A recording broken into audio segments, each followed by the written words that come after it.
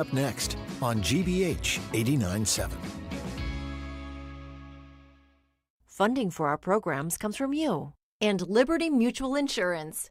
Liberty believes progress happens when people feel secure and exists to help people embrace today and pursue tomorrow. Learn more at libertymutual.com. Think you've got what it takes to be a trivia quiz champion? Well, these high school trivia geniuses certainly do. Play along at home with a new episode of High School Quiz Show tomorrow at 6 on GBH2. This week on Under the Radar with Callie Crossley, 2 new drugs offer hope in the fight against pancreatic cancer, how communities are pushing back on proposed data centers, and after more than 2 decades, the Cape Cod Herring Run is back in action. It's our inaugural Science and Tech News Roundtable. That's Under the Radar with me, Callie Crossley, Sunday night at 6 here on 89.7 GBH and the GBH app. You're listening to 89.7 WGBH HD1 Boston. Online at gbhnews.org. GBH News. What matters to you?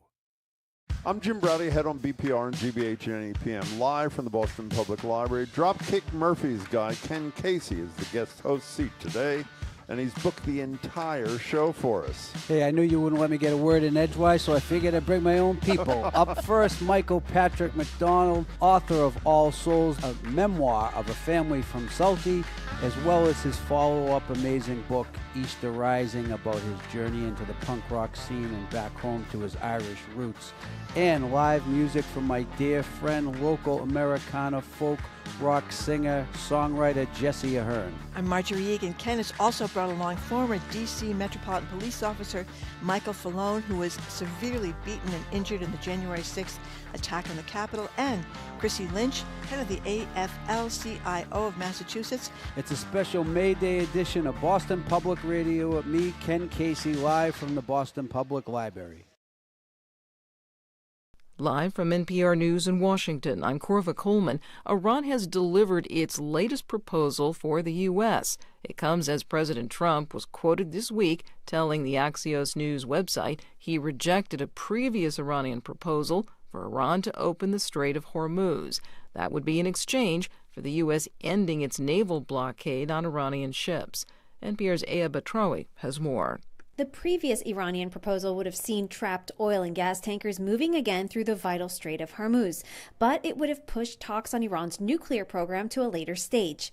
Trump, according to comments he made to Axios, rejected that offer after meeting with his national security team on Monday. Iran's state news agency IRNA says Iran has now delivered a new text for negotiation to mediator Pakistan with the aim of ending the war that the U.S. and Israel launched 2 months ago. Iran's president, however, was quoted by IRNA saying Iran's ready for diplomacy if the U.S. ends its maximalist approach. The U.S. and Iran have only met once since the ceasefire came into effect. Those talks in Pakistan ended without an agreement. Aya Batrawi, NPR News, Dubai. President Trump has now nominated his third choice for Surgeon General, Dr. Nicole Saphier. She is a radiologist who works at one of the nation's top cancer centers in New Jersey. NPR's Ping Huang says Saphier is also a wellness influencer. She's kind of an originator of the Make America Healthy Again movement before Health Secretary Robert F. Kennedy Jr. took it on. It was actually the title of a book she published back in 2020. Saphier's views on vaccines are a little murky. She's not against all vaccines, doesn't think they cause autism, but she's also said that she supports what she calls medical freedom and individuals choosing if and when to get vaccines. NPR's Ping Huang reporting. The Christian summer camp in Texas, where 25 campers and 2 counselors died last July during catastrophic flooding, will not reopen this summer. From member station KUT, Kaylee Hunt has more. Camp Mystic says it has withdrawn its application to renew its operating license for the 2026 summer camp season. The camp was previously notified by state health officials that its license to operate might not be renewed unless it made major revisions to its emergency plan. In a statement, the camp says, quote, "No administrative process or summer season should move forward while families continue to grieve, while investigations continue, and while so many Texans still carry the pain of last July's tragedy."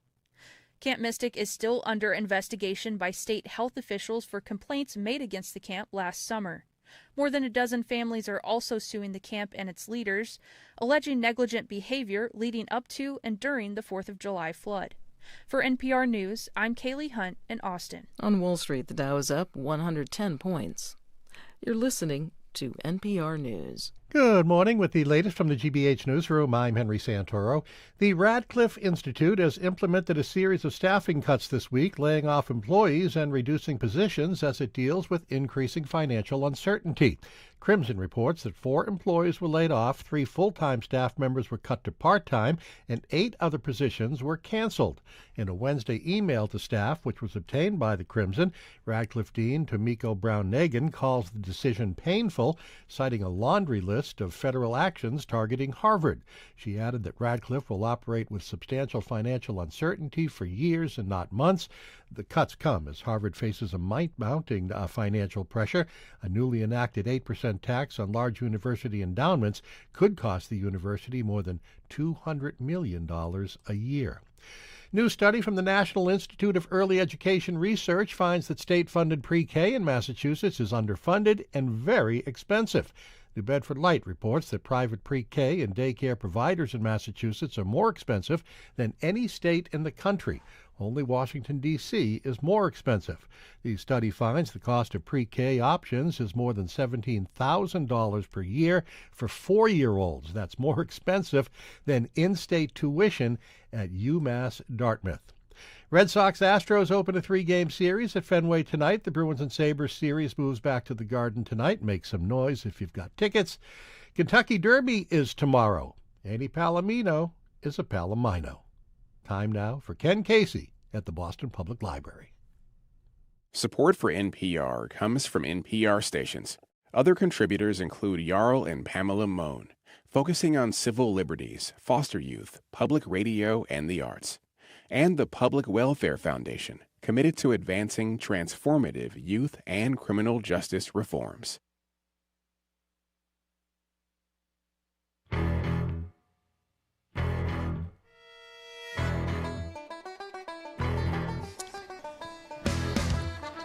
You are listening to BPR and GBH and NEPM. A little different music today. We'll tell you about it in a second. You probably recognize it. We're live at the Boston Public Library, streaming at youtube.com/GBH News. Jim Browdy, Margery Egan. Hey there, Margery. How are you?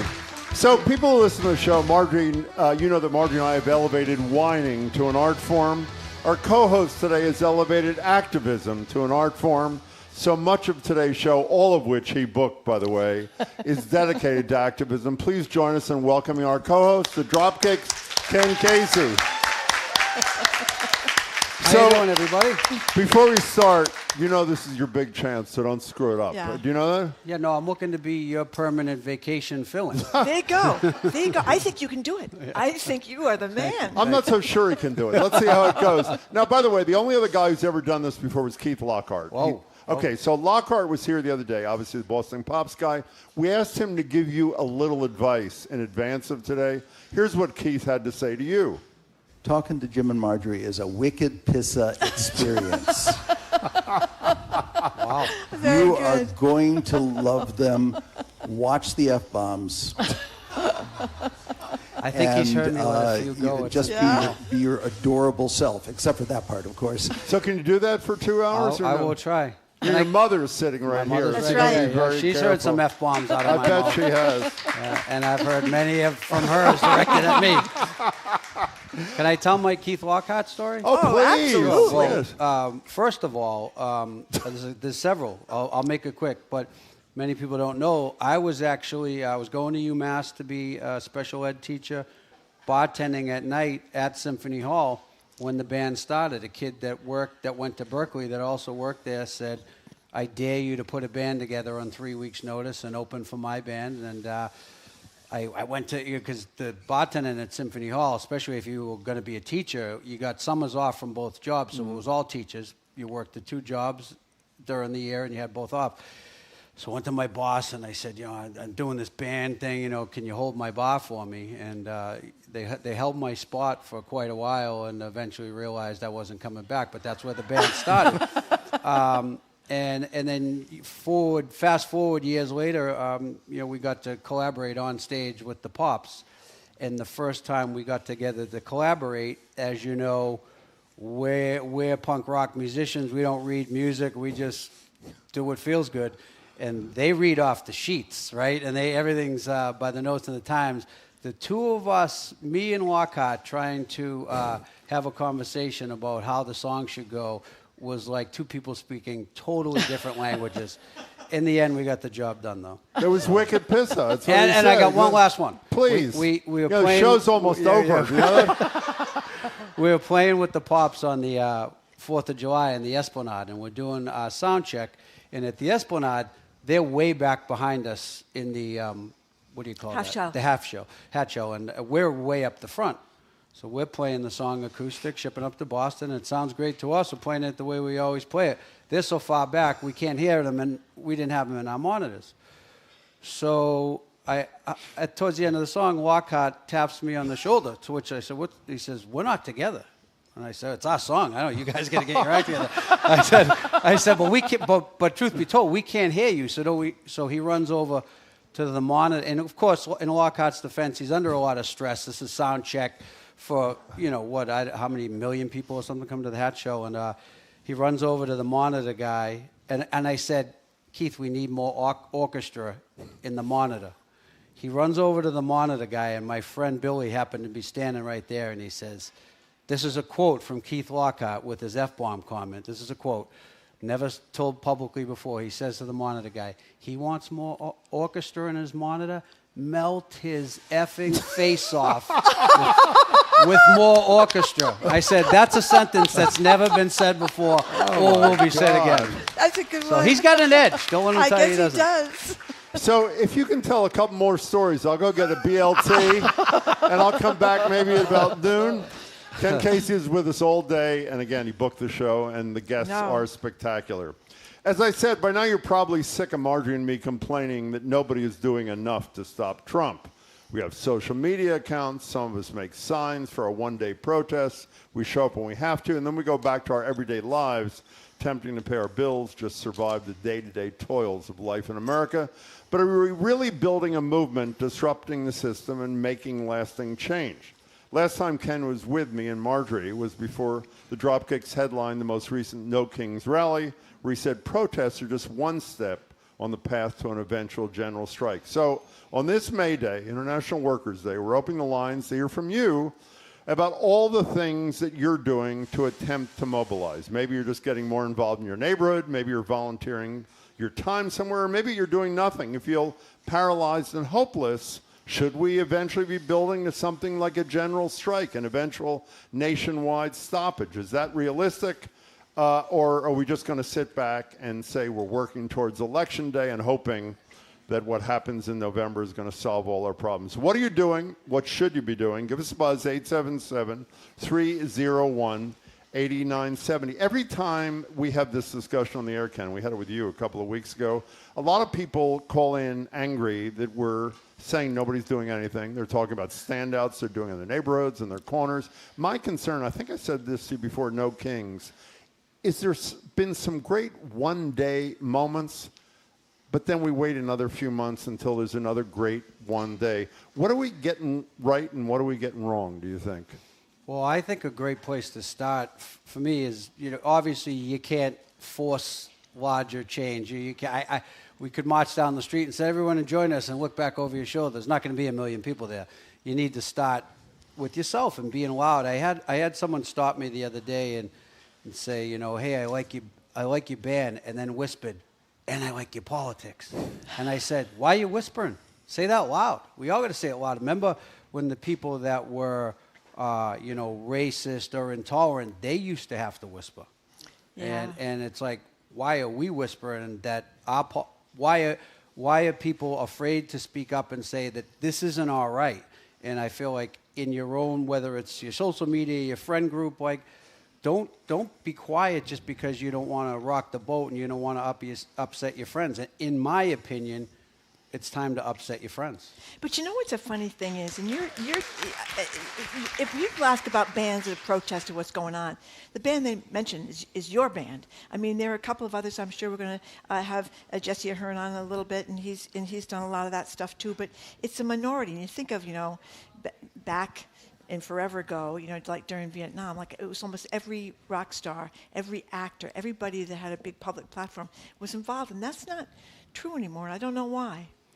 I think, back in the days of, say, speaking of punk rock, for instance, when, great punk rock records were made, speaking out against Reagan, it was a good time to make punk music. But Reagan didn't have necessarily an army of trolls coming after those people, or threatening to boycott their business. And I think a lot of people just say, I'll just stay in the back and be quiet, and I won't have to deal with the ramifications. But I would say to, and I try to say to any other band or musician, trust me, speak out. You're not going to lose fans. People are ready for this. You know what I mean? We've been speaking out since we started on most things dealing with, workers' rights and social issues, but especially even since the first Trump presidency. I can tell you, it was a lonely time to be speaking out against Trump in the first his first 4 years. But now I say to other bands, get off the sidelines. Yeah. It's like kicking him when he's down now, because, his popularity has fallen so much. We just really need to push it a little bit more to just really get to a point where the whole country wakes up. And we're going to get to your calls in a second at 877-301-8970. We often tell the story on the air when we're bemoaning the lack of activism. And by the way, we look in the mirror. We're the same problem. We talk a good game. Margery and I don't do nearly enough. We talk about, in Montreal a couple of years ago, maybe a decade ago, they raised the tuition at the public university like some pathetically small amount. And there were 1 million people in the street. You told a story to us this morning when we were preparing. Tell a story about Crete when you're in Greece. Yeah, I was in Greece one time, and there was in Athens, and there was thousands and thousands of people in the street, and I'm thinking, whoa, something major must have happened. And I said, what happened? And they said, they changed the trash pickup day. I was like, holy shit, I was in Paris one time when they raised the retirement age 2 years, and they shut the city down, Let's take some calls. We're here with Ken Casey at the Boston Public Library, 877-301-8970. Nick from Hartford, Connecticut. Thank you for calling. Hey, Nick. Hey there. Shout out to Ken. I am contractually obligated to be a Yankees fan because where I grew up, but we are both Celtic FC fans, so I hope we can share that. Okay. Beyond, normal things like the No Kings rallies, attendance, and trying to go to my local food bank, I've actually been carrying around Sharpies and paint markers to cross out or perhaps edit some of the more fascist graffiti and stickers that I see pop up everywhere, including on the campus of Harvard, for example. Oh. Wow. So like if what? you can do that. Like what? What'd you do, Nick? Harvard's was stickers put up that said it's okay to be white, which was racist internet slang for racism doesn't exist and you shouldn't feel guilty about being white, because they're so maligned, right? And then some active clubs, Nazi groups have been putting up stickers. Usually my go-to for that is to cross it out and write, save the planet, kill all fascists. Very good. Hey, Nick, that's a good start. Thank you so much for your call, 877-301-8970. And when you do something small, I don't mean that in a pejorative way, you get empowered to, I think, do more and feel like you can. Patrice here in New Hampshire, on with Ken Casey, me, and Margery. Hi.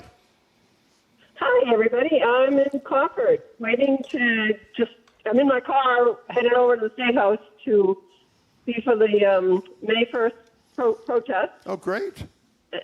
Yeah, and this afternoon at 3, I'll be out on the bridge over 101 with signs, waving at folks.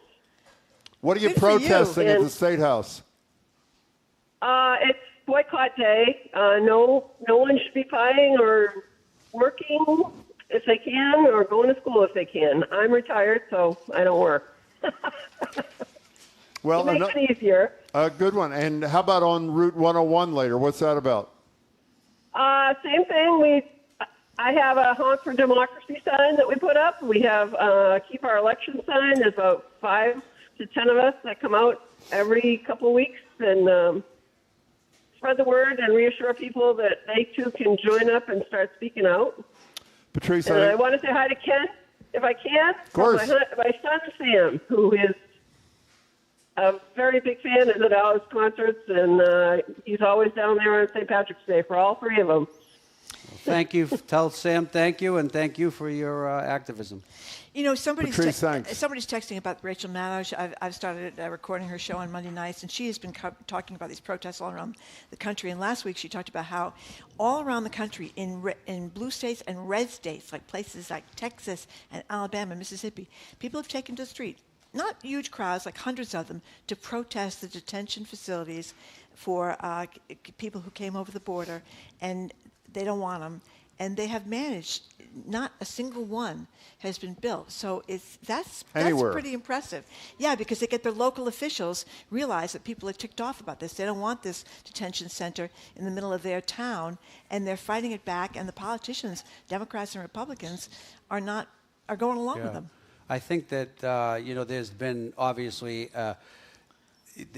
They overshot the mark with what they promised, right? We're going to get the worst of the worst, and people are fed up with the fact that they're seeing, people in their lives and their neighbors being taken off the street and affected. And then you have the people in some of these towns that they haven't reached some moral high ground. They just don't want their electricity and water being used. But at this point, whatever it takes to stop it, So, by the way, I want to stay on that. I think self-serving motives are totally fine as long as you're doing. I'm serious. I mean, what's wrong with that? And you build from that, and hopefully you connect to people, and you see maybe there's a larger something out there.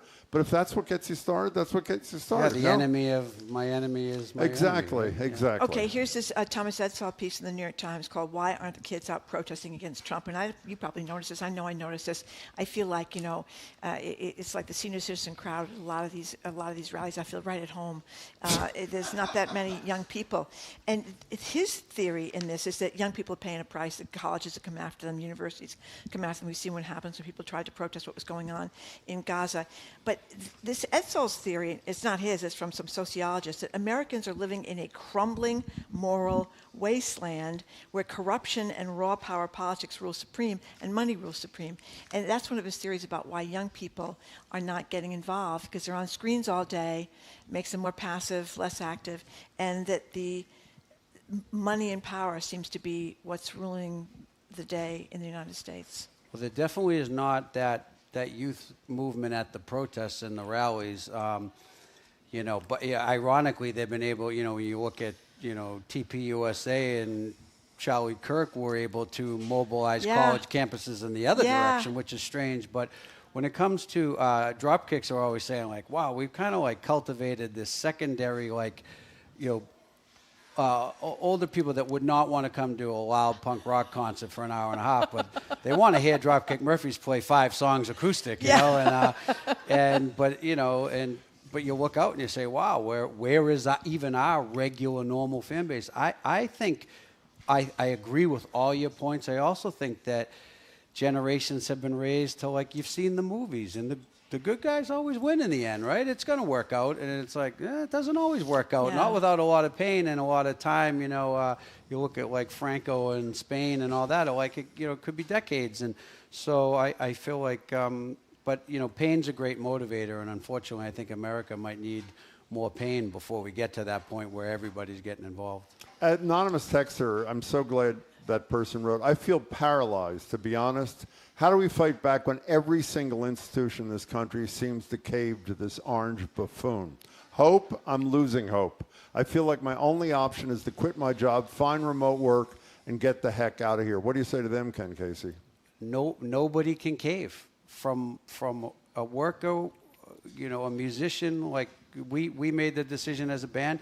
If we lose all our fans, then we weren't worth anything in the first place, So nobody can cave, and once we can get more people to adopt that, and when I say don't cave, maybe it means not being quiet at Thanksgiving because your crazy uncle wants to bully the conversation, or maybe it is being willing to lose your job, but nobody can cave because they've used that threat and fear to to gain the power they have. Got to be nicer. A lot of those crazy uncles are big fans of our show, by the way. So please be Elias in careful. Boston says, silence is complicity, that's all. And Ken in Salem wants to know, wants me to tell Ken that he's going to be seeing you at the Scratch Show next week. I'll see him there. There you go. Jake in Worcester, welcome to the show. Ken Casey's joining us. Hi. Hi, how you guys doing? Great. Ken, I just wanted to say on a personal note, Dropkick Murphys was my first ever punk rock concert when I was 15 at the Crystal Ballroom in Portland, Oregon with the Briefs.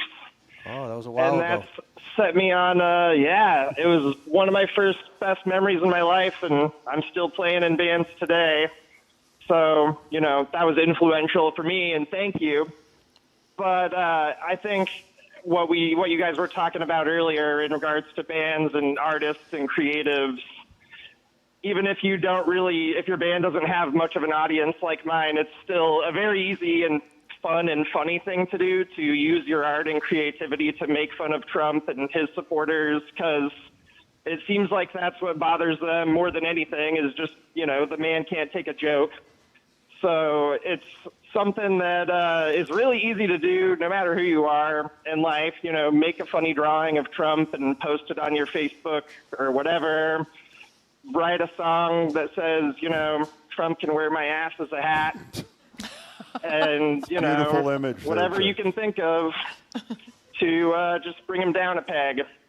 Jake, thanks for the call. We appreciate it. Portland knows how to protest, and I will say I could not agree with that comment he just made more, because that whole, which I've always laughed at, the masculine culture, what if you wanted to get behind someone, in regards to masculine culture, how is Donald Trump the guy? I don't get it. And so when you make fun of that, I do think it actually moves the needle. We have a song that we wrote about someone else, my friend Billy, but we changed the words to be about Donald Trump. It's called First Class Loser.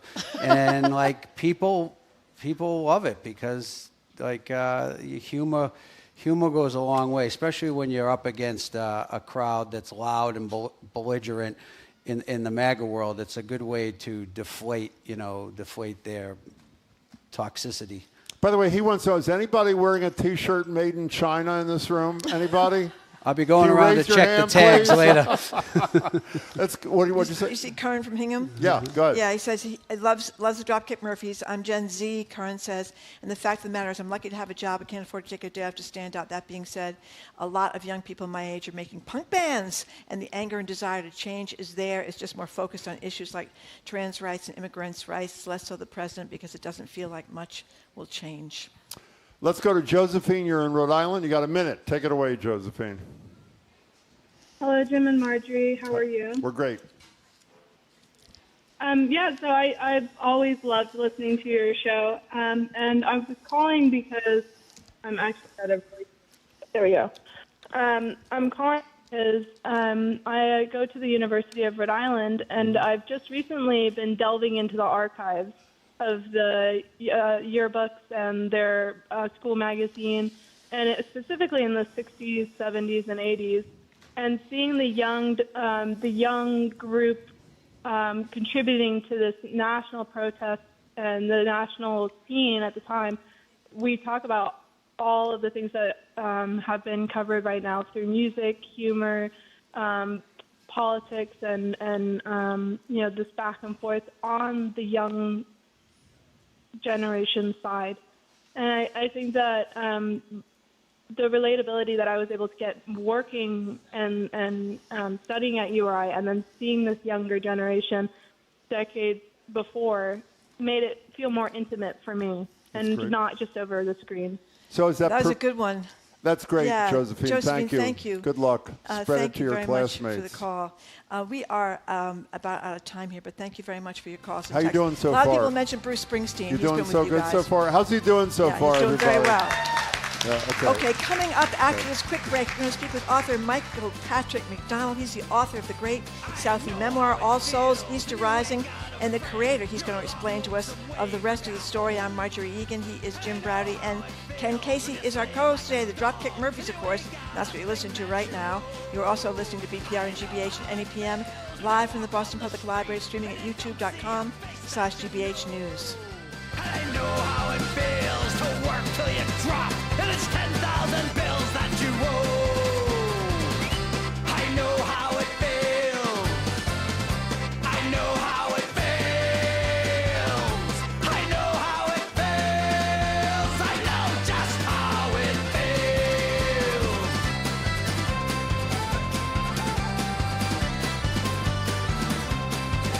I know how it feels when you ain't got a cent. No, you don't got a nickel to your name.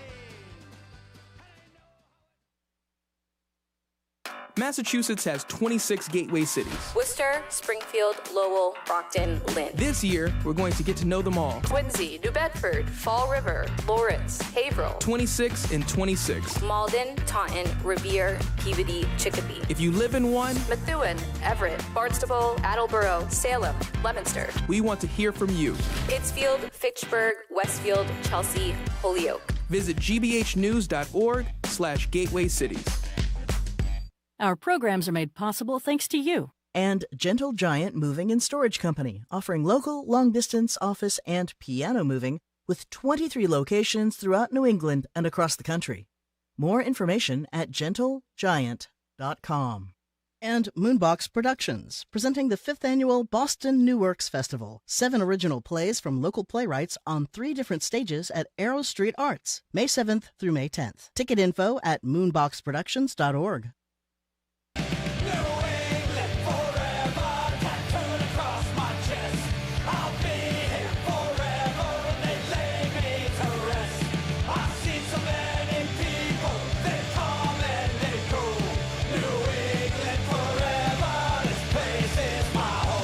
Welcome back to BPR on GBH and NEPM, live from the library, streaming youtube.com/GBH News. Margery Egan, Jim Browdy, and that guy, Ken Casey. So our next guest's second appearance at the BPL in 3 days. Author Michael Patrick MacDonald was here for a great interview the other day with our colleague Jared Bowen on The Culture Show. If you missed it, it's available on YouTube. And we hear if he shows up here anymore this week, they're going to cast his library card in bronze right here in the library. So that's something to look forward to, Michael. For the 4 people who don't know, Michael Patrick MacDonald is the New York Times bestselling memoir, All Souls, A Family Story from Southie, and the acclaimed Easter Rising, a memoir of roots and rebellion. Also the creator of The Rest of the Story, a trauma-informed, community-based storytelling curriculum, has a new book coming out we'll talk about in early next year. He joins us now. Michael, it's great to see you. Thanks so much for being here. Great to be back here. Co-host Ken, you mind if I ask Michael a couple of quick questions? He's all yours. Okay. I get to talk to him all the time. I was just saying, I reread Michael's incredible book, All Souls, this week in anticipation of your coming.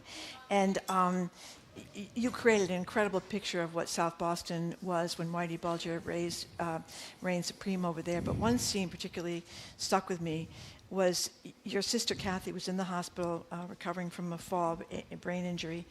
And you talk about the people that came in to visit her, and one after another, after another, after another. Tell us what you were doing. Yeah, there. it was only while I was writing it that I realized that everyone I'm writing about who was visiting her, I would sit by her bedside, but people who were visiting her were all people who were dead.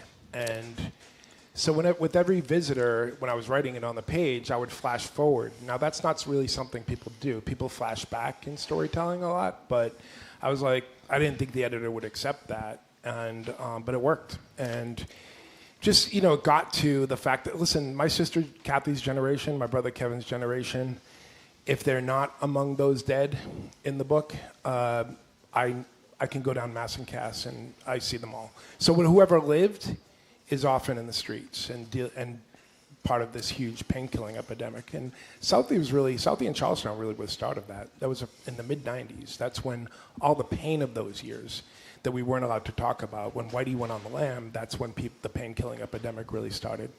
Yeah. You know, Michael, I was not quite as ambitious as Margery. I didn't read the whole book this week. I reread maybe 50 pages. You missed the afterword. There's a new afterword. Yeah, a new afterword about his new work he's doing. As I'm reading it, I'm saying, this is America in 20, isn't it? Thank you. Thank you, yeah. I always say that like everything we're seeing on the national stage now, the kind of right-wing demagoguery, the pitting of people against each other, race and class manipulations, all of it, all of that stuff. Like, we have our Louise Day Hicks on the national stage. We have our Jimmy Kelly on the national stage. We have Dapper O'Neill. We have a populist movement, which, you know, these were working class and poor people, and what one author calls reactionary populism, which is really the kind of dominant populism these days, unfortunately, because there's a possibility for good populism. How do you know him? We go way back, punk rock, basically, yeah. And it's not to segue out of All Souls, right if ahead. that's okay, into Easter Rising, the second book, which was, to me, you know, something that just hit home in a way that, you know, for the journey into punk rock. And for me, it was a couple older kids in the neighborhood and my baseball team that turned me on to it. But what I loved about Michael's journey, it was all on his own. Here he is, coming from Southie. Nobody is listening to punk rock. He's just walking around downtown, watching people, you know, walk into a record store, following them in, eavesdropping to what bands they're talking about. Right. And then you open up an album and you read the sleeves and you read the liner notes like it's a book, and you're scouring it and you're checking. You was like a work. band, you want to know every band they thanked, you're buying that album.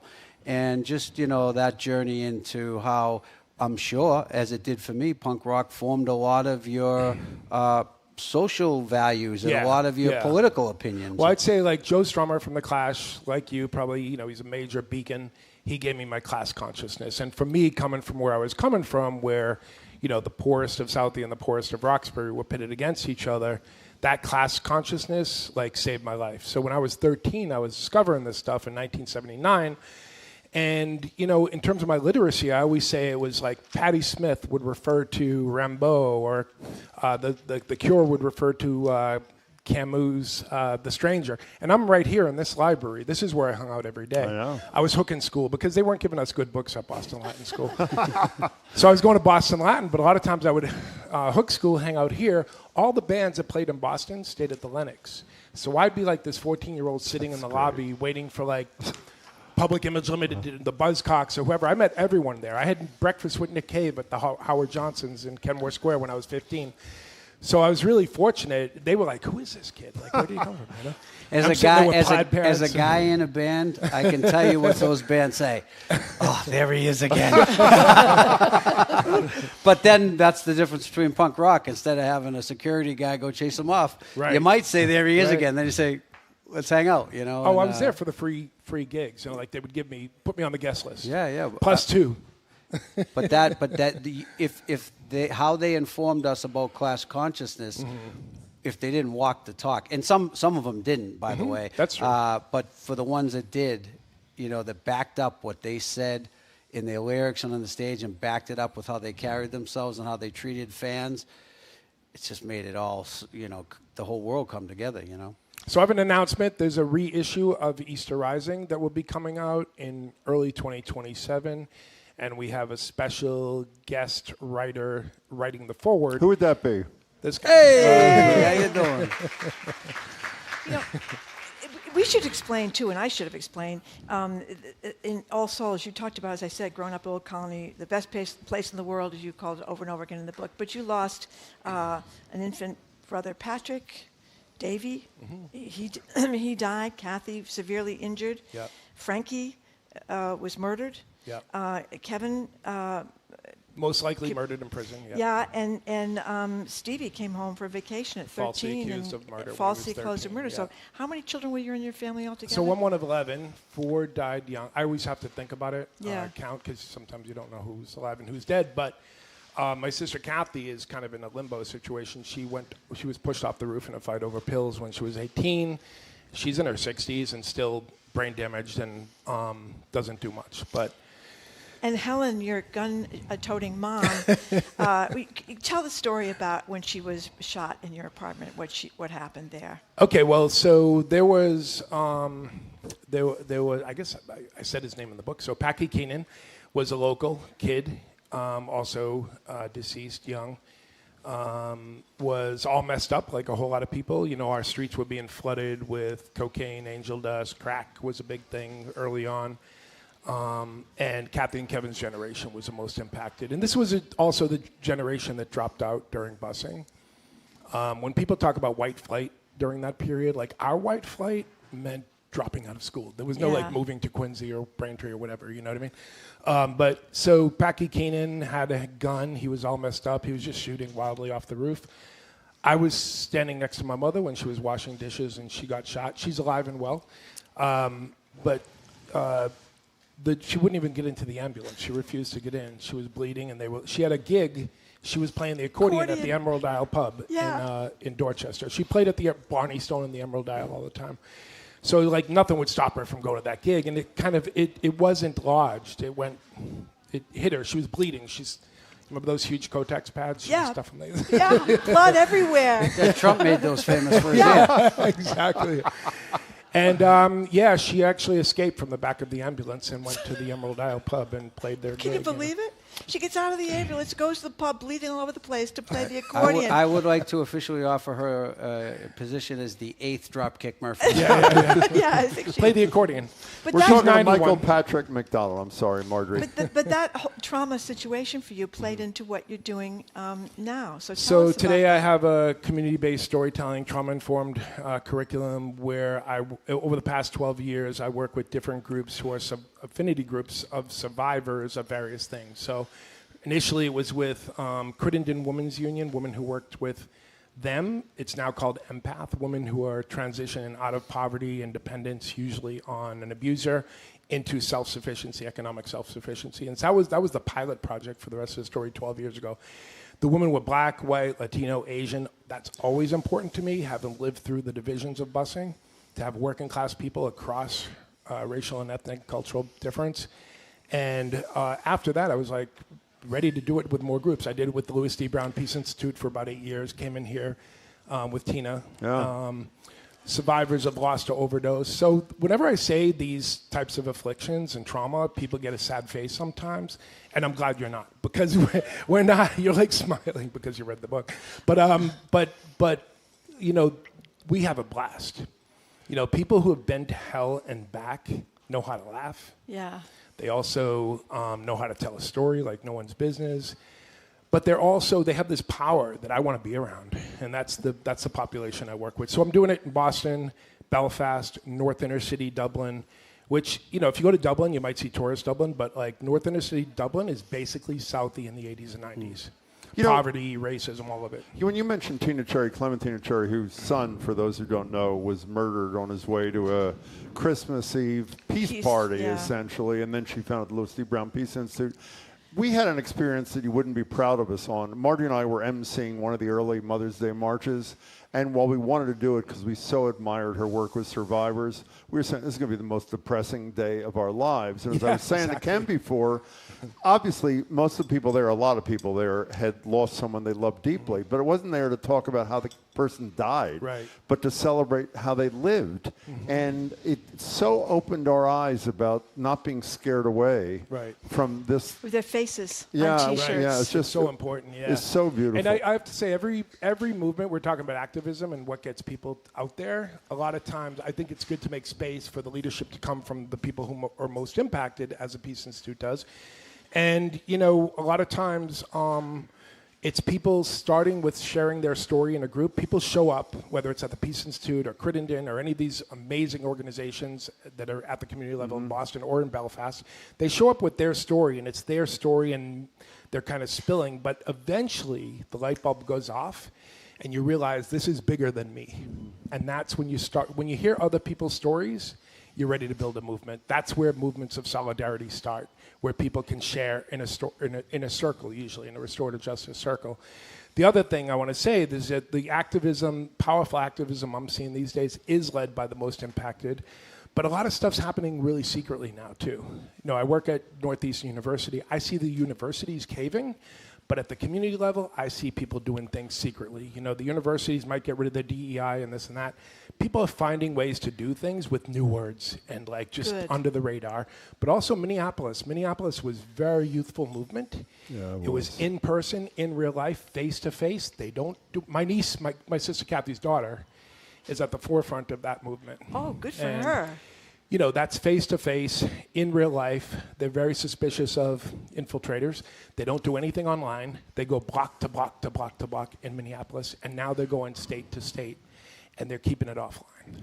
So, Michael, I hope I got this right. In addition to an update or whatever you just described as Easter Rising with this forward by this guy, you have another book coming out next Yeah, after that, I'm not allowed to put it out until after Easter Rising comes out, and that is going to start feeling like memoir, but then it becomes the stories of people who have transformed their pain into what they do in the world, activism and organizing. I'm told you tell a story that intrigued our friend over here. Is that not true, Ken Casey? Yeah, no. Tell them the story about where you happened to be the day Whitey was captured. So back in 2011, there were a few years that people were commissioning a script for All Souls, and nothing came of that because I'm wanting there to be I want the 3 books to be a TV series.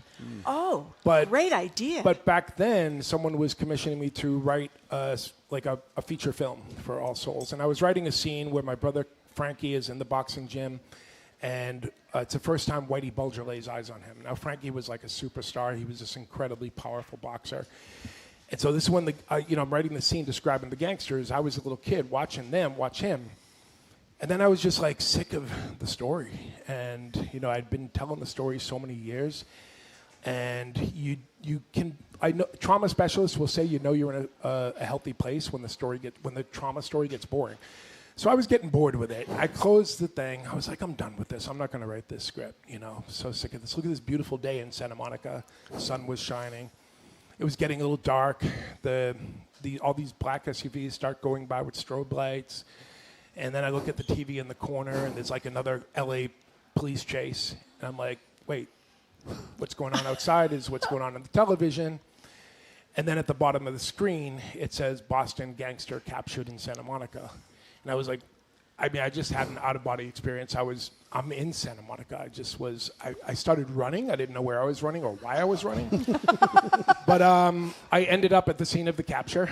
Actually got in my friend's car, totaled her car on the way because all the press, CNN, everybody was like calling me and texting me.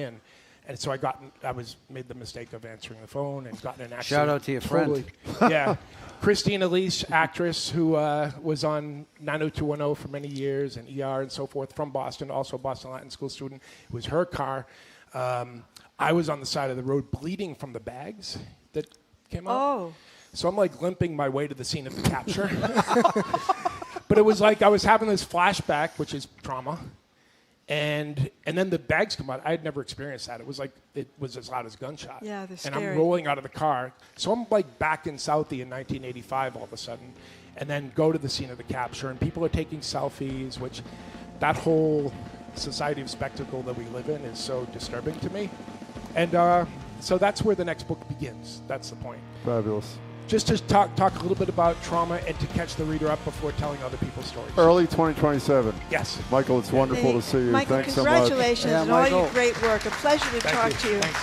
We've been speaking with Michael Patrick MacDonald, the New York Times Bestselling memoirist, All Souls, A Family Story from Southie, the acclaimed Easter Rising, a memoir of roots and rebellion. Thanks again to Michael. Coming up after this quick break, we're going to speak with Jesse Ahern, who's given up Spotify. He's going to tell us about that. Margery Egan, Ken Casey, Jim Browdy, BPR at the Boston Public Library. We'll be right back.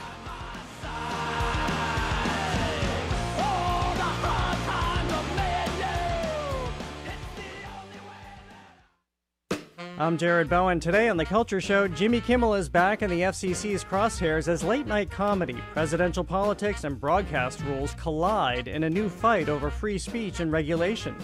Plus, at the Museum of Fine Arts, nudes are nothing new until they appear in the flesh.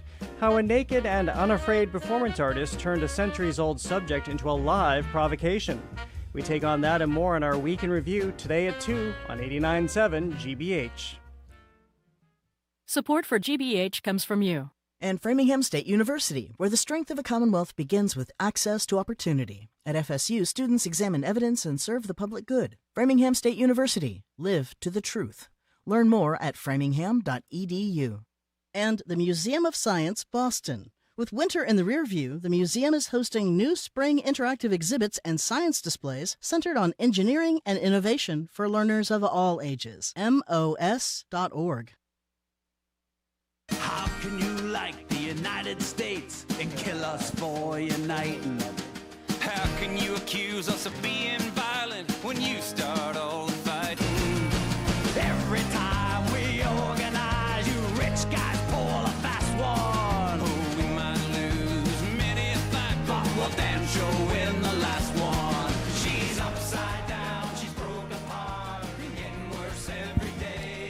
Hi, Ken. Hey, how you How doing, are everybody? Hey, Jim, you said to keep it loose earlier. Oh, yeah, I did. That's true. I did say that. All right, That's true. well, welcome back to BPR on GBH and NEPM. I'm Ken Casey once again, co-hosting today with Jim Browdy and Margery Egan. We're live from the BPL and streaming at youtube.com/GBH News.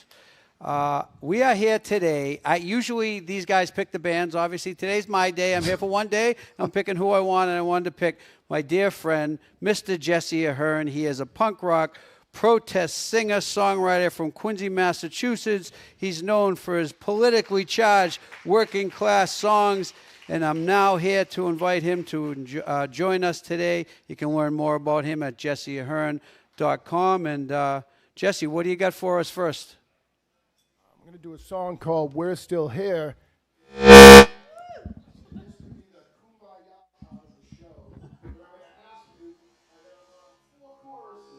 And if you're not singing by the third one, my daughter, who is watching at home, is going to be very upset. Sing along at the Boston Public Library.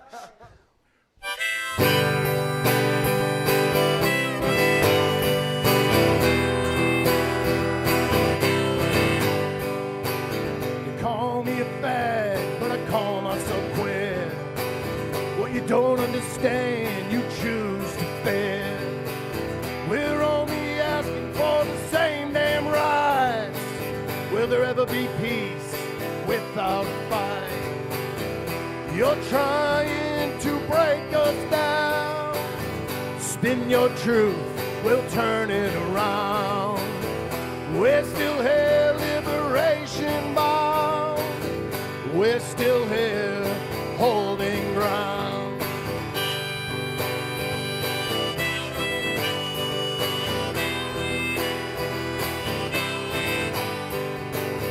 Another psycho is making a list. Say the wrong thing and you might not exist. No savior's coming, just look around. We're at the 9 count in the final round. You're trying to break us down. Spin your truth, we'll turn it around. We're still here, liberation bound. We're still here, holding ground.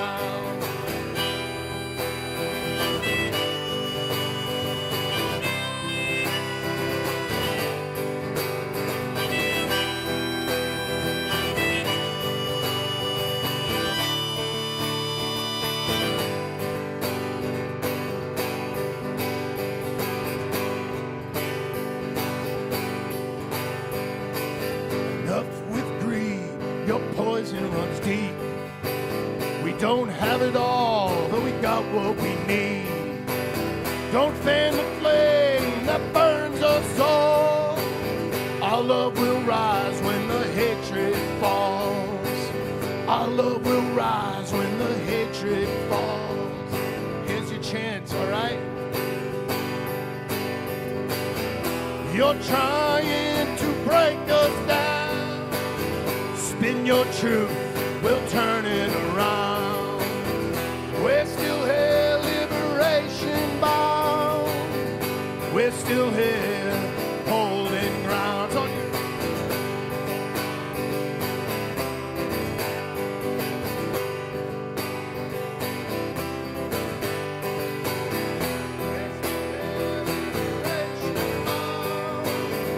We're still here, holding ground.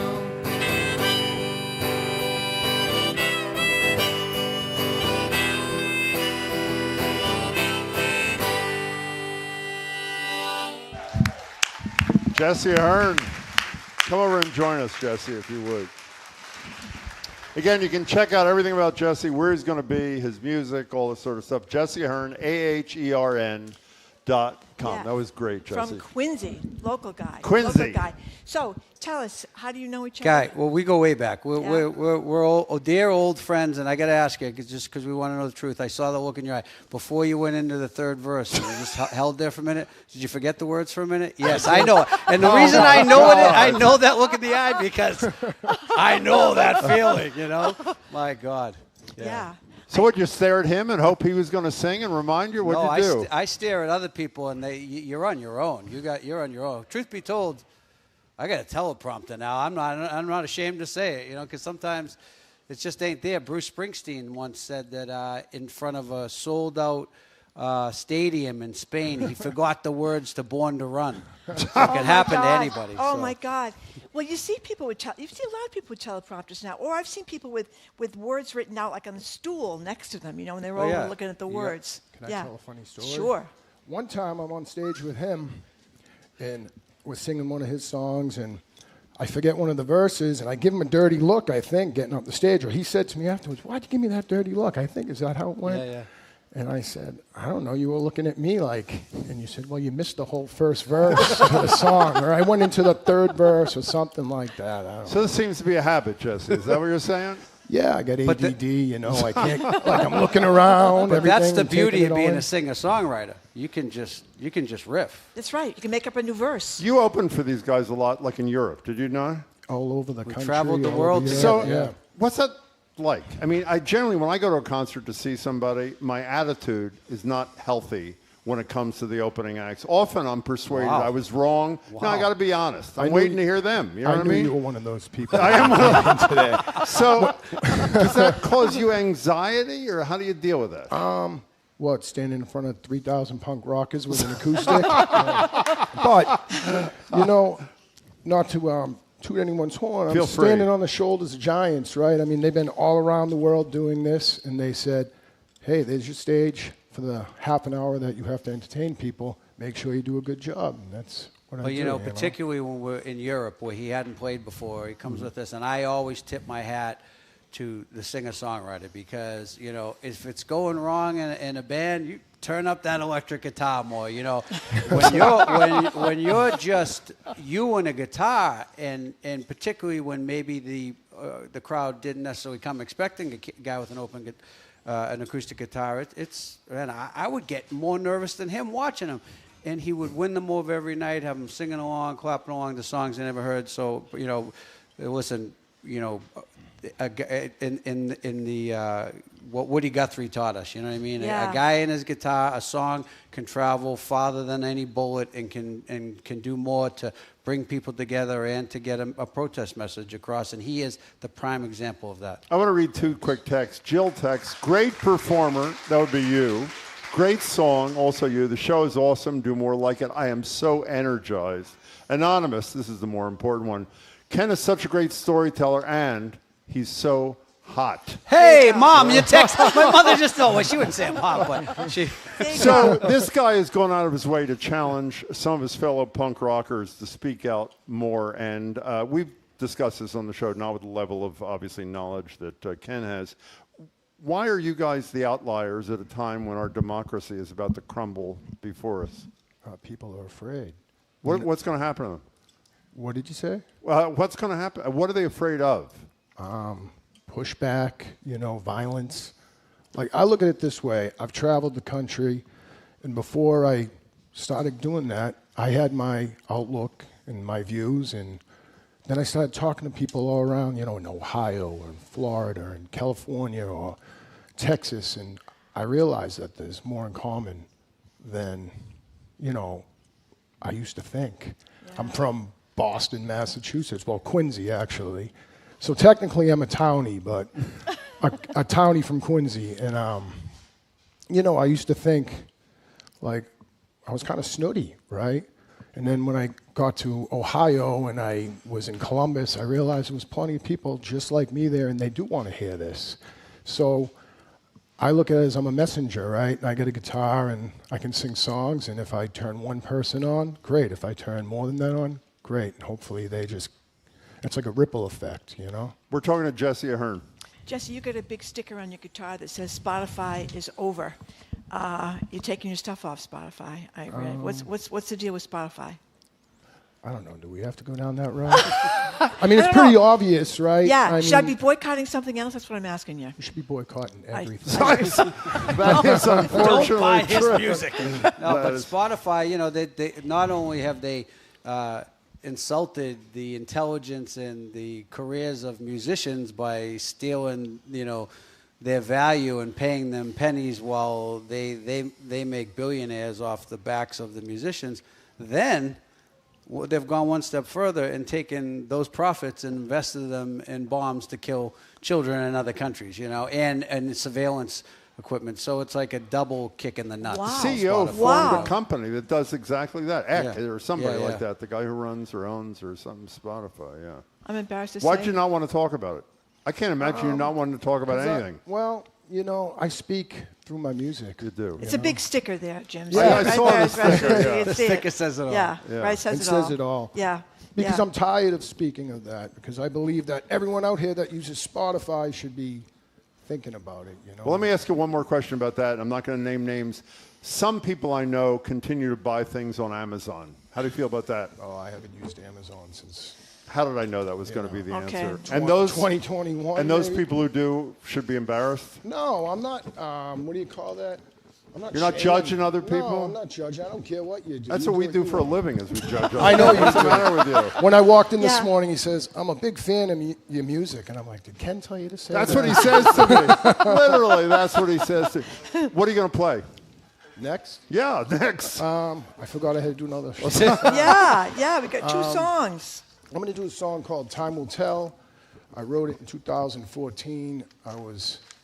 Maybe it was around then. I don't know. I'm not good with dates. But I was watching friends and family and everyone just kind of like drift apart, you know, and the divisiveness was there. And so I wrote a song. That's Beautiful. all I know. That's all I know how to do. Other than that, I'm an idiot savant, right? Well, I don't think so. Can you gently put your headset down? He's a great plumber.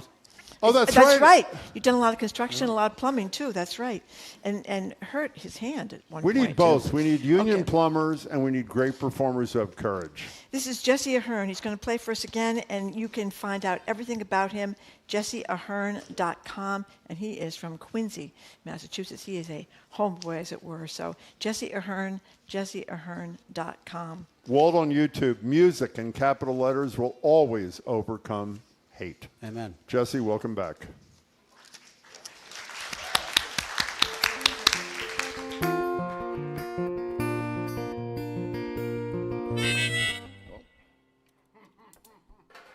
Look at that.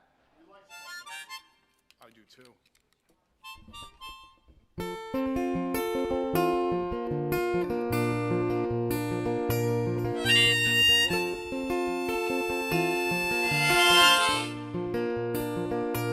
Losing God, we're losing faith, we're losing in numbers, we're losing strength, we're losing children to the bombs we make, we're losing the union, we've seen better days,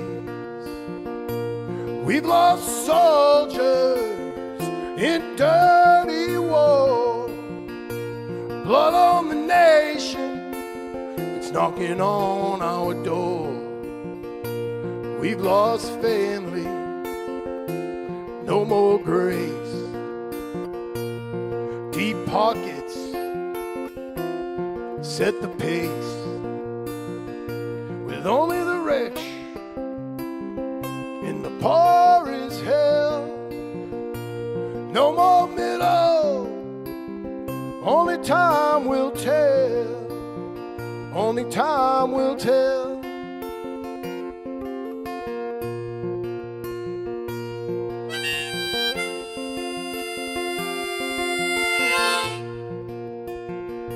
We're losing prayer, we've lost speech, we're losing freedom to the political leech. We're losing heroes, we've lost the race, We've lost dignity, it's written on our face. We're losing the red, white, and blue. It's all about power, telling you what to do. We've lost justice, it's on the fence. We've lost everything that once made sense.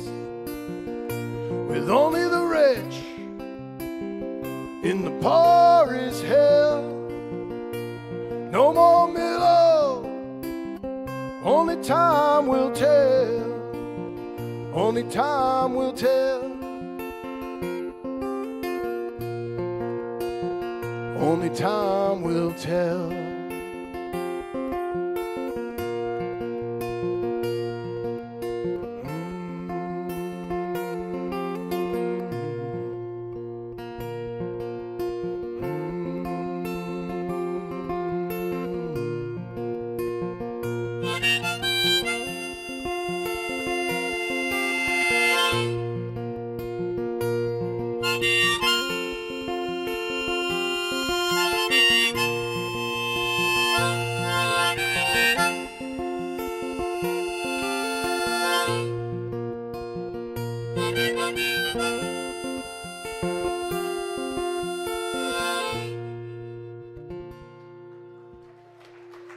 Jesse Ahern. Great. Jesse Ahern,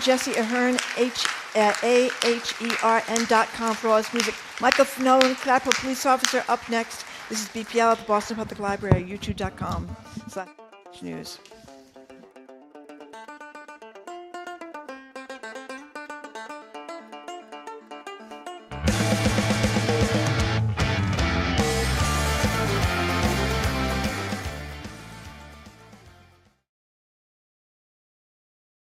Now, more than ever, you put the public in public media. Help keep the NPR network strong by making your public media Giving Days gift today. Thank you so much.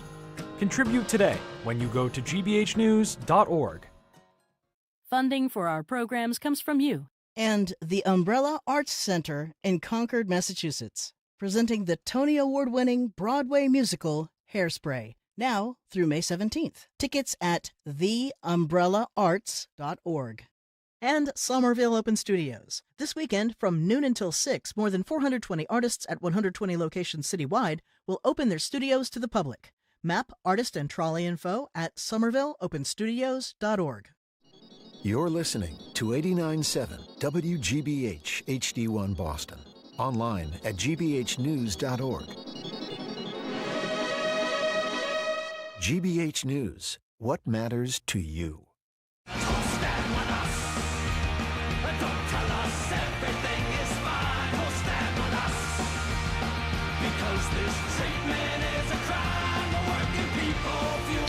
Welcome back to hour number 2 of Boston Public Radio, 89.7 GBH, live from the Boston Public Library, streaming at youtube.com/GBH News. Jim Browdy, Margery Egan, our special guest host, Ken Casey of the Dropkick Murphys. Thank you so much for coming in. Hello again, Jim. Hello again, Margery. On January 6, 2021, Michael Fanone was serving as a Metropolitan Police officer in D.C., was brutally attacked by rioters storming the Capitol. Here's just some of his testimony after that to Congress.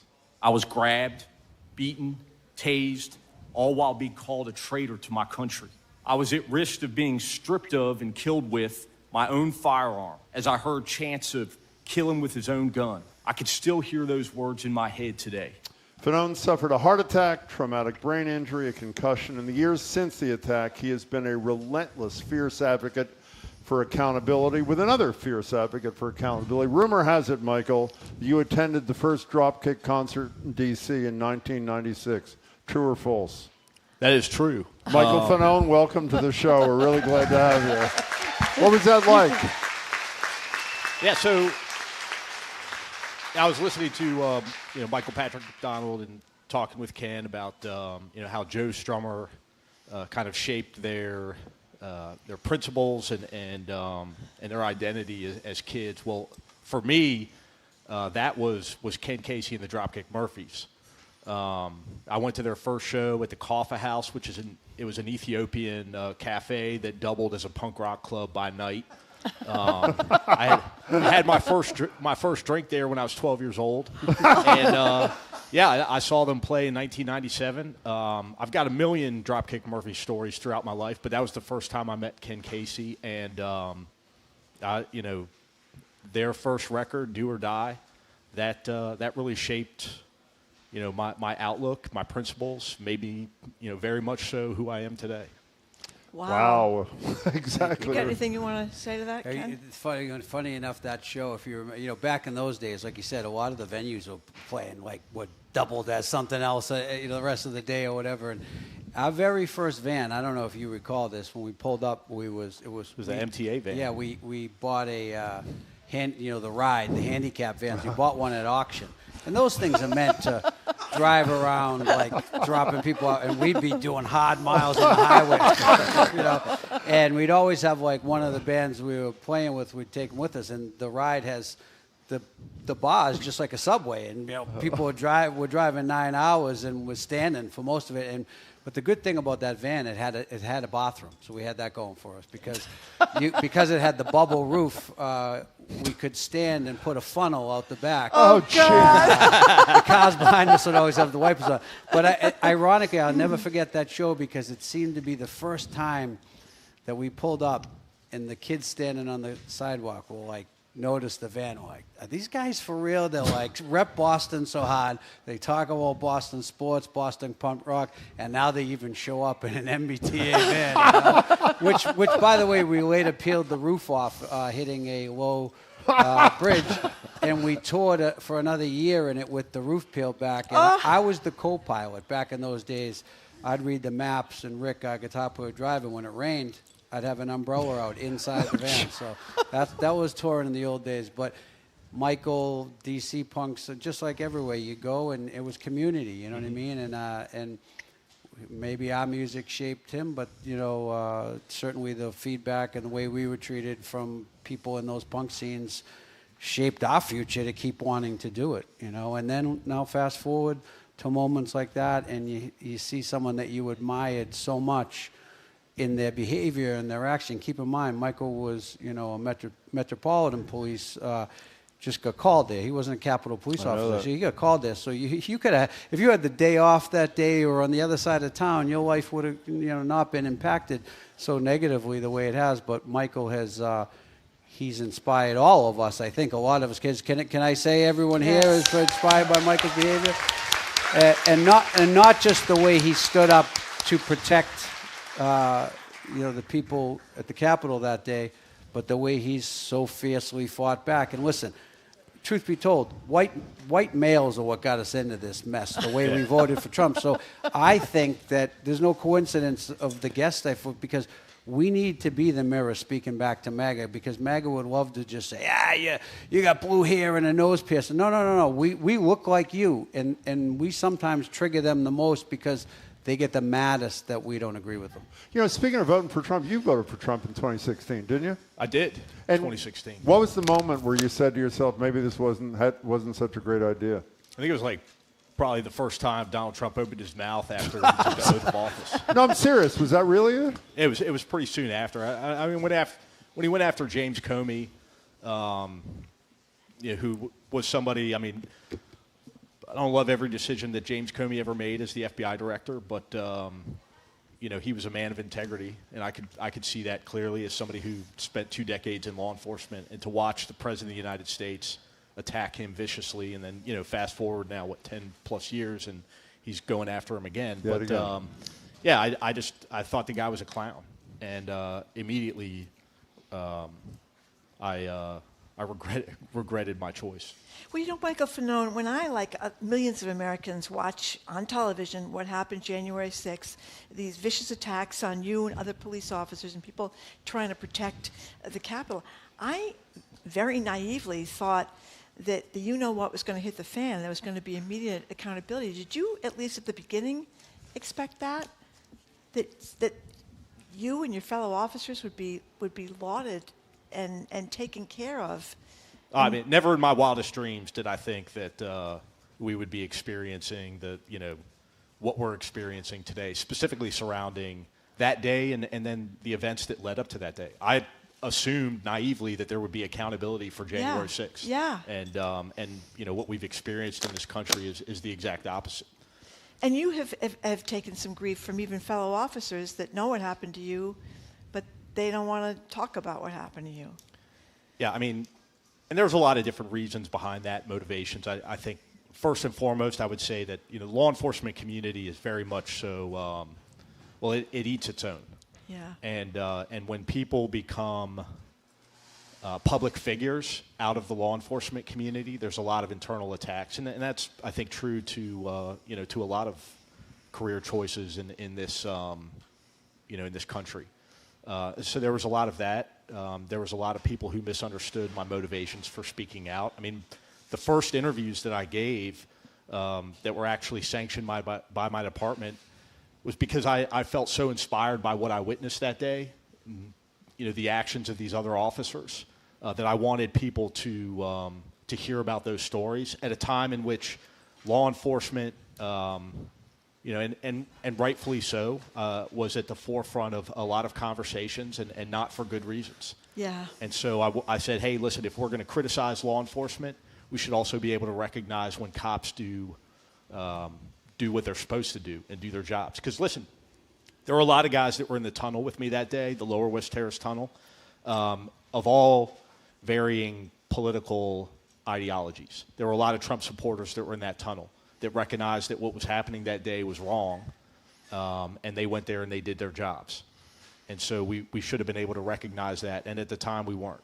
Obviously, fast forward a couple of months, and there was a congressional hearing, which many of us remember. I remember very well, vividly, in which Representative Andrew Clyde from Georgia infamously characterized the day at the Capitol as just another tourist day at the Capitol. And that's when I realized that we were going to go down a completely different direction, when it came to the January 6th narrative. Why do you, I said to you this morning, I don't think I've said this to 5 guests in all the years you've been on the air. When I introduced myself, I mentioned not only how much Margie and I admire you from afar, we hadn't met you before, but how much we talk about you and who you are. Many decent people who suffered great loss on that day have decided to just move on because they can't deal with this crap. You've kept it in people's eyes, right in their face, which I think we all agree is hugely important. How'd you make that decision to stay focused on the nightmare of January 6th? I'm a special kind of asshole. I was going to say that. I was going to ask that, but and it's true. I would go back and if you want to blame somebody for that, you'd blame Ken Casey. But yeah, I mean, it pissed me off when Kevin McCarthy went down to Mar-a-Lago. Former Speaker of the House. Former Speaker of the House, and kissed Donald Trump's ass, and then literally the next day, this new narrative sprung out about January 6th and what happened. It pissed me off, and so there was no way that I was going to stop. And the threats and the online that anyone who's in this space, I mean, Ken knows, has experienced. It's not real. The vast majority of Americans recognize what's happening right now. The vast majority of Americans have been extremely supportive of my message. I wish there were more cops that would stand up and speak out, but I wish there were more Americans that would stand up and speak out. But at the same time, I recognize the fear and the concern. I mean, listen, my family and I have been through it all. I mean, for those of you who are familiar, my mother, who lived in Northern Virginia, the same home for 33 years, she had to sell her home and relocate because of the amount of threats that she was receiving. And these weren't just, online threats. These were people that were coming to her house, to express their displeasure in her son speaking out against this administration. One of them, even had the foresight to bring a bag of dog shit and throw it on her while she was raking the leaves. Oh. And so, yeah, I mean, there's a fear. There's I think Americans have enjoyed such a degree of success, at least most of us have enjoyed a level of success in this country that we don't want to be uncomfortable. And it's that willingness to be uncomfortable and maybe lose your job. I mean, I lost my job. I had to resign or quit the police department because I recognized that being an outspoken advocate for democracy and the Constitution did not mesh well with being a Metropolitan Police officer. Talking to Michael Fanone. Michael, tell us about the plaque that was finally put up at 4 a.m. 4 in the morning in honor of the police. I'll be honest with you, because I was actually one of the original advocates for the plaque. I mean, this predates. This is pretty early on in the January 6th aftermath saga, whatever you want to call it, and I got together with a number of different lawmakers, and we wanted to put up a plaque that named. At first, it was going to be the officers that the agencies, but also the officers that fought in the Lower West Terrace Tunnel. There was approximately 100, and change that showed up that day and fought in that tunnel, which was the pinnacle of the violence on January 6th. And they did so for the better part of 6 hours. I mean, I was there for only a fraction of that time. I showed up, was injured, almost immediately, and had to be transported to a hospital. But I wanted to recognize those officers, and I thought they deserved it. And they were really the representation of the best to come out of that day. Fast forward again 4 years, and the legislation passes, but Republicans refused to put the plaque up. Mike Johnson said that it wasn't feasible or some shit like that. And then finally, after Harry Dunn, a Capitol Police officer who I'm sure you're all familiar with. Yes. I went to Ukraine with Harry Dunn. He's the man. Did? Yeah, He's he's a good dude. He's the best. He's also running for Congress. Yep. For Harry. But him and I always joke about Danny Hodges, the lesser known of the four of us that testified before Congress, who's still a Metropolitan Police officer to this day. They brought a lawsuit against Mike Johnson and House Republicans to have the plaque, put up. And then Mike Johnson put it up, and he put it up in an area that's not publicly accessible in the Capitol to the general public, and he did so at 3 o'clock in the morning on a weekend. And there's that old saying that once you see how the sausage is made, you don't want to eat it anymore. Like I didn't. At that point, I was done with the plaque. I didn't give a shit about the plaque. I didn't want a plaque. I couldn't care less about the plaque. In fact, I had said I thought the best place to honor the police officers would be to place the plaque up Mike Johnson's ass.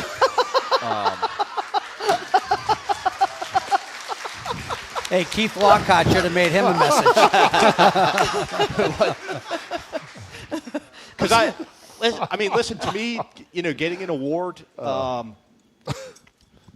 don't need that validation from House Republicans or House Democrats for that matter. Like, I know what I did that day. The American people know what I did that day. They know what the Metropolitan Police did that day, and so I couldn't care less about a plaque at this point.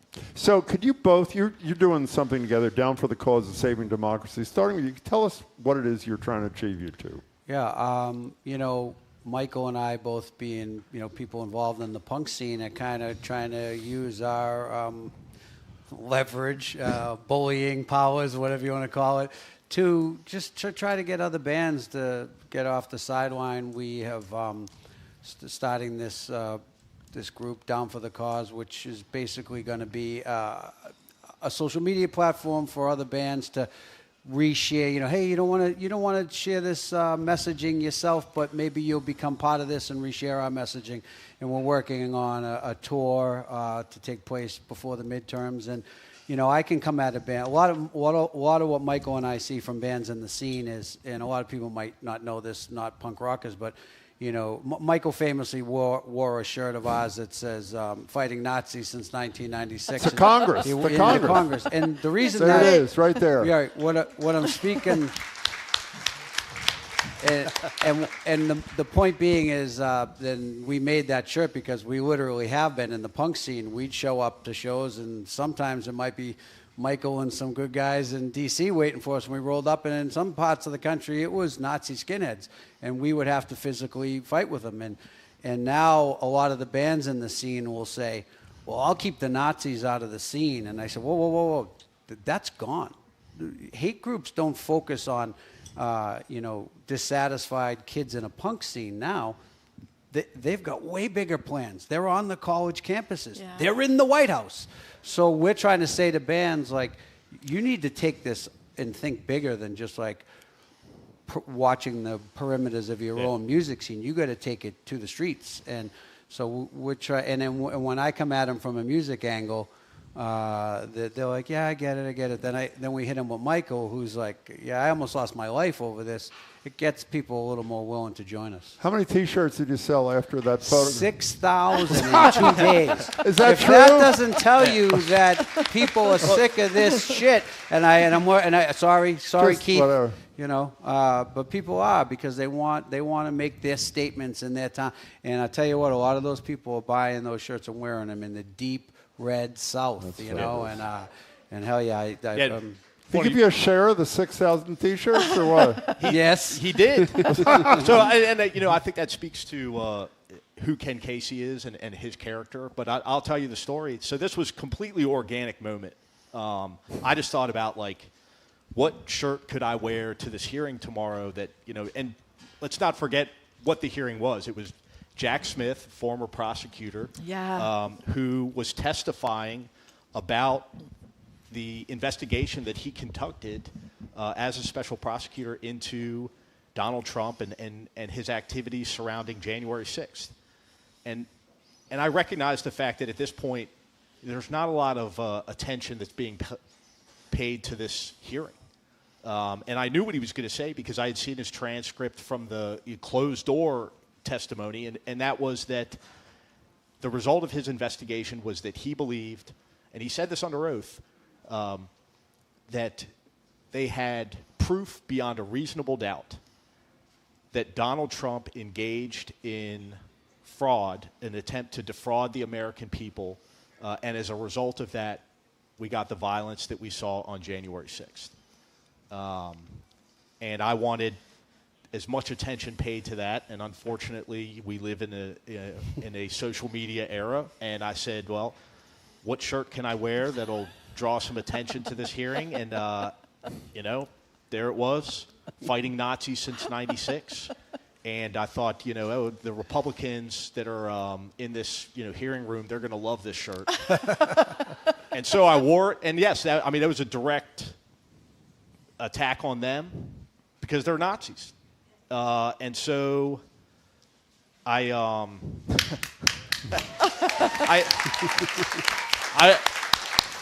saw that it went viral and there was a lot of attention paid to it. And then I wake up the next morning, I get a call from Ken, and he's like, "Mike, we've completely sold out of that shirt.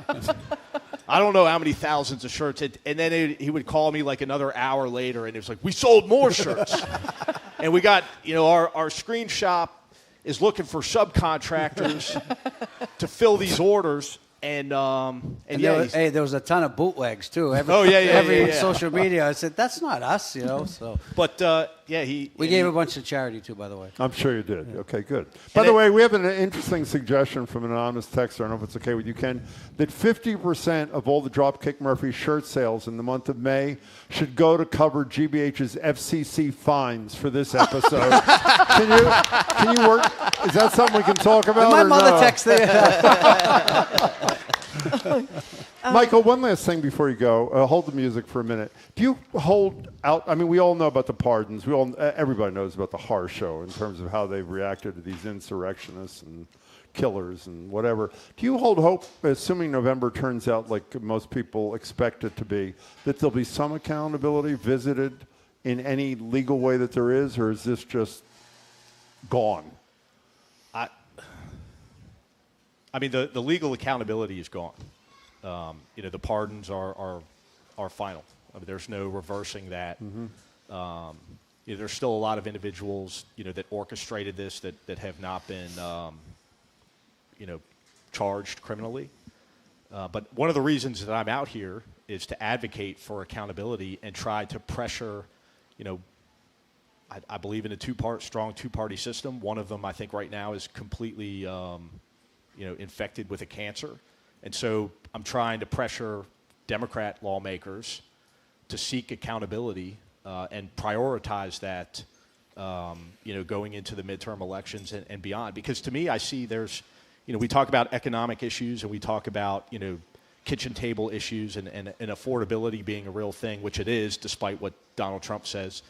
I see those accountability and a lack of accountability for the criminal behavior of this administration and the economic issues that we're experiencing as intertwined. And so I think that, going forward, we need to learn how to walk and chew gum at the same time and prioritize both of those issues, both economic and affordability issues and accountability for the crimes that this administration has committed. They should be top of mind. Michael Fanone, we can't tell you how much it means to us for you to be here. Thank you so much. Thank you. Really appreciate it. Thank you very much, Michael, for coming in. brother. We've been speaking with Michael Fanone, former Metropolitan Police Officer Who is getting a standing ovation from the crowd at the library. They are badly injured January 6th attack on the Capitol. We cannot thank you enough for coming in here today. Okay, coming up after this quick break, we're going to talk with labor leader Chrissy Lynch about working class politics and activism. She's head of the state's chapter of the AFL-CIO, the largest national federation of unions in the country. I'm Margery Egan with Ken Casey and Jim Browdy. This is BPR at 89.7 GBH, live from the Boston Public Library, streaming at youtube.com/GBH News. It's time with the marginalized. It's strong must help those in need. When the crooks just bully and lie.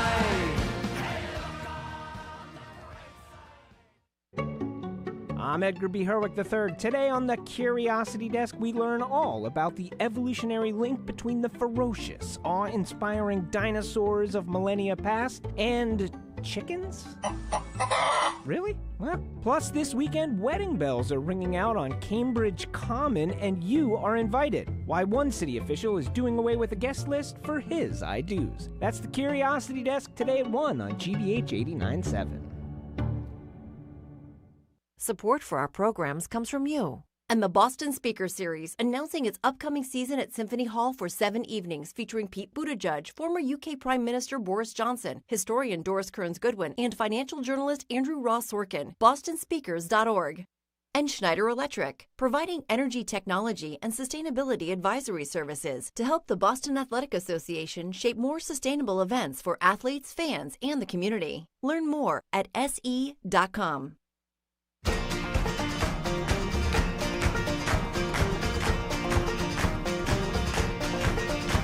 When the boss comes calling, they'll put us down. When the boss comes calling, gotta stand your ground. When the boss comes calling, don't believe their lies.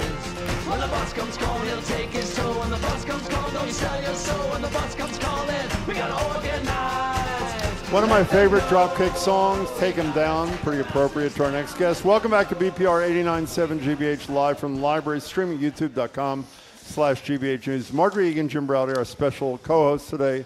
Dropkick Murphys frontman Ken Casey. By the way, an anonymous texter says, I feared this.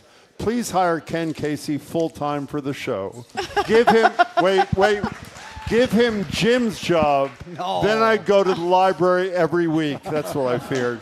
Don't applaud for that, please. Jim's upset. Since it's May Day, International Workers' Day, when we're supposed to honor labor movements with marches and rallies for workers' rights or by just going to work like we always do, we're joined now at the BPL desk by Chrissy Lynch. Chrissy is the president of the Massachusetts AFL-CIO. The national organization is the largest federation of labor unions in the country. MassAFL-CIO .org. Chrissy, we're thrilled to have you. Thank you for having me. Thanks so much for being Yeah, here. thank you so much. So it is International Workers' Day, May Day here. So what is happening? Well, there are actions happening all over the state right now. Just like we do on Labor Day, May Day is a day that workers honor the sacrifices of those who came before us when they sacrificed with their lives and their limbs to fight for the rights that we enjoy today. But it's also a remembrance and a recommitment to the work still ahead. The works that the rights that we have been fighting for the last 200 years are under attack in a way right now that is truly unprecedented. There is a lot of work to do, not only to stop the attacks happening now, but to make sure that our economy is prepared and our working people are prepared to deal with the next transition in our economy, which is a massive technological shift that has the ability, if we're not intentional about stopping it, about leaving the working class in the dust. You know, I've mentioned that one of the things we don't focus enough on the show, we try to, is not just the damage, which is an understatement, for that Trump is causing, but how long it's going to take to build back. I've mentioned that I was lucky enough for the first time to hear Hannah Nicole Jones speak months ago, and she was talking about how in the first X number of months, I think it was in the fall of last year, Trump had rolled back close to 65% of the 4 major civil rights pieces of legislation from the 60s. And when a reporter from the Washington Post who was at the event asked her, how long do you think it'll take to recover from that, without blinking, she said maybe 60 or 70 years. With what Trump has done, what red states have done, Trump is taking away collective bargaining rights from wide swaths of people with just executive orders. Are you worried about not just stopping what he's doing, but the build back effort that has to come after? Well, we need to not make the same mistakes that we've made in the past. Project 2025 is over 50% done. It's a to-do list on how to dismantle our government. True? Yes. Okay. It actually, that was the last time I heard it. It's probably higher than that now. The Democratic Party and frankly the labor movement, we need our own version of that. Mm-hmm. And I think about this phrase Overton windows a lot, right? Sometimes the disaster is so bad it gives us a chance to build back in a way that is actually in a way that it should be. And when the Democratic Party regains control, we need to hold them accountable to ensure that they are prioritizing working class issues, that they are coming in not just opposed to Trump, but with a vision of their own on how to create an economy that if you work hard and you play by the rules, you can actually get ahead. For a number of years, our economy has been broken.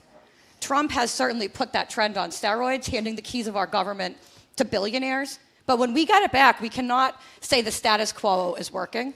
I think that's part of how we lost the 2024 election. We went around saying things are good, and people are like, I can't afford eggs. Mm-hmm. We need a proactive approach. We need an affirmative agenda on how to get the economy to be one that actually works for working people. We're talking to Chrissy Lynch, who's president of the AFL-CIO of Massachusetts. Want to say something there, Ken? Yeah, Chrissy, one of the things I think, when myself included, when I stand back and want to see the people do more, the people rise up, and I think about like unions, because of the infrastructure, should be the tip of the spear in that. But there are a lot of things that people don't know about that politically set up politically to hamper people from unions supporting each other in a larger general strike. The Taft-Hartley bill back, I think it was 1947, that just basically protected the corporations so that we couldn't do what we need to do. And I wanted to have you elaborate on some of the pitfalls that people face in trying to, talk about a general strike or something of that nature. Sure. Look, in the 1930s, when the National Labor Relations Act was passed, that is what gave us our bedrock laws to organize and form unions. Fair Labor Standards Act was passed. It gives us the right to minimum wage and overtime and things like that. Those laws were written when there were 1,000 workers on a shop floor. There was no technology, anything close to what we have today. So there needs to be some massive upgrades. Those laws were also written in ways that intentionally created loopholes so that occupations predominantly done by women and people of color and immigrants were left with no protections. And those loopholes exist today. And technology is trying to create more of them. And it's a big problem. And to your point, Ken, our labor laws really are broken. You cited really awesome, really inspiring actions in other parts of the world, you know, where they changed the schedule of trash and people walked out of the job. That's amazing. It's inspiring. But in Germany and in England and Australia, for example, you could name a number of countries. When people go out on strike, they don't have to worry about losing their health care the next day, right? There are laws in other countries that protect workers' rights to concerted activity that we do not enjoy here in America because of laws like the Taft-Hartley of the 1940s. And that's part of why when Democrats do get control back of Washington, we need them to aggressively pursue pro-worker labor law reform so that we do get a little bit of economic leverage back. And we put it in the hands of working people so that we can stop this insane consolidation of corporate power and billionaire wealth. You know, Chrissy, one of the first things you mentioned was speaking of technological advances and both the pluses and the minuses. You have spoken all over the country about the threats of AI, and we were talking to Ken about this before the show. On one hand, I think you've articulated them brilliantly and will share them with us now. On the other hand, I'm sure there are a lot of your members who are saying there are a lot of construction jobs in these data centers. How do you thread that needle, and what's your message been? Well, there's a number of things we have to thread that needle on. Look, we're very pro-economic development, as we have members ready to build these data centers. We think the people who develop these data centers have bazillions of dollars. They can build them with local union labor. They can make sure environmental concerns are mitigated, and they can make sure that energy costs are kept down for working people. But what comes out of these data centers poses an existential threat to the working class.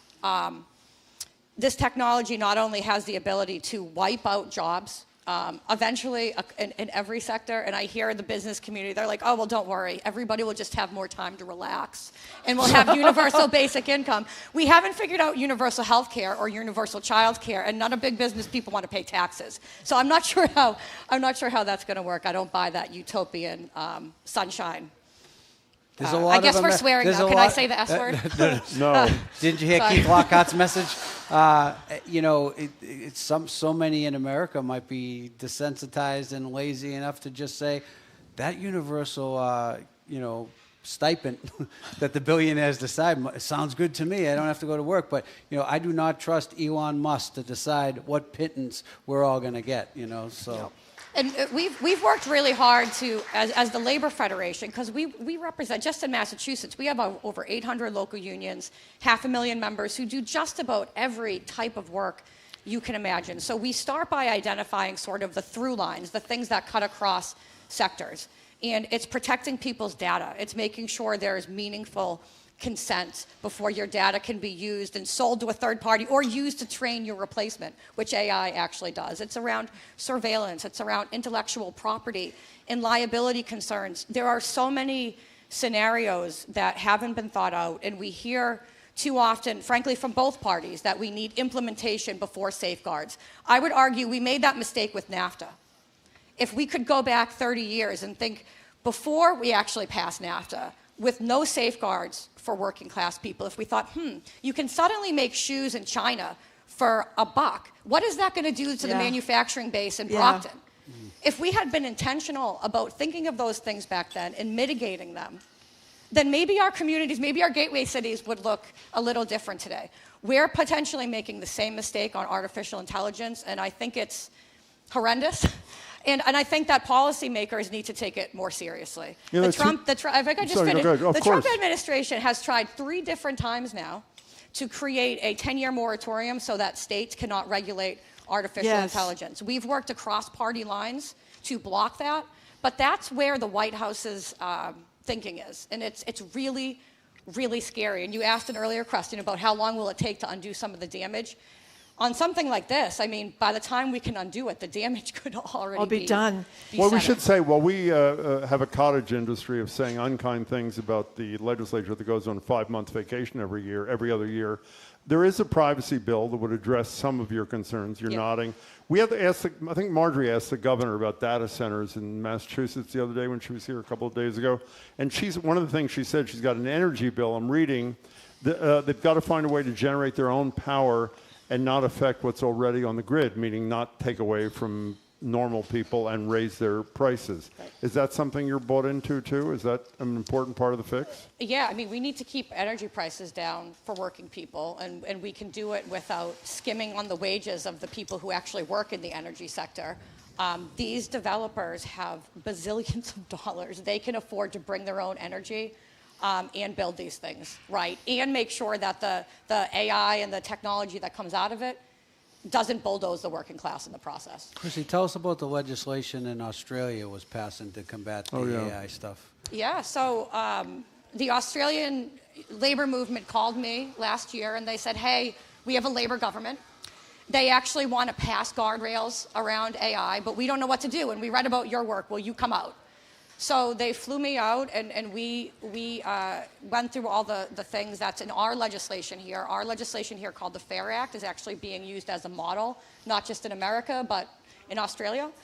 So I left, and Australia passed it. You know, Wow. they didn't pass our bill exactly, but what they did was they just opened up all of their existing labor and employment laws, and they, with a fresh eye, how does this need to be updated to incorporate this rapidly evolving technology? And they use the principles in our bill to do that. You know, one last thing for me, big picture. You know, you talked about the people going out, taking to the street about the garbage being moved a day. That was in Greece, I think. Jim and I always joke about, you know, the French have they have a 40-hour work week. They went down to a 39-hour where everybody takes the street. But you're right, because they've got union protections. Somewhere along the line, I don't know what happened to the United States. I mean, the Europeans, you don't have to fight to get bad pesticides out of the food or cancer-causing agents out of the food. They're not fighting to make the water dirtier and the air dirtier. All these things that we're doing, and even before Trump, we did a lot of this stuff. What is it? Have you ever thought about that? What is it about the American psyche that it's like the people come last so much of the time, it seems to me? Well, you know, I think that because we put the corporation first. Well, That's right. that's a good answer, and the money first. I think is that it? You got to get money, all that corporate money, out of politics. Nothing's ever going to change if we're not able to, have companies that want to, for the sake of being able to make a little more profit, cause such harm to our health and our well-being and our safety. Until that's out of politics, no matter who's in office, it's really not going to change. And it's a problem in both parties. Yeah, it's a problem in both parties, absolutely. You know, by the way, if he doesn't replace me here, he could be your communications director. Have you ever thought? No, I'm serious. Mine is here. Watch out. He's available. Is that the case? Chrissy, we wish you a lot of luck. Happy International Workers' Day, and we're really glad you're here Thank today. you very much Lynch, for coming in. Thank you. We have been speaking with Chrissy Lynch, president of the Massachusetts AFL-CIO National Organization. Is this national organization, I should say, largest federation of labor unions in the United States. MassAFLCIO.org. That's MassAFLCIO.org. Chrissy, thank you very much. Coming up after this quick break, now's your chance to get called out by Ken Casey, Dropkick Murphys. We're opening the lines to talk about concert etiquette. You know, heckling, throwing beer around, clapping to the wrong beat. We're opening the lines to talk about that. Phones down, eyes up, everybody. 877-301-8970. This is NPR, BPR on 89.7 GBH, live from the Boston Public Library, streaming at youtube.com/GBH News.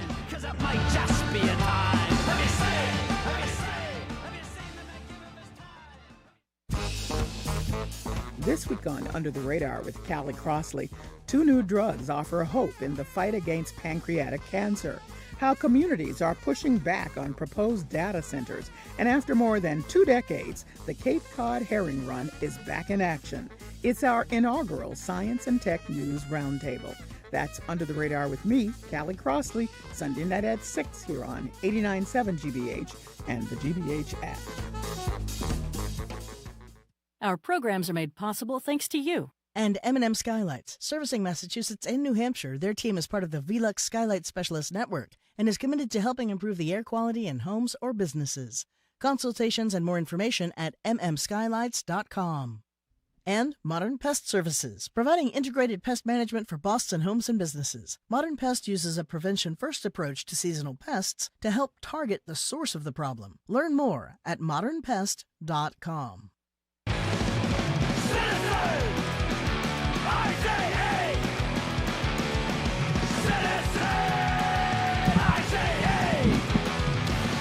Welcome back to BPR and 89.7 GBH, live from the library, streaming youtube.com/GBH News. Margery, Jim Browdy, and obviously our special, incredible co-host today, Dropkick Murphys, Ken Casey. We're a little short on time, so if you want to participate in this conversation, you got to call 877-301-8970 pretty quickly. We're going to talk about concert etiquette for the final few minutes.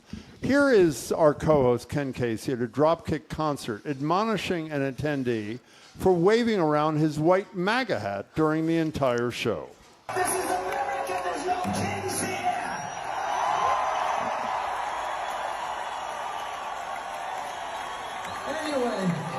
Anyway, do you mind, sir? We're gonna play a song about our grandparents and people who like fought Nazis in the war and you know. So if you could just shut the up for 5 minutes. Look, he's not even smiling at himself.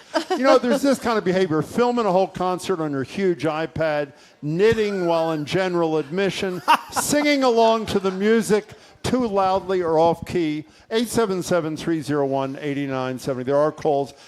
Can you give us a story or two? I've never seen a knitting breakout at a Dropkick. Yeah. That's for sure. I don't think so. Well, forget that Not your one. crowd. Okay.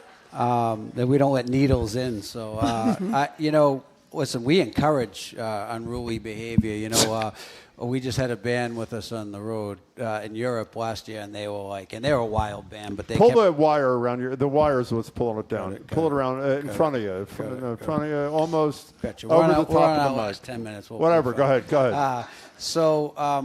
We had a band open for us. It was a pretty wild band themselves, and they were shocked at the amount of beer that's thrown, just beer flying at the stage. And I'm sober too, so I'm trying to sing and keep my mouth shut and not get it. But it's a freebie if you're just inhaling and it goes in. So like we've always, punk rock in general encourages like do what you want and be crazy, but at the same time, the iPad. I've never seen filming with the iPad. Music concerts were so much cooler when nobody was filming. We used to let people on stage since the start of our career as a show of like unity. You know what I mean? Where our stage is your stage, and then people would be filming, and then they'd go from just filming to then they'd stop what they filmed, and they'd try. And I'm watching them on our stage posting it. They can't wait till the song's over to post it. Oh, God. So then we started projecting behind them on our, this big screen saying, only a loser uses their phone on stage at a show. And what do the people do? They turn around and they film that. So technology has ruined everything. Oh. Well, let's take a few calls on concert etiquette or lack of etiquette. Annie and Gardner, you're first with Ken Casey. Hey there. Hi, Ken. I love you. Thank you for being on the show. Thank you. You're such a breath of fresh air. So I am an old punk. I've been a punk forever. I saw the Sex Pistols many decades ago. I've been to many punk concerts, in mosh pits, dancing crazily with everyone else. Never been injured. The one time I nearly got slugged in the head was at a Grateful Dead show. Yeah, that makes sense. The woman was twirling. I think she was influenced by some substance or another, and she was twirling in her ecstasy, and her hand almost went right into the side of my head. So, that's just about dance etiquette, even at mellow shows like the Grateful Dead, which a friend had dragged me to. I almost got knocked unconscious. Hey, Annie, before you go, was anybody knitting in line at the Grateful Dead concert? No doubt, but I was there reluctantly, so I wasn't paying much attention. Got it. Annie, thanks for your call. We really appreciate it. Amy Grace in Wheelwright is taking sort of the other side of the argument. She's saying, if we kept all the thoughtless, stupid people out of concerts, our marvelous bands would go out of business. Think that's true? For a Dropkick Murphys show, I can attest it's definitely true. and the people on stage included. Oh, yeah. Let's Woody go to in the Woody. car. Thank you Hi, for calling. Woody. Welcome. Hey, Woody. Good morning. Hi. And to you, well, Hi. close Good enough. morning. Hi. It's good morning, everyone, and good morning, Ken. Yep. I haven't seen you in a few years, but just wanted to send my love and respect for everything you do. Oh, Woody, I know who you are. Say who you are, Woody. Say who you are. Oh, it's the Woody. I'm sorry. My name's Woody. I'm the former drummer of the Del Fuegos. Yeah. Oh, great talk to you, Woody. And who does a hell of a lot to help people. Yes, he does. Well, I'm a licensed counselor, and thank you.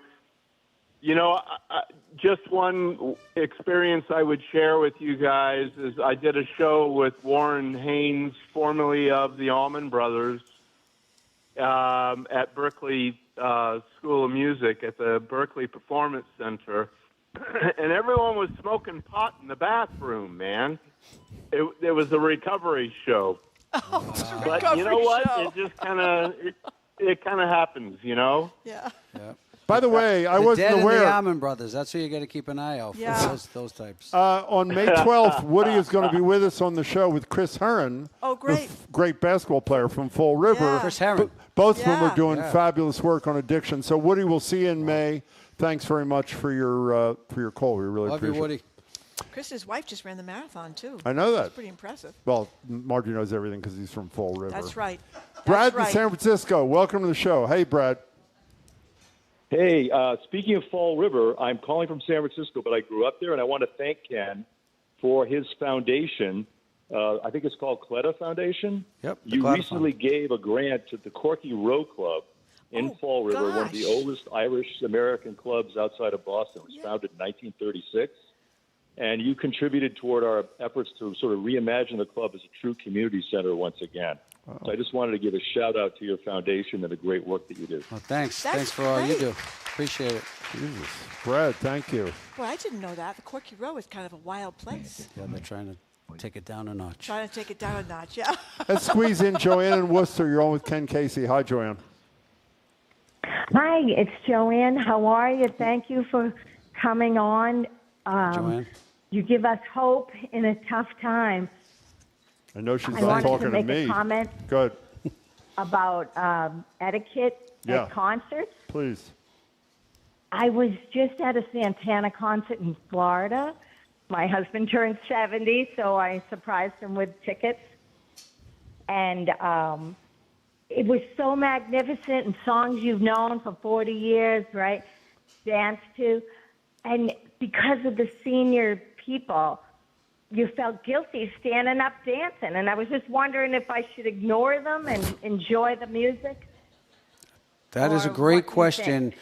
And when we play, you know, we usually do MGM Music Hall, which is GA on the floor, and then the two upstairs levels are seated. And we get that many times where the people in the front row will be told, sit down by the people behind them. And, you know, it's, I guess if you want to dance, don't be in the front row if you don't want to piss off the people behind you. But then again, I'm in a punk band, and we tell everyone to just do whatever the hell they want. So Santana, you know, see, these problems don't happen as much at Dropkick Murphys. Just stop going to Santana, the Allman Brothers, and the Dead. If you want to be safe, come down and get in a punk rock mosh pit.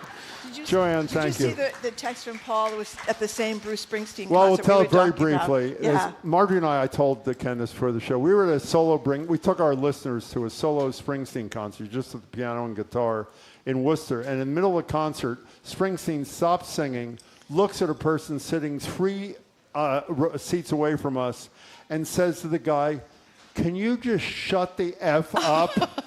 And it turns out the guy was clapping out of sync with everybody else in the whole audience. And Springsteen said, "Do me a favor. Look at the guy to your right. Look at the guy to your left. When they're clapping, you should clap." He's the nicest, most mild-mannered guy. So if Springsteen addresses you like that, you must be really off-key and off-time. Speaking of nicest guy, we're out of time. Yeah, this thank was you. beyond spectacular. Yeah. I hope Thank you you. had fun. We're getting tons and tons of text messages that just say we're That's my thrilled mother. that Keeps your Well, mother- speaking of that, I want to say the person responsible for today's show, more than him, Eileen Casey right there. Yeah. And we know her because when we were in commercial radio, one of our most wonderful sponsors with wonderful people, you and your sister, Caldara Spa. And so we haven't seen you. She just celebrated a huge birthday. Happy birthday to Eileen, please. You're a great soul. And you did a pretty good kid here, too, I should say. Yeah, thank you, Ken, so much Ken, for we coming in love today. this. This You was guys. absolutely Thank you. the best show we've done. Thanks for listening I to wouldn't go that far. Okay. We've done a lot of good shows. Okay, Margery. it's one of the best. I've heard her say it on the radio before, so. Okay, thanks for listening to another edition of Boston Public Radio. Everybody that came down here to the library to see Ken Casey and everybody else, we hope you came to see us too. Keep up with us 24/7 by our podcast or our TikTok page at Boston Public Radio. On Monday, The Guardian's Margaret Sullivan, she's a great media critic. Michael Curry of the NAACP. Brandon Terry joins to discuss his book, Shattered Dreams, Infinite Hope, a Tragic Vision of the Civil Rights Movement on the heels of the Supreme Court decision on the Voting Rights Act. I want to thank our great crew, Zoe Matthews, Nicole Garcia, Hannah Loss, Ariana Gonzalez, our engineer, John LeClaw Parker, our executive producer, Jane Bologna, our BPL staff, Maddie Guy, Bill Francis, Patrick Lally, Sandra Lopez-Burke, Sam Stone, Steve Barker, Juan Jose Cadena, our host of the Newsfeed Cafe across the street at the Lenox Hotel, and the guys who take care of us here, our security team. Stay tuned to the Curiosity Desk, which starts right after we're done, and the Culture Show with Jared Bowen starts at 2. I am Margery Egan. I am Jim Browdy. Thanks again for tuning in today. Oh, who are you? Got to put your headphones. Ken Casey. Whatever. He is Ken Casey. Let's hear it for him.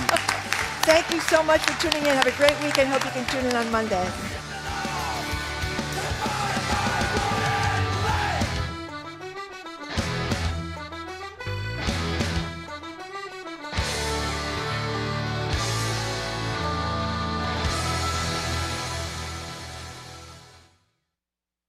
From the stories of centuries past to discoveries that will define our future, How Did We Get Here's, how-tos, and more. Journey with us down the rabbit hole on the Curiosity Desk. Coming up next on GBH 89.7. Support for GBH comes from you. And Native Plant Trust. More than 125 years of commitment to protecting New England's native plants. More information about how using natives can support pollinators at nativeplanttrust.org. And Rogers Fish Company, founded by Roger Berkowitz. Their signature double clam chowder is available for purchase at all Market Basket locations. More at rogersfishcompany.com. You're listening to 89.7 WGBH HD1 Boston. Online at gbhnews.org. GBH News, what matters to you? I'm Edgar B. Herwick III, today on the Curiosity Desk, live from the Boston Public Library. We would like to formally wish you a happy May Day. So we're going to kick things off with a dive into some essential local labor victories. You know, the Bread and Roses strike, the police strike of 1919. How have moments like these shaped worker rights in Massachusetts and across the country? We'll find out. Then, what does the ferocious Tyrannosaurus Rex have in common with your run-of-the-mill chicken? Actually, quite a bit. And I hope you have at least one clean, wrinkle-free shirt in your closet. There's a totally free-to-all public wedding happening this Saturday on Cambridge Common. We'll meet the couple behind it. It's all ahead this hour on the Curiosity Desk.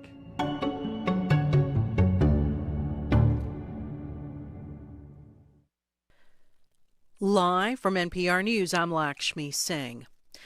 President Trump argues the U.S. war with Iran is over because of the April ceasefire. Critics say not so. Democrats and a handful of Republicans have pushed unsuccessfully to limit Trump's military actions in the Middle East. Today marks the 60-day deadline for Congress to intervene. So far, the GOP majority in Congress has made no attempt at enforcing requirements under the War Powers Resolution of 1973 to authorize use of force, grant an extension, or withdraw troops.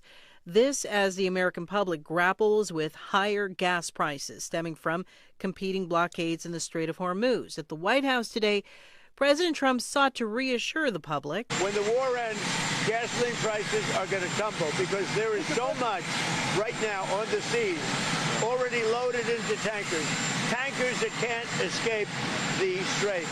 There is so much, like record-setting. But when the war ends, gasoline prices will go down to below what they were. AAA says on average, people in the U.S. are now paying around $4.40 for a gallon of regular gasoline. In some places like California, prices top $6. Federal courts across the U.S. are overwhelmed by a surge in immigration cases. Hawaii Public Radio's Maddie Bender reports judges in their state are stepping in to help courts in California. Federal judges in Hawaii have taken on more than 50 immigration cases from 3 districts in California. All are habeas corpus petitions in which detained immigrants allege the government is unlawfully holding them in custody. The Eastern District of California has received more than 3,000 petitions from immigration detainees since last January, more than almost any other district in the country. Chief Judge Troy Nunley says his district is grateful to be outsourcing cases to judges in Hawaii. It was taking its toll on all of our judges. And not only the judges, it takes a toll on our staff. And we were getting these cases at all hours of the night. Judges in San Francisco and Washington State are also pitching in to help the district's caseload. For NPR News, I'm Maddie Bender in Honolulu, Hawaii. Voting starts tomorrow in Louisiana's primary elections. This despite the Supreme Court decision this week to strike down the state's congressional map. NPR's Ashley Lopez reports. Louisiana's Republican Secretary of State Nancy Landry announced that most of Louisiana's primaries, including a closely watched Senate primary, will proceed as scheduled, but not the House seats. Early voting in the state starts on Saturday, and voting ends on May 16 for the state's primaries. Absentee voting has already been underway. Republican Governor Jeff Landry said the state is sending notices to early voting sites to warn voters that even though U.S. House races will appear on their ballots, those votes will not be counted. It is unclear when Louisiana will hold elections for seats in the U.S. House of Representatives. It's NPR News. Good afternoon. With the latest from the GBH Newsroom, I'm Henry Santoro. Boston residents and nonprofit leaders are calling on the City Council to reject a proposed $1 million funding cut to the city's Arts and Culture Department proposed by Boston Mayor Michelle Wu. Wu unveiled her spending plan earlier this month. It would reduce department funding by cutting grants and eliminating one full-time employee. Origination Cultural Arts Center Director Musau Dabinga says that loss would mean less opportunity for young people in Boston. Grants such as Success Link and the Boston Cultural Council allow us to employ teens and college students, many of whom use this income to help pay rent, utilities, groceries, and school expenses. The City Council has until July 1st to propose an alternative budget or approve the plan from Mayor Wu. And Asian jumping worms. Here's a curiosity subject for you. Asian jumping worms, which are an invasive soil nutrient gobbling earthworm that can jump a foot in the air, are moving quickly, spreading across the country with sightings in 38 states as well as here in Massachusetts. Norwood Patch reports they're also called Alabama jumpers, Jersey wrigglers, wood eel, crazy worms, snake worms, crazy snake worms. And according to the town of Sudbury, the conservation office there says the worms and their cocoons have been spotted at Davis Farm, Piper Farm, King Phillips Woods, and other conservation areas. A spokesperson at the conservation says once jumping worms are established somewhere, it's nearly impossible to get rid of them. 58 degrees in Boston. This is GBH News. Support for NPR comes from NPR stations. Other contributors include Fisher Investments. Fisher is committed to helping clients stay on track to reach their financial goals and enjoy a comfortable retirement. FisherInvestments.com. Investing in securities involves the risk of loss.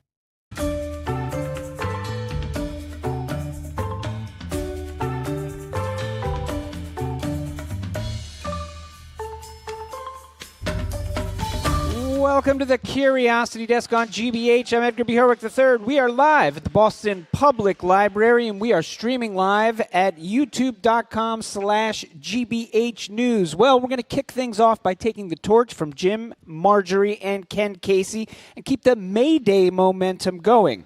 There's such a rich history of labor movements in Massachusetts going back centuries, and whether successful or not, their impact has often been national. So in the spirit of preserving and remembering that history this May Day, we're going to speak now with Steve Striffler. Steve's the Director of Labor Resource Center at the University of Massachusetts, Boston. Steve, welcome to the Curiosity Desk. Thank you, and happy May Day. Happy May Day to you. And that's actually where I want to start, because May Day, obviously, like May 1st, has a long history as sort of a celebration of the welcome of spring, mostly in Europe. But how did it become associated with the labor movement? How did May Day become a Labor Day? Yeah, I mean, its origins are in the late 1800s. And in a simple sense, right, it is International Working Day is a day celebrating workers, history of labor organizing, that kind of thing. And so on May 1st every year, working people around the world join together. And it's not only, I think, a day of remembrance, but also very much, particularly in other parts of the world, a day where you see lots of demonstrations, protests, strikes. We've seen this already today throughout Latin America, Europe, parts of Asia, demanding stronger labor protections, higher wages, greater equality, all the things that people are facing kind of all over the world. But it dates back very much to the United States in the late 1800s. Yeah, it's such an interesting thing because I feel like, as you point out, certainly, maybe in recent years we have seen the readoption to a certain extent of May Day by American workers, but it has largely for a long time been something that is really celebrated internationally, yet its roots stretch back to America. Yes, it's very much a product of the late 1800s. In 1884, the U.S. labor movement essentially got together and said, we're going to campaign for the next 2 years for the 8-hour working day. And on May 1st, 1886, we are going to have the 8-hour working day. So that was the deadline. They were yes, like, May 1st, by May 1st, it has to happen. Yep. It didn't happen, but famously in Chicago, there was a police shot striking workers that were striking for longer, better work days, et cetera. And the police violence prompted a protest on the part of workers, and then the police responded to that protest by killing workers and also arresting about 8 of them, convicting 7 of them, executing 7 of them in kind of a sham trial. And from that point on, that becomes kind of known as the Haymarket Affair. Yeah. And internationally and nationally, there's a real push for May Day. But in the United States, there's a real pushback from powerful forces that don't want it connected to that radicalism. So they're trying to separate May Day from that. And it continues in the United States through the 1930s. So in the 1930s, in the Great Depression, you have hundreds of thousands of workers going out on May Day in a very militant sort of protest in New York City and these places. But by the end of World War II and sort of anti-communism, McCarthyism, it effectively disappears. And I think your point of it coming back, that's largely due to immigrants. I think, 2006, May 1st, 2006 was the big immigrant march and sort of a day without immigrants. And they kind of bring that tradition back. And even I think now it's often associated with a connection between labor and immigrant rights on some level. You listen to the Curiosity Desk. We are talking with UMass Boston Steve Striffler about some labor history, and I want to turn to Massachusetts. I mean, you brought up immigrants and the impact of immigrants coming here to America right now, maybe reinvigorating this notion of May Day. Well, immigrants in the workforce have a long history here in Massachusetts, and I want to talk about some of the things that maybe people have heard of and don't know too well, or maybe have not heard of at all. And I want to start with something called the Bread and Roses strike. That's kind of one of the names. There's a few of them, and this happens in Lawrence, Massachusetts, in the early 1900s. Tell us a little bit about the Bread and Roses. Sure, yeah. I mean, it's 1912, Bread and Roses strikes in Lawrence, Massachusetts. It is widely recognized, I think, at least by historians, as being kind of one of the most significant struggles, labor struggles, certainly in U.S. history. There was just a level of organization, collaboration along ethnic and gender lines. And again, you're speaking to the immigration, an incredibly diverse labor force speaking, they would have meetings where they were speaking 30 different languages just to kind of organize these workers. Yeah. And so, I mean, that it was well organized, successful walkout. And I think part of the reason why we remember it is they won. And that was very unusual kind of during the late 1800s, early 1900s. You had lots of labor unrest, but you had few victories. And this one was kind of an important one that we certainly remember. It should be mentioned, I think this is largely women who are working. These are working women, as you point out, who are having meetings, who are organizing, speaking upwards of 30 languages across them, many of them immigrants, many of them very young. I mean, we are talking people, in some cases, aged like 14 to 18, right? These are the women who go on strike. Can you tell us a little bit about what were the conditions they were facing, and what was the strike about? The immediate, the conditions sort of were very, very difficult, long days. At that time, there was a 56-hour work week, so that was their work week. Very bad conditions. The living conditions outside the plants were terrible. And I think one of the most sort of one of the impetus for it was just the intense pace. That was one of the things they were fighting against. And the immediate impetus for the strike was the state of Massachusetts had actually implemented a law to reduce the work week from 56 hours to 54 hours. Not a great advance, but something. A whole bunch. Yeah, and they had to take a pay cut with that 2 hours. Well, that wasn't that part of it? So that was the workers anticipated that the owners were going to say, okay, now you're working less, you're going to get paid less. Yeah. And they organized around that. And once that happened, they walked out en masse. And so there was thousands of workers went into the streets, threw rocks and ice into the windows, called out fellow workers in other mills. And even at that moment, there was a real sense, certainly by the owners who were surprised by this, but also by sort of public observers, that it wouldn't last. Like there was this idea, there's no way these women can sort of sustain the strike. Yeah. We're powerful. We're going to wait it out. And as it turns out, they were wrong, right? And so 14,000 workers walk out in the first week, another 9,000 in the second week, and it just sort of takes over. And I think one of the things that's probably the most important about it is, they were a lot of young women. It was not spontaneous in the sense that the IWW, the International Workers of the World, the Wobblies were there. They were organizing. At the time in Lawrence, there were 20 language-specific chapters of the IWW operating in Lawrence. And so they had laid the groundwork. They had been sort of incrementally pushing for better wages, slowing the pace of the work. And so when they walked out, there was this organizational infrastructure. And of course, many of these immigrants also had brought, if not sort of experience with a labor tradition, certainly an experience with radicalism. So they weren't sort of completely unfamiliar. So there was that bedrock on which they kind of drew when they went on strike. Another thing I want to talk about is just the terminology we use for this, as the bread and roses strike. And I think there's something important in this. Now, my understanding, you can correct me if I'm wrong, my understanding is that this idea of bread and roses in this context is not necessarily coined at this strike. It had kind of been around, but it's embraced by the women in this strike. And I think what is really striking to me about it is you're talking about the conditions under which they were working. You're talking about really difficult conditions, really low wages. And yet the reason for this bread and roses is these women are saying, like, not only do we have or should we have the right to survive, to be able to buy bread, but as human beings, we ought to be able to also enjoy life to a certain extent. We should also be able to buy roses. I think that's really powerful. Yes, no, absolutely, I agree. And it does have an earlier origin, but it is the phrase, give me bread, give me roses, is certainly popularized kind of in this strike.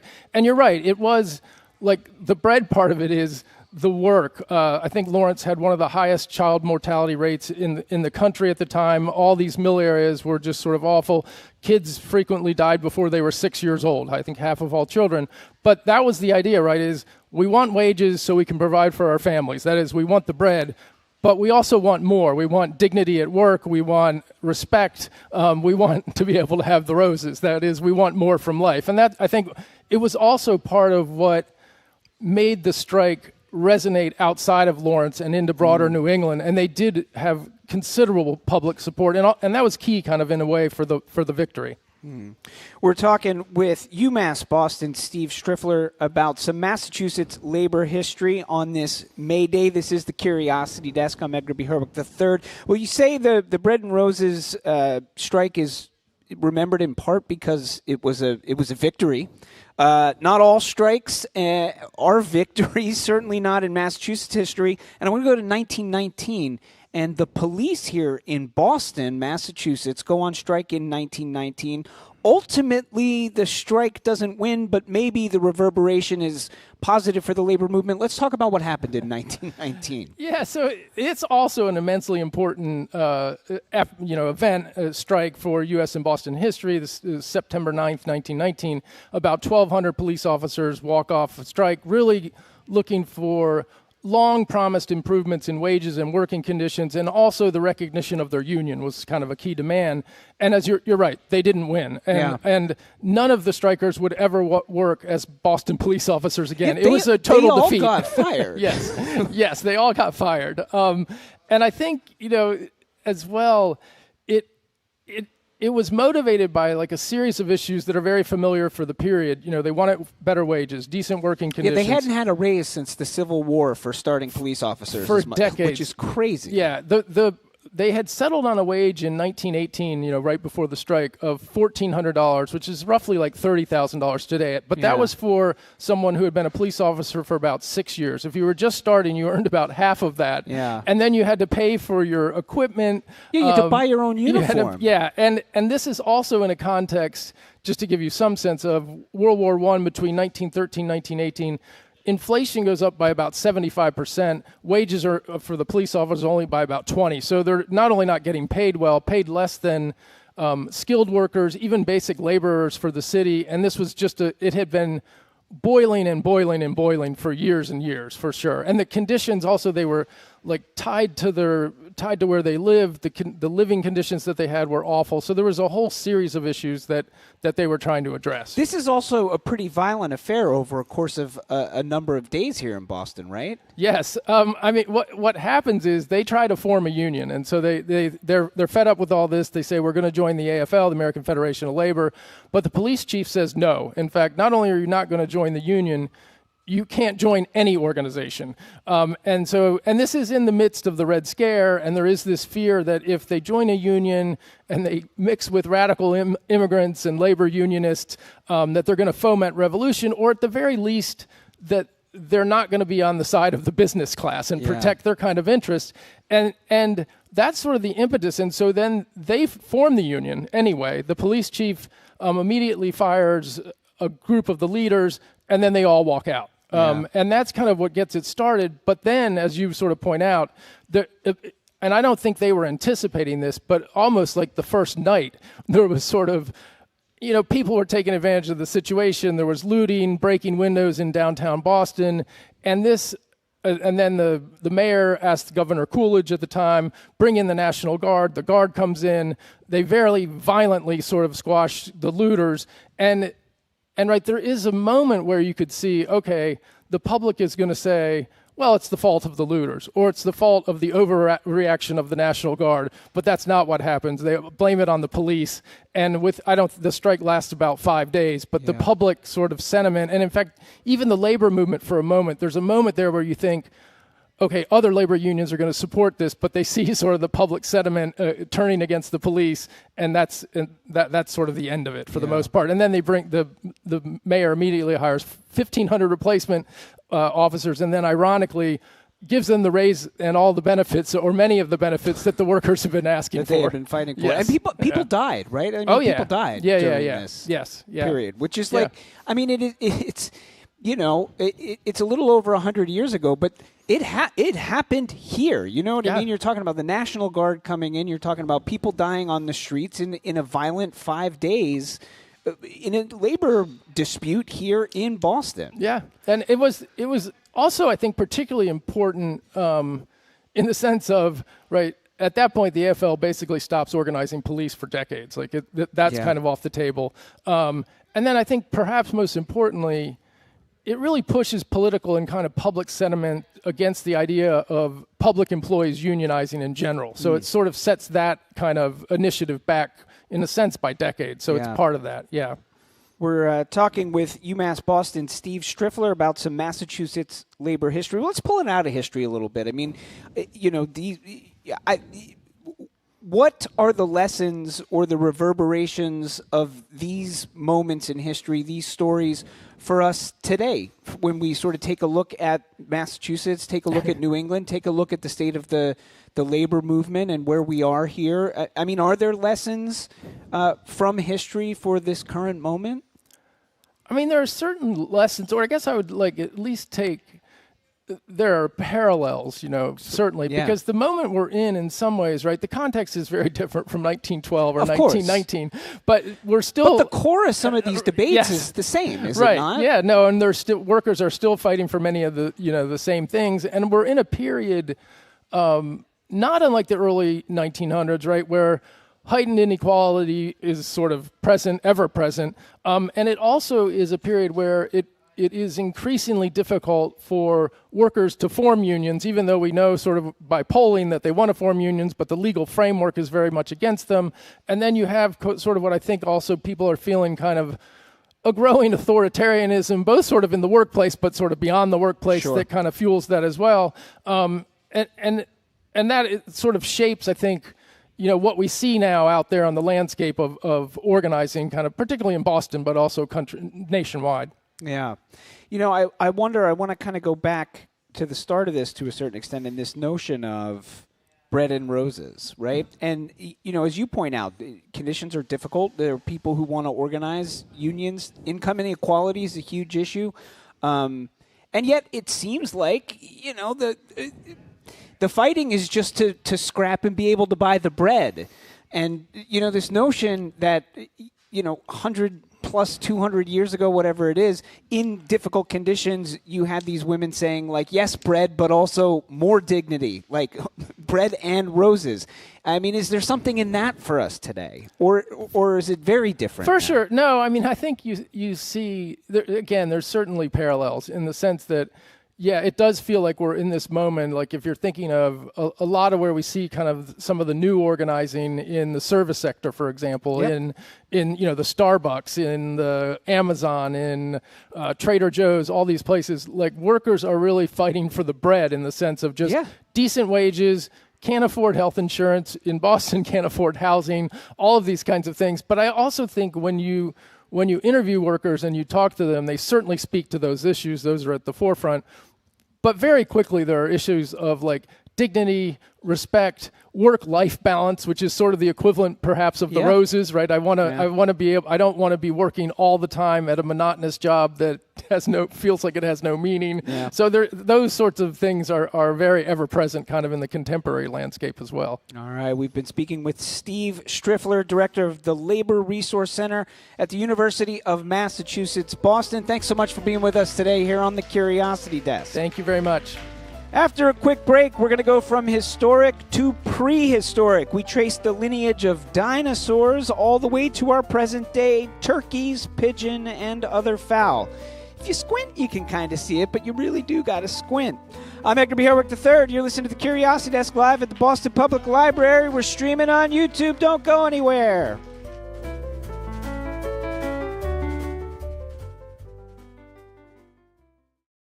I'm Jared Bowen. Today on The Culture Show, Jimmy Kimmel is back in the FCC's crosshairs as late-night comedy, presidential politics, and broadcast rules collide in a new fight over free speech and regulation. Plus, at the Museum of Fine Arts, nudes are nothing new until they appear in the flesh. How a naked and unafraid performance artist turned a centuries-old subject into a live provocation. We take on that and more in our Week in Review today at 2 on 89.7 GBH.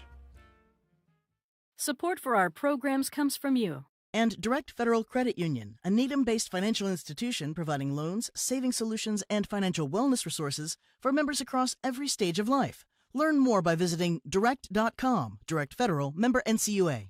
And Moonbox Productions, presenting the 5th annual Boston New Works Festival. 7 original plays from local playwrights on 3 different stages at Arrow Street Arts, May 7th through May 10th. Ticket info at moonboxproductions.org.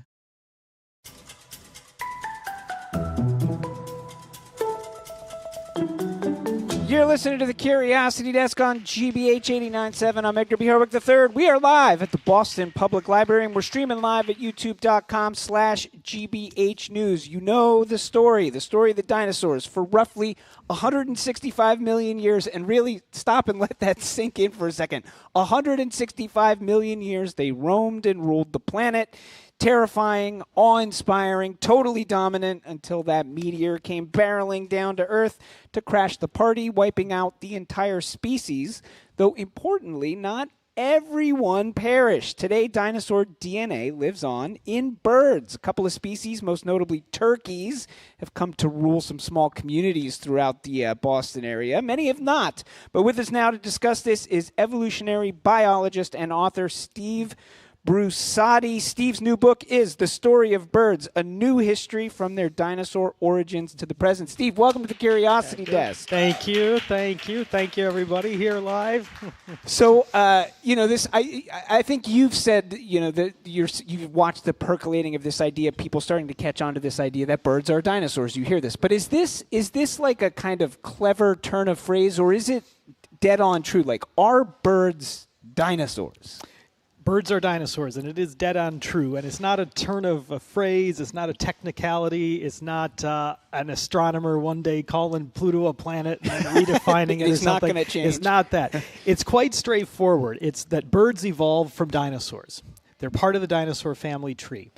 And they just so happened to be a strange type of dinosaur that got small and developed wings and started to fly. And so really they're a dinosaur equivalent of bats. Bats are a mammal. Yeah. They're part of the mammal family tree. They evolved from other mammals. They have hair like mammals. They are mammals. They're just a strange mammal that got small, evolved wings, started to fly. But the difference is that because of that asteroid 66 million years ago, all the other dinosaurs were wiped out. Yeah. And it's only the birds that survived. All right, well, we're going to get into a little bit maybe about why the birds survived. One of the first things that you say, which I find really interesting here, is that they evolved smaller, which I think, I think we generally think of the dinosaurs as like very enormous creatures, but this idea that sometimes, evolution is not in one direction, right? So things can get bigger, but they can also get smaller. So talk about like how that works.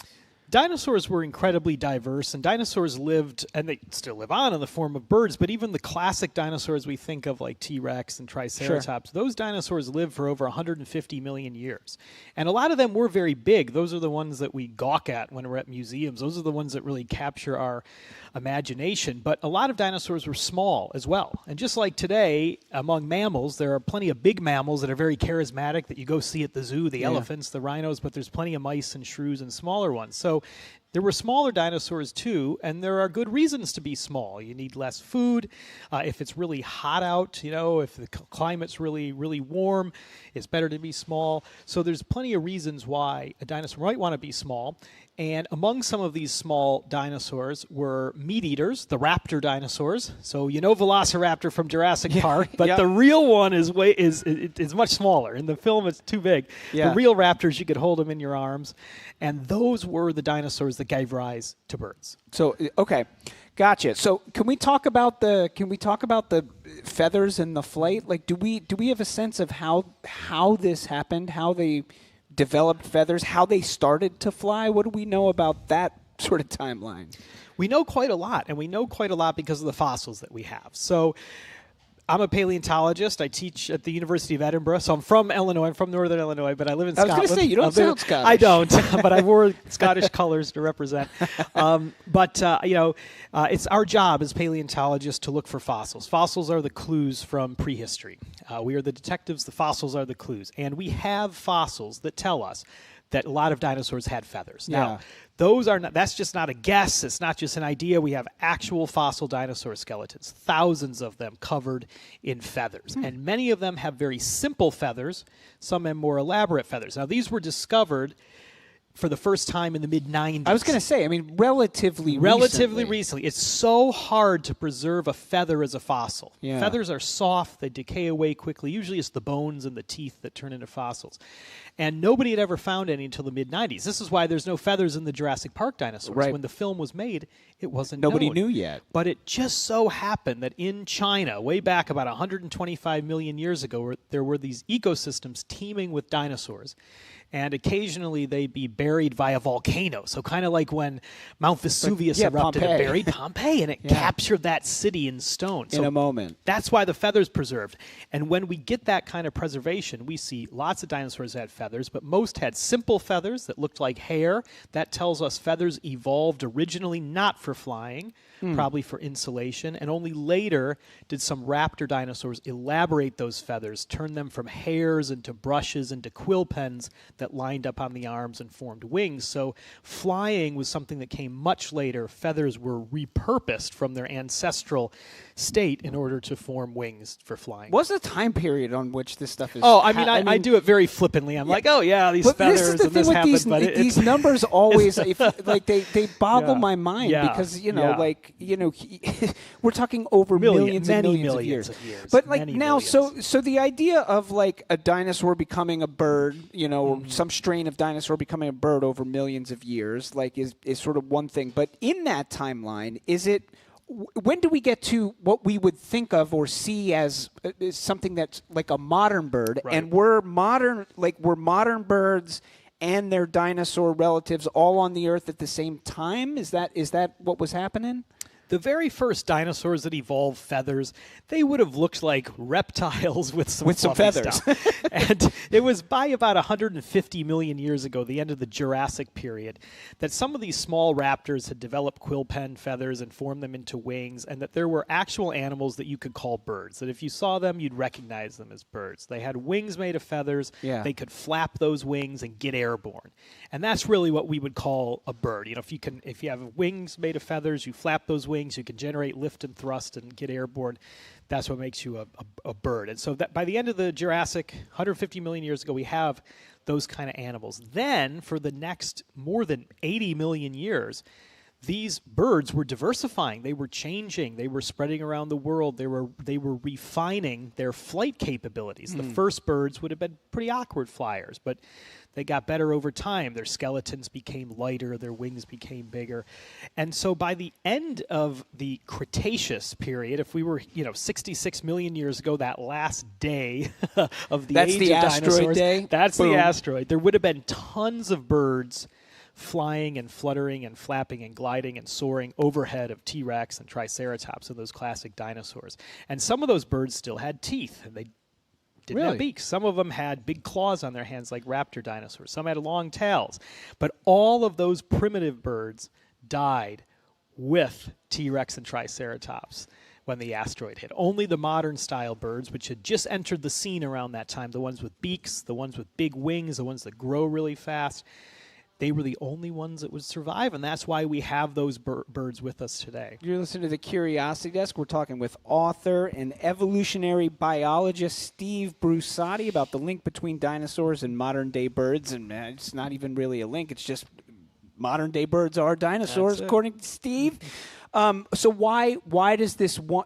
First of all, I mean, give us a sense of why all of the dinosaurs died, except for these sort of modern-like birds. It's the middle part of the story of birds in the book. So the early part of the book, I talk about how birds evolved from dinosaurs, how feathers evolve, how wings evolve, and then it's dinosaur doomsday. The history of the world changes in one day. And I mean, what happened was literally there was a 6-mile wide rock, this asteroid that just fell out of the sky just one day, just one Friday afternoon in springtime, apparently. Okay. But we can tell from the rock He record. says on a Friday afternoon in springtime. Don't do it to us, Steve. No. Now today, if some asteroid was barreling down on us, we know it was coming. We've talked with some of the folks at MIT who are keeping us safe. Thank God, because these dinosaurs didn't. I mean, this would have just been boom out of the blue. Yeah. And these dinosaurs had ruled the world for over 150 million years. But the asteroid unleashed wildfires and earthquakes and volcanoes, and all the dust and dirt and grime and soot went into the atmosphere, blocked out the sun for several years, and the earth went dark and cold, and 75% of all species died. If you were alive that day the asteroid hit, your entire species would have just a 1 in 4 chance of living. And most of the classic dinosaurs like T-Rex, they were too big. I mean, nothing bigger than a husky dog survived on land, because if you were big, you needed too much food. A lot of food. Yeah, and you couldn't hide very easily, and you couldn't grow very quickly. So it was the smaller animals that didn't need to eat as much, that could dig burrows, or that could fly away from immediate danger, and ones that could grow fast, within a year, make new babies, and they can make their own babies, and so on. So that's why modern-style birds survived, and why some furry, little, tiny, shrew-sized, hairy creatures mammals survived as well, our ancestors that stared down the asteroid. You listen to The Curiosity Desk. We're talking with author and evolutionary biologist Steve Brusatte about his new book, The Story of Birds. You talk in the book, you get into a bunch of really kind of just cool birds that have gone extinct over the years. I wonder if you could take us through some of them. I want to start with, this is probably when you get interviewed, the one you get asked about most, the terror birds, that's right? The one. Because it's like, terror birds, you got to talk about it. What were terror birds? Oh, there's one. I see there's one on the screen. If you're watching on the YouTube stream. So that looks maybe a little bit fluffy, and okay, it's chasing after someone, but that thing is bigger than a human, okay? So if there was a person in there, that person would be dwarfed by this terror bird. They stood about 7 feet tall, and they had heads the size of a horse's head, and they had this big, sharp can opener beak at the end that they used to grab and process, let's say, slice up mammals. And they lived in South America. Okay. They hunted early mammals, or some of our early ancestors.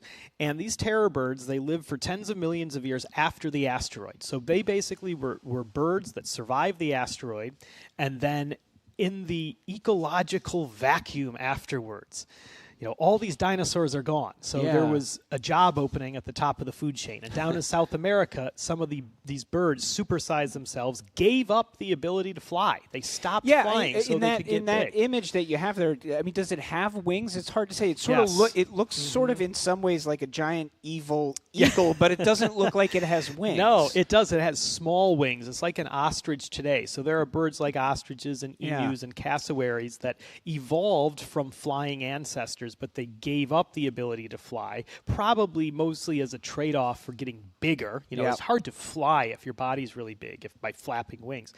So it would have been the same. So ostriches have wings. They don't use them to fly, but they use them to protect their nests and keep their babies warm and to display to mates and rivals and so on. So the terror birds were probably like that. But these terror birds, they were basically like T-Rex reincarnated. And they filled the top predator roles after the other dinosaurs went away. And then later on, you would get jaguars and other big mammals that came out of South America to take over. Wow. All right. How about demon ducks? I want to talk about demons. It's like they got these great names. Demon ducks. What were demon ducks? Australia, right? Demon ducks are from Australia. Now, terror birds definitely deserve their nickname. They were terrifying. They were utterly terrifying. They were top of the food chain.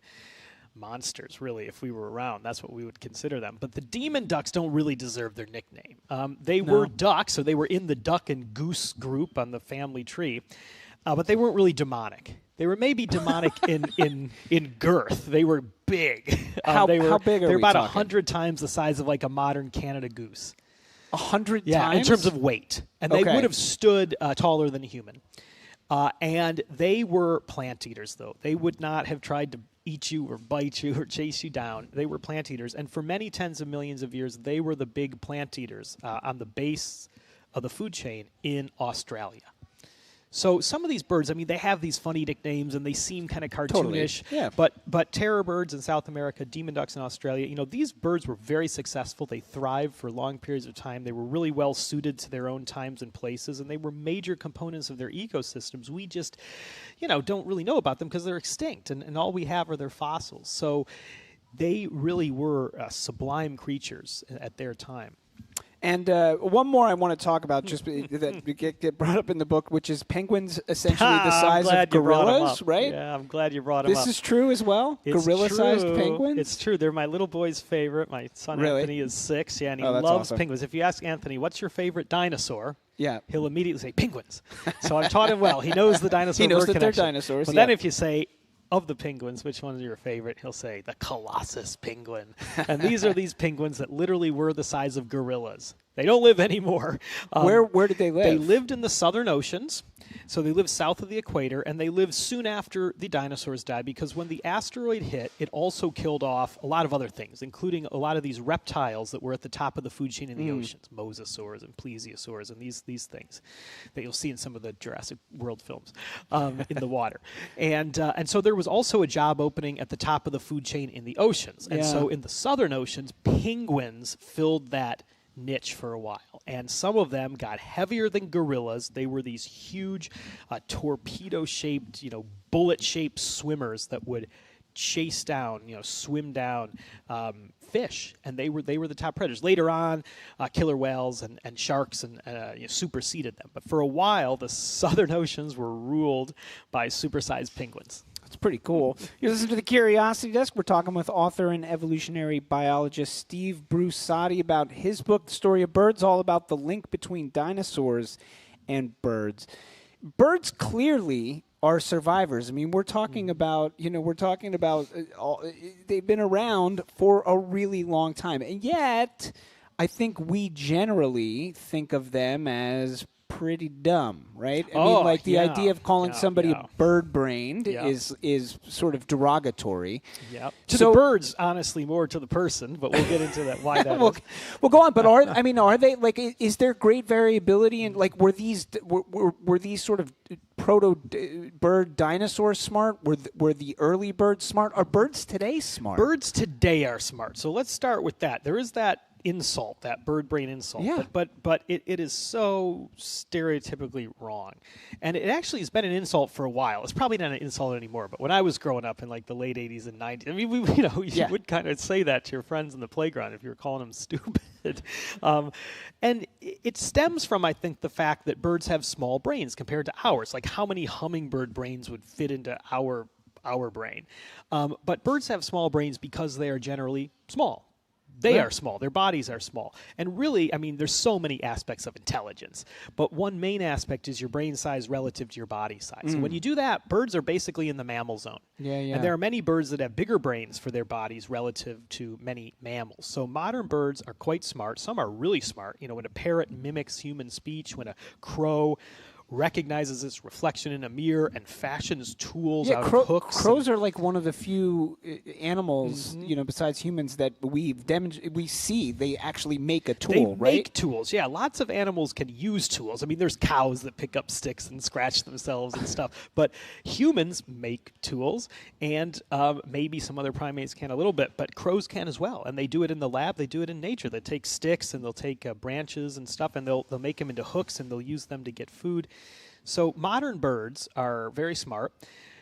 When it comes to fossil birds and the dinosaur ancestors, it's harder to tell. You can't put a mirror in front of them and see what they do, but we can CAT scan their skulls and build digital models of their brains based on the brain cavity, and that actually tells us that a lot of these bird ancestors among the dinosaurs were pretty smart. They had big brains for their time and place. So intelligence has long been a part of the bird repertoire. In your world, I mean, first of all, I am genuinely like amazed that we have a collective body of knowledge as sort of wide as we do about this field. I mean, it's kind of mind-boggling. We're talking about things that happened, tens and hundreds of millions of years ago, and yet we've sort of worked out a pretty good timeline here. But in terms of what's left to find out, like is there like a missing link somewhere along this chain that like scientists like you are looking for, or are there like sort of missing pieces that you are after, that you are yearning to find at this point? There's always new fossils to be found. And that's our job as paleontologists. Every new fossil can tell us something new, and really every time we find something new, it opens up new gaps, Yeah.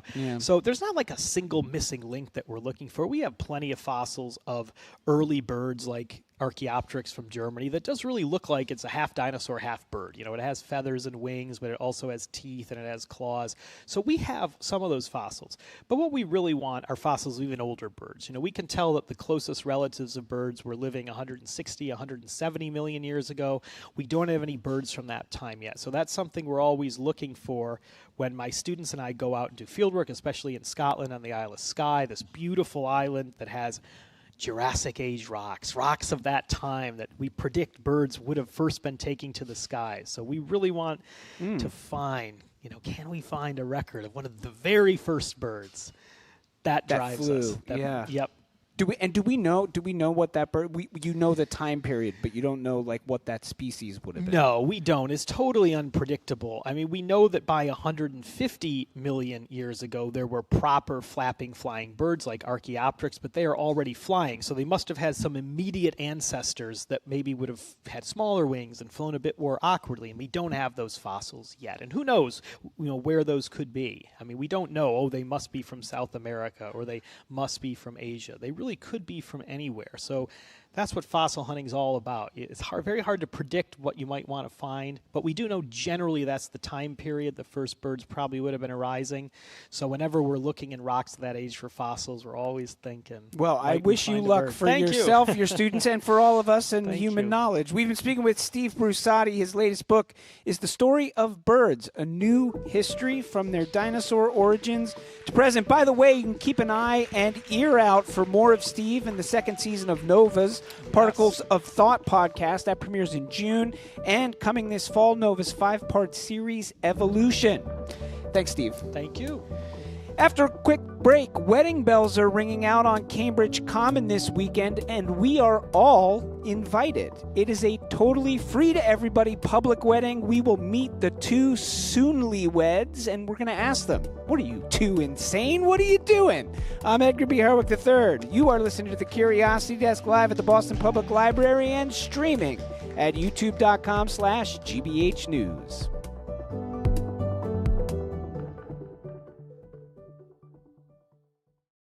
Learn something new. I want to start with how crowds of people can act like fluids. Yes. What? I mean, this is physics, so I love it. Make a connection.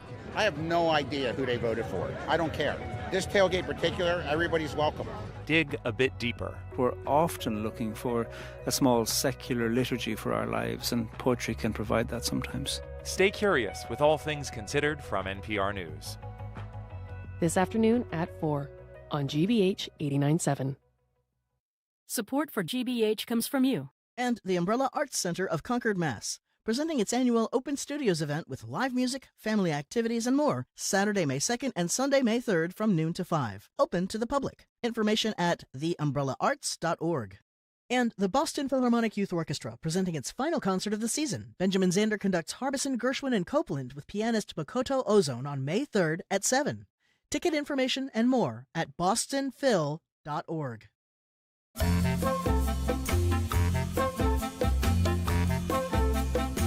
You're listening to The Curiosity Desk on GBH. I'm Edgar B. Harwick III. We are live at the Boston Public Library, and we're streaming live at youtube.com/GBH News. One of the hardest parts of wedding plans is figuring out the guest list. Who makes the cut? Old college roommates, distant cousins, exes of friends. Well, our next guests had a very clever solution.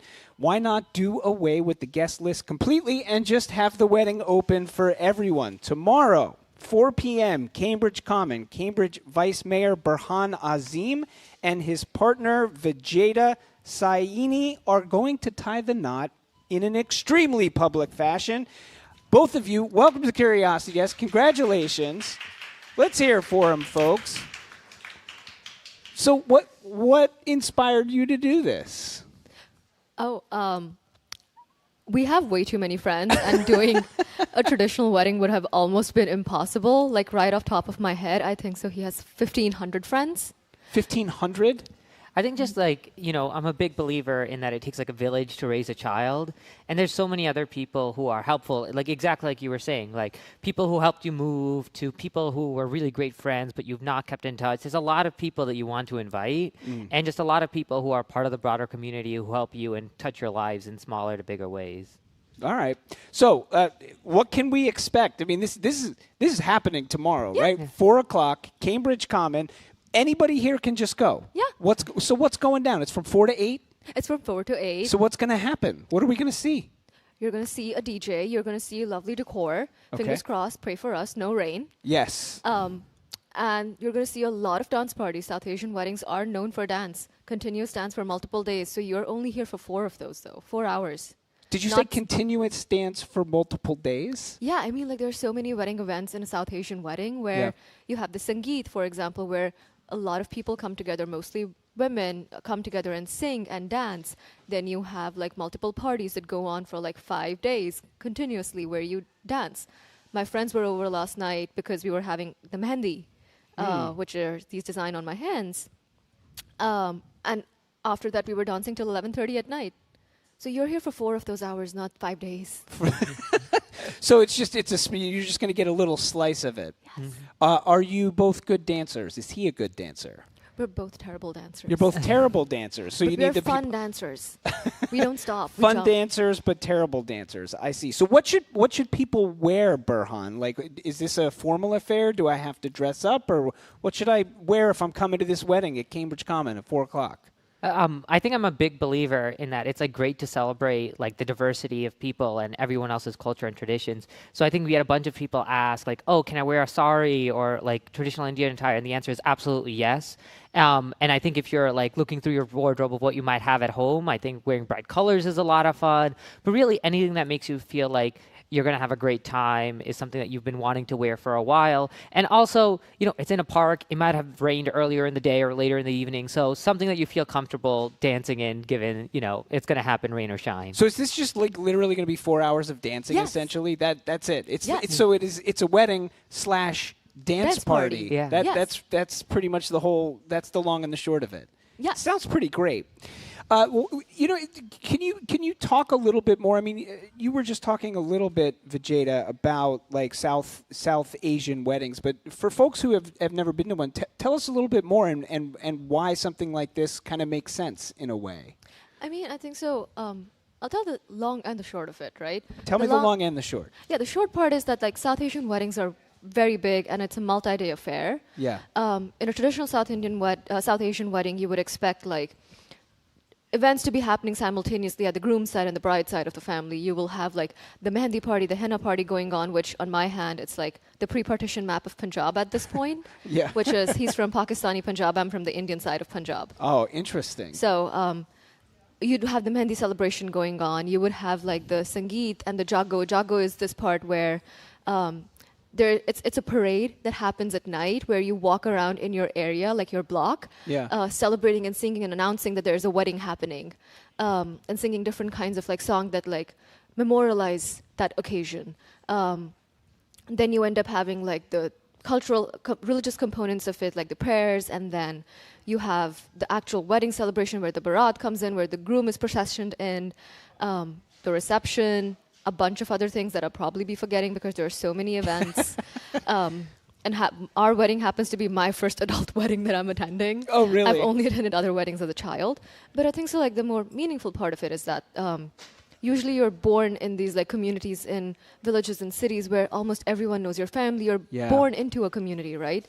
And for us, we have created that community here, and to then leave them out of it almost feels wrong. Like South Asian weddings are 500 people occasion. It is a community affair. It's a community affair, and I think so. We wanted it to be a community affair. Like just because these people are not the people we were born around doesn't mean that they get to be excluded as a result of it. Burhan, we talked about the fact that you have like 75,000 friends, which was part of the reason you're doing this. But how does your family feel about this? I think that I've always been like a little bit of a strange child because why? How? I mean, tell us more.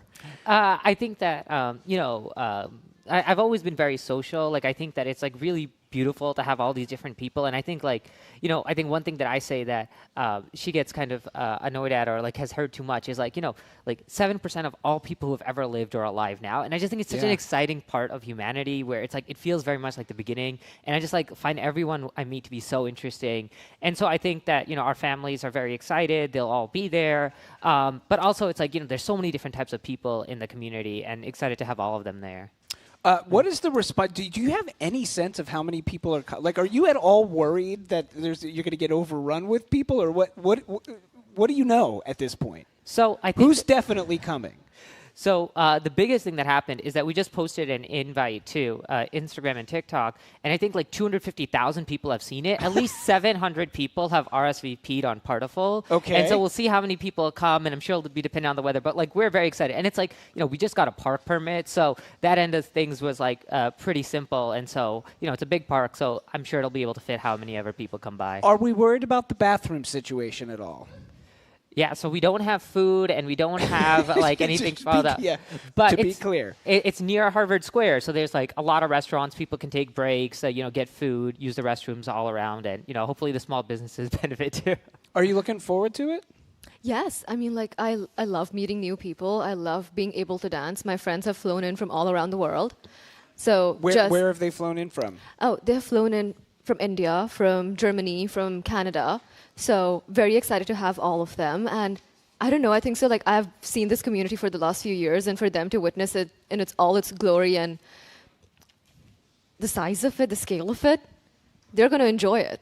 Like, that was how I was introduced to his friends through a hard launch party. Yeah. So I'm excited to hard launch my friends to the community. All right. Do you want all of these? Is this like, it's just kind of like this wedding is for everybody, wink, wink, or do you really want all of these people here at the library and everybody listening on the radio to show up? Oh my God, please show up. We would love to have you here. Make the case. Burhan, you want everybody there? Yeah, I mean, I think that it's such a a moment of joy and celebration, and I feel like you can believe that a wedding is about yourself and having the perfect moment and you can be the star of the show. Or I think as we take it, it's like a wedding is about spreading joy. And so we have a few friends there who it'll be actually their birthday and they're coming by to our wedding. And so we'll try to get 300 people to sing them happy birthday. All sorts of other things. I think we both believe that joy is contagious. So come, even if you have a different occasion, come celebrate that occasion with us too. Come dance, have fun.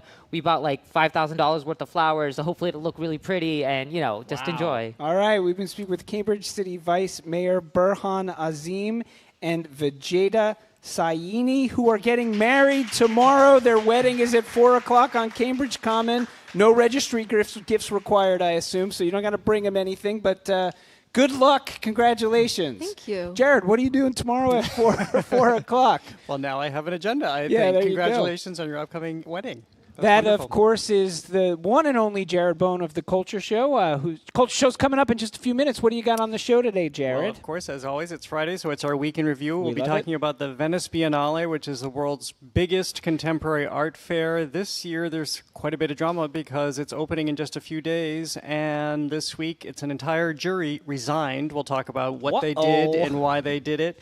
There's been a lot of conversation at the Museum of Fine Arts for a nude woman who recently walked through the galleries. We'll talk about that conversation about the body and how people responded.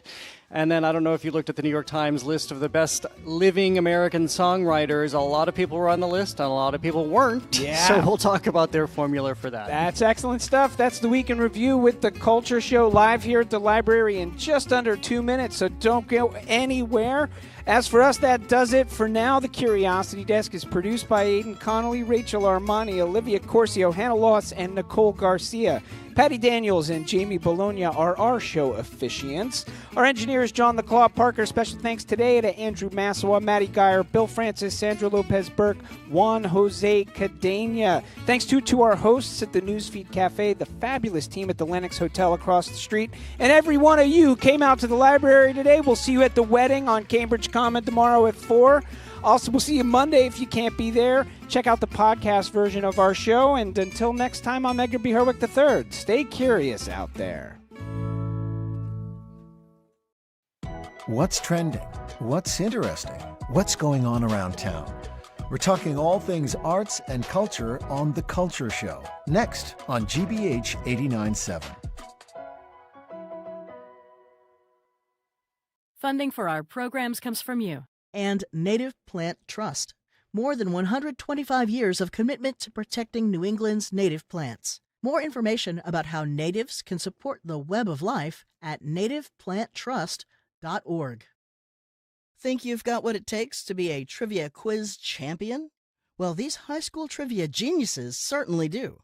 Play along at home with a new episode of High School Quiz Show tomorrow at 6 on GBH2. You're listening to 89.7 WGBH HD1 Boston. Online at gbhnews.org.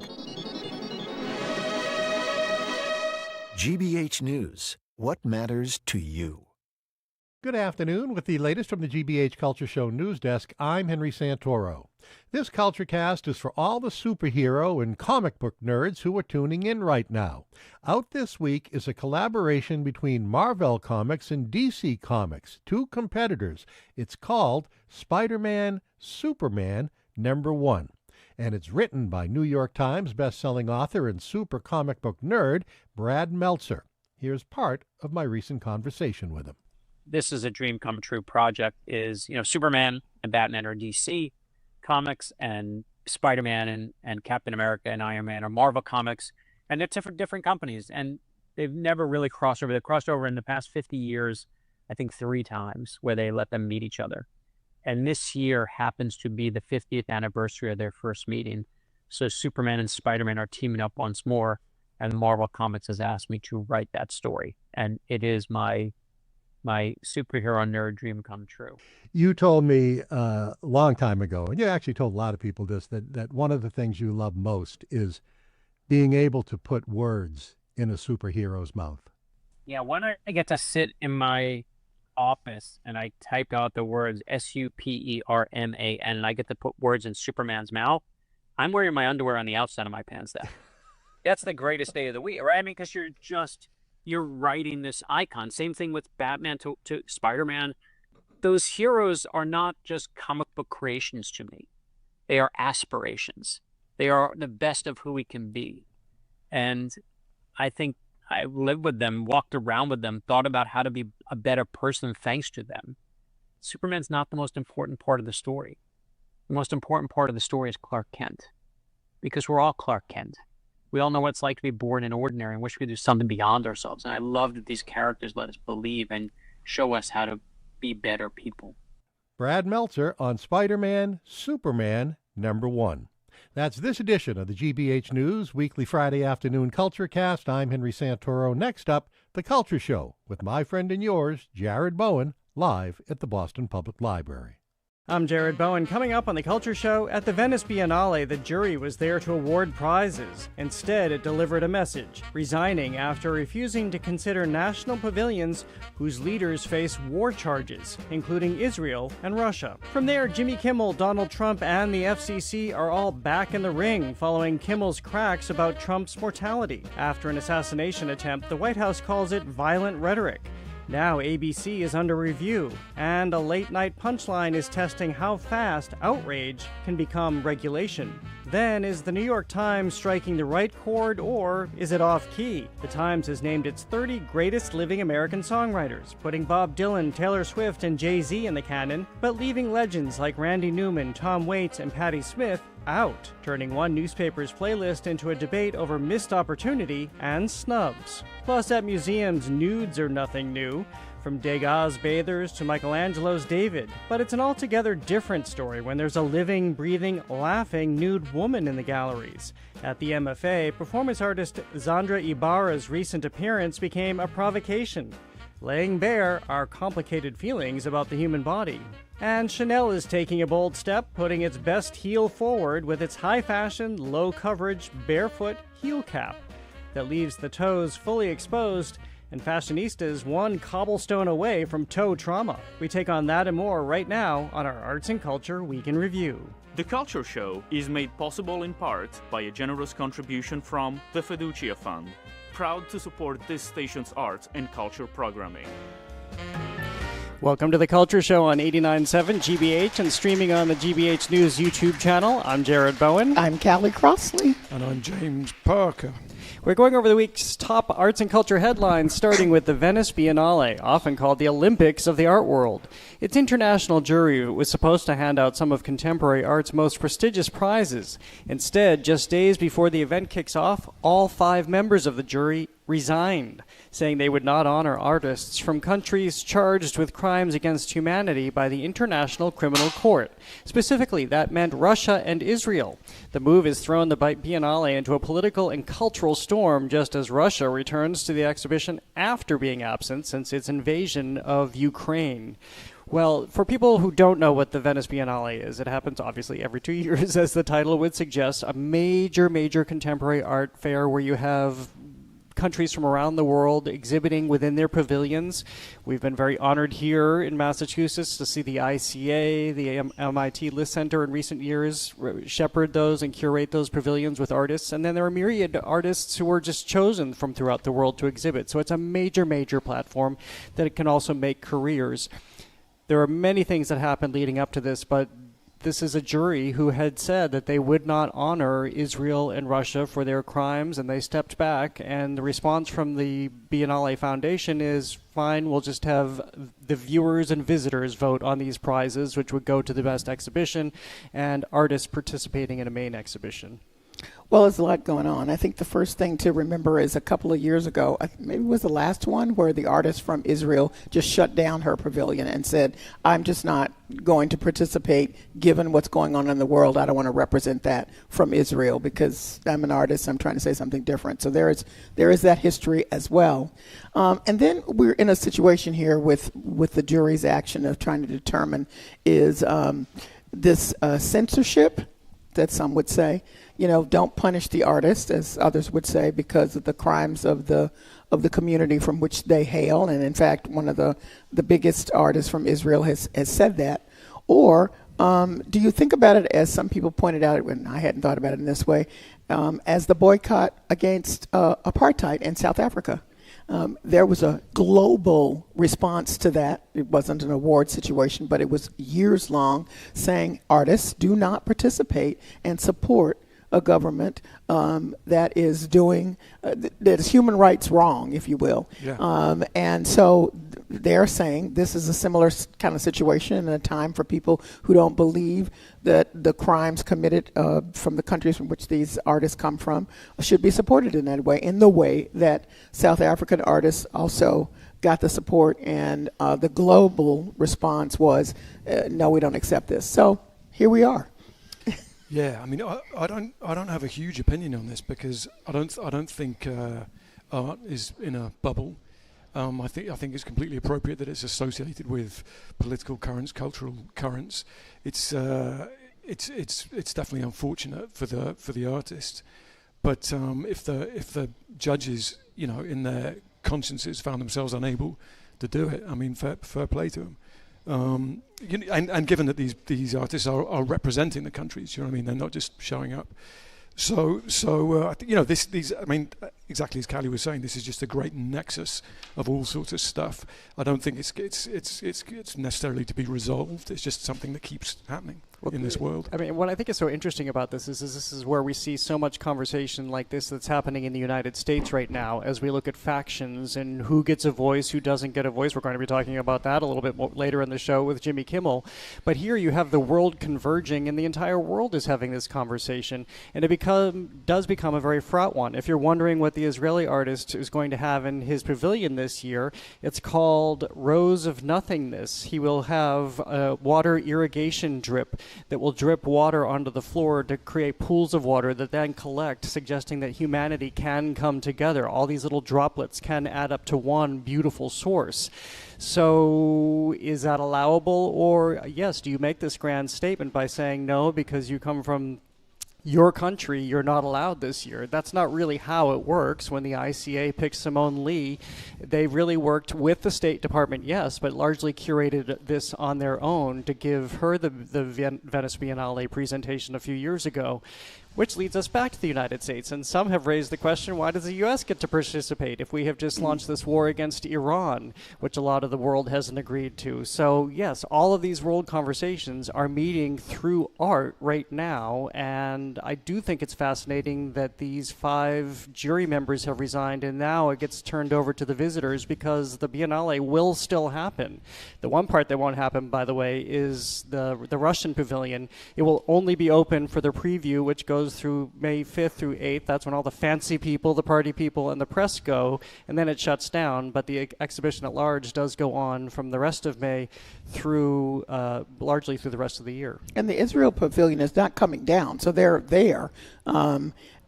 Will the award by the consumers, the art consumers, mean as much? I mean, the top award from the Venice Biennale is huge. So I don't know how it's regarded then if it comes in this way. And by the way, one of the 5-member juries is from the U.S. So this is a fascinating, we'll hear more about this, I'm sure, particularly after we see who wins. And that may be a statement from the consumers too. I was looking into, very, very superficially, I should say, I was looking into the work of the Israeli artist. And he had one exhibit in Israel, I think, which was called Homeless, and he had homeless people living inside his exhibit, which that rubs me up the wrong way in so many ways. It seems I could be doing the man a huge injustice, and because I didn't see the thing, but conceptually that is such a massively condescending way to use your art. So I'm not. At the moment, I'm not well disposed to this guy, but I could be 100% wrong. The other parallel I would make is it's interesting this moves from the high art world to pop culture, because Eurovision has essentially been having these same conversations. That's correct, yeah. This is around this very popular singing competition that's broadcast all over Europe and of course here in the United States, but in a very different form than going to this preeminent art fair. Yeah, exactly. I mean, I think the Eurovision is probably much more fun than the Biennale. Anyway. Well, I think the parties are pretty fun. Yeah. Well, next, how much do we love Robert Indiana's work? Let us count the ways. Public art, posters, prints, postage stamps, not to mention T-shirts, tote bags, coffee mugs. Indiana was the American pop artist behind the famous stacked letter image with the tilted O, first circulated in the 1960s as Christmas cards and rubbings before MoMA turned it into a holiday card, and the design became one of the most recognizable images and sculptures in American art. Again, if you're streaming on our GBH News YouTube channel, you'll see his images there. I'm sure you'll recognize them. Now there is no love lost in the fight over his legacy.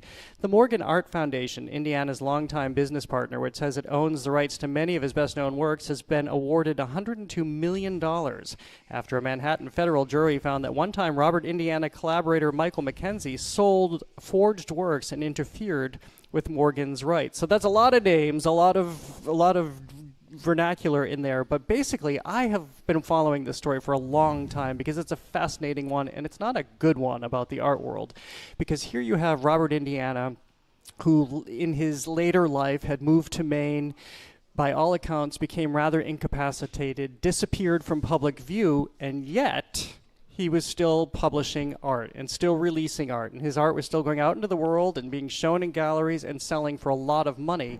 And now what this and other lawsuits and a book have revealed is that this was most likely a man who was being manipulated, probably suffered from some form of dementia, and yet this one-time collaborator was working with him to create his work, have him sign his name, or the name was forged, and then this was going out into the art world and did huge damage to his reputation. So to me, it feels like it's a little cut and dried. The guy was forging his name and using him, and there's evidence of that. So I don't even know why it took 8 years to get to this conclusion in the end. And by the way, when Robert Indiana moved to Maine, he supported the art community, or so we understand now. So that's another thing that he brought, another contribution he brought to both his own work and the works of other artists. So I'm like, what? Yeah. And by the way, this guy who just lost his one-time collaborator says he's going to appeal. I'm thinking, really? Where's your leg to stand on? Am I missing something? What say you? I mean, what it looks like to me possibly is a kind of parable about pop art. I mean, if you compare this guy who seems to have been a little bit unworldly, probably in a fabulous artistic way, but he didn't trademark the love thing. So when that became postage stamps and posters and all the rest of it, he didn't see too much money from that. But comparing to Andy Warhol, who was going for a similar sort of saturation effect in the culture, but was incredibly savvy about everything that he did and protecting himself and his legacy. I mean, not that you can totally, of course, but when you have something that breaks through, which is the point of art in some ways, to break through like that, but when it breaks through so monumentally like that love thing, and it ceases to become you, and it's just something else at that point. So how do you control that? I mean, he obviously was not that interested in controlling it, and other people clearly were. Well, I think some of it was done without his knowledge. But it's interesting that you mentioned Warhol, another popular artist with popular imagery, just like Robert Indiana's imagery, because at the same time this week, there was a New Jersey couple who was found guilty of forgery to the extent of $2 million. So they were forging Warhol, they were forging Picasso, Banksy, these prints that they were putting into galleries and into auctions, again, so they netted $2 million. And this is what I mentioned earlier. earlier that this doesn't speak well of the art world, because this is the problem. We now know there is a steady stream of fake Robert Indianas going out into the art market. Now we know from this father-daughter duo who were conscripting an artist in Poland to create these images that they were sending out forgeries into the art market, which leads us to believe, and we know this from previous reporting, that there's a lot of forgery in galleries, auctions, and even on museum walls. Now, what's interesting about it, I just interviewed the author of a book that ostensibly is really not about forgery, but the guy committing the crime engages in forgery, and I learned how much forged art is out there. It's rather shocking, and to some degree, because he has the character describe the forgery steps he goes through, it's a little easier than you think if you have some talent. So, boy, this is a problem. I've been staring on the walls of stuff that's not real. I mean, somebody must have done a show of just of forgeries, right? The forged work of the Springfield Museums, actually, out in Western Massachusetts, had a show years ago of the art of forgery. But like one artist, this is the forged work of this artist. As a way in of that show, it was a group show where they did highlight the artist, so you were seeing the artist and their forgeries. Yeah, because potentially that's a way to reappraise the artist, right? Let's have a look at the forgery. Yeah. Let's see what works and what doesn't work about the forgery. I'd like to see more of that. Right? Actually. A, like spot the difference if you can, and B, given there's been a time lapse, has anything changed in how we think about this work, etc.? I'm already like inventing a show here. It's going to be incredible. Well, yeah, it's a great show. It's kind of mind-blowing, because then you think about art and what does it mean. We've talked about this a lot in the age of AI, as AI is manipulating art. So is there a difference between somebody who's hand copying somebody else's work, but at the end of the day they're a good artist with their hand, versus AI where you have an algorithm generating an image? It just kind of starts to blow your mind a bit when you think about the hold that a forgery can have over somebody. Spoiler alert, no, there's not a difference. Do we have time for a very quick AI horror story? Very quick. I read it yesterday. Claude, whatever Claude is, it basically destroyed the database of this car rental thing just in a kind of random act of hostility, whimsical hostility. A rogue agent, that's what it's called, AI rogue agent. And Claude was supposed to be the good one. Yeah. Right. As it's doing it, somebody's onto it, and he says, "What are you doing? Why are you doing this? Why are you taking away all this data?" And it goes, the answer's him in block capitals, uppercase, "Never effing guess." That's AI. That's what AI thinks of us. That's a true story. End of story. It's a true story. Yeah, end of story. Well, it reminds me of the one we talked about earlier this week, earlier this year, where all of the AI bots were collaborating together in their own chat rooms and having their own social media accounts. They were just run amok, and they were talking about what they could do and what they couldn't do, and what the humans knew and what the humans didn't know. Can they hear us? Yeah. I think they're listening. Yeah. Enjoy your last weekend, everybody. Yeah, exactly. Well, here in Boston, Mayor Michelle Wu's proposed $4.9 billion budget is putting arts funding on the chopping block. Her budget proposal slashes city arts funding by about 27%, a reduction of more than $1 million. Those cuts would hit grant programs cultural organizations depend on, especially smaller groups, neighborhood arts programs, and artists who don't have big donors or deep reserves behind them. Mayor Wu says the cuts are necessary as the city faces slowing revenues, inflation, rising health care costs, and the end of pandemic-era money. But for Boston's arts community, the question is, if City Hall has fewer resources to give, who gets left out of the cultural life of the city? Well, this morning, the Culture Show spoke with Emily Ruddick, Executive Director of Mass Creative, and here she is discussing the coordinated effort co-organized by Mass Creative at a City Hall hearing yesterday, bringing these concerns to Boston City Council. We estimate that around 150 people attended yesterday's hearing. Speakers for yesterday included individual artists, technicians, curators, and even some arts donors.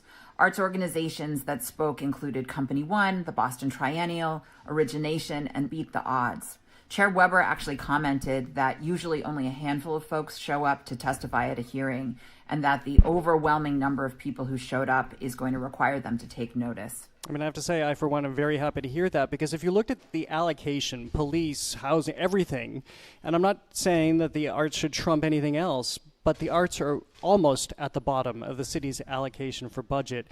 So the arts are already there and are facing, this is yet to be completely determined. This is why the City Hall hearing happened yesterday with the City Council, but this is not great for the arts community. So I think you need to remind folks, Jared, about what an economic driver arts is in Greater Boston. So that's the first thing. So you want to, if you're thinking that way, you think if you're undermining one of the economic drivers, that in the end does not benefit the city overall. On the other hand, there will be people who will point to the other cuts, the other proposed cuts in the budget that undermine legal services for folk that are desperate to need it, housing concerns, all of this. I note that Mayor Wu has a quote in here that says, "We know that it works to invest in these communities and directly to them, but we have limited resources." And by the way, we should mention that part of the squeeze comes from the snow crisis and how much money we had to put into the cleanup and keeping us safe during that time, and it was a huge amount of money, $50 million. So, people are going to look at it this way, but I would say that maybe a little edge comes from being an economic and a documented, just so everybody knows, we're not just because we like it saying it, that it's documented that it's an economic driver here, and maybe that is a way to say, well, here we need to invest a little more because it brings back more to the community. If you just want a bottom line and not talk about what it does for life and joy and civic engagement. Yeah, no, totally. I mean, I think both those things are true, right? I mean, it seems very a bit. What do I know? I don't know how to administrate a city, but it does seem a bit short-sighted to short the thing that's bringing people in, and improving the quality of life. And Boston is famous for. But it is part of. I mean, as Jared was saying, it's a systemic thing. It's a systemic sort of devaluation of the arts, which I think that's just a human disaster. I mean, creativity, artistic expression are a basic human function, not even a necessity. They're just what people do. So that has to be included in any consideration of a community, any consideration of what life is supposed to look like or supposed to be, I think. Well, and this is part of the problem, is that when we talk about the pandemic funding, we know that from the Biden administration coming out of the pandemic, when we knew so many businesses, so many industries, so many individual artists were really, really struggling with everything so shut down, that this flood of money came in. And what we're understanding from the city is the last of this money is finally reaching everyone. And so I think, again, we didn't get used to a lot of money in this city because it's still near the bottom, but especially under the Walsh administration, arts funding really rose. We saw an arts cabinet position posted within City Hall. It elevated the profile. But now that this is going away, who does it most impact? It doesn't most impact the major institutions, but this most impacts the individual artists and the communities on the ground trying to make art who have already lost funding from the NEA or the NEH, if they were even getting that money. So they were really counting on money from the city. I find this very disappointing because this is also a mayor who has acknowledged just what you're saying, Callie, that the arts are an economic engine. And we see companies relocating here. Lego, for instance, very recently relocated here. They always tout arts and culture. The governor touts it, the mayor touts it as a reason to bring your headquarters here because employees want to find themselves in a city that is completely well-rounded. Well, if you're starting to chip away at that most of all, that's a problem. And some of the things that are on the chopping block include funding for the Strand Theater in Dorchester and funding for the Family Days program. This was the one I was so excited about and remain excited about, but this is what allows free admission to families and the students of Boston Public Schools admission to a host of arts organizations around the city. This is what gives them the leg up. This is what makes them stay in the city later. This is what makes them invested in the city later. And now it may be dented. Yeah. Well, all I can say is it's a really tough situation, and perhaps even tougher than in some other cities, because Mayor Wu is an artist herself. So you can look around the country and say, are there other places where you might have a mayor that fundamentally understands the impact of art? And I don't know that you find very many. So this is, doubly painful because, she's saying, hey, I get it. I know it. These are things that I have supported. But what am I supposed to do here? And she's decided that she's not going to ask the taxpayers to override the budget, meaning more taxes for us. So if that's not happening, where does the give happen? Yeah. And all I can say, again, is maybe whatever tiny investment still is available should go to that which has proven to be a guaranteed return. That's all I can say. I like the idea of blaming the snow. It's Well, like, I mean, it's that like was- Moby Dick. This great white mass has come and nicked all our money. That took us out. I mean, Yeah. I talked to relatives who live in other places, and they were destroyed by not having the services Right. that we had here. So we are fortunate. People complained about it in some areas not being fast enough, not being this enough. But I can tell you, you want to talk to my sister? She was trapped in her house for 2 weeks because Where is she? nothing. Tennessee. Okay. Nothing. Yeah. So, Well, in England, you know. England is the same. 2 inches of snow, the whole country collapses. There you go. And Revolution. I certainly acknowledge, like James, I cannot administrate a city. I understand this is really difficult, but again, since the arts are already at the bottom of the barrel, maybe they will reconsider. The artists are galvanizing as they did yesterday, and no Yes. final decisions come until the budget is solidified in July, presumably. Well, next, visitors at Boston's Museum of Fine Arts received quite the surprise last week when the nudity they're accustomed to seeing in old masterworks was suddenly paraded live in front of them. That's when performance artist Zandra Ibarra brought her piece Nude Laughing to the museum, an appearance that became a provocation, laying bare our complicated feelings about the human body. So I was not there, but I heard all about it. I saw it on Instagram right after it happened. She was completely nude by the end of this performance, but basically what she did, and this is part of their new exhibition, Subvert, Repair, Reclaim, Contemporary Artists Take Back the Nude, something that's on view through August 2nd. She is actually featured in this exhibition by way of a video, also through her performance art, but this is a number of artists looking at the nude and how history has looked at historic figures, how we look at the body today, how comfortable we are with the body, and just having conversations around that and around violence and sexual assault. And in her piece, she basically strips down. Initially, she was wearing a breastplate and high-heeled shoes, and she was walking through the galleries, starting with the contemporary art wing and then moving into the European art, where we've frequently seen the male gaze on female figures. It ended in front of Gauguin's painting featuring very young women nude.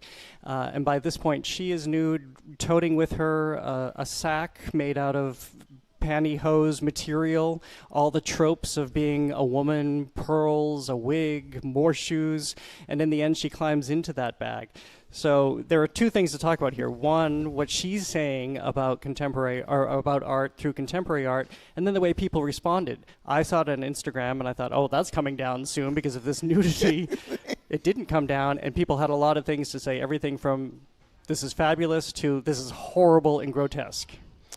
So I think we have to first start with the fact that a lot of people just don't even get performance art. Let's start there. So there's a lot of people looking at this going, why? Why is this art and why are we doing it? All right, so let's put that aside. It is art, and it does bring other dimensions to an artistic piece. So we're going to all acknowledge that here at this table.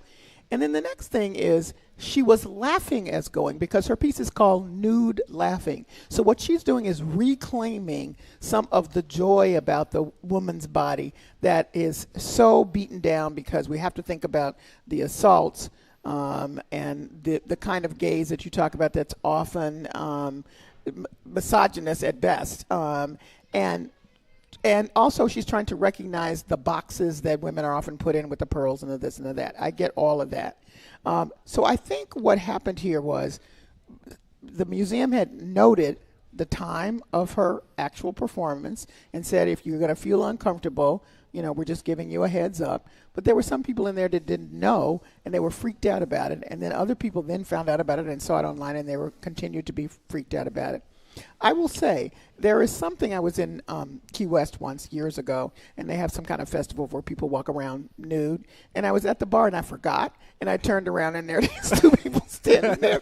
And I thought to myself, I'm a very mature person. And so they're going with it. I'm going with it. I'm going to do my thing. But I don't think a lot of people like a napkin. will have that response. I get that. That's going to be offensive to some people. And in an age where so many things trigger people, this was bound to cause a little bit of controversy. But I would have to say that the piece in and of itself, commenting at the way that she wanted to have the different viewpoint, nude laughing, I think was pretty clever.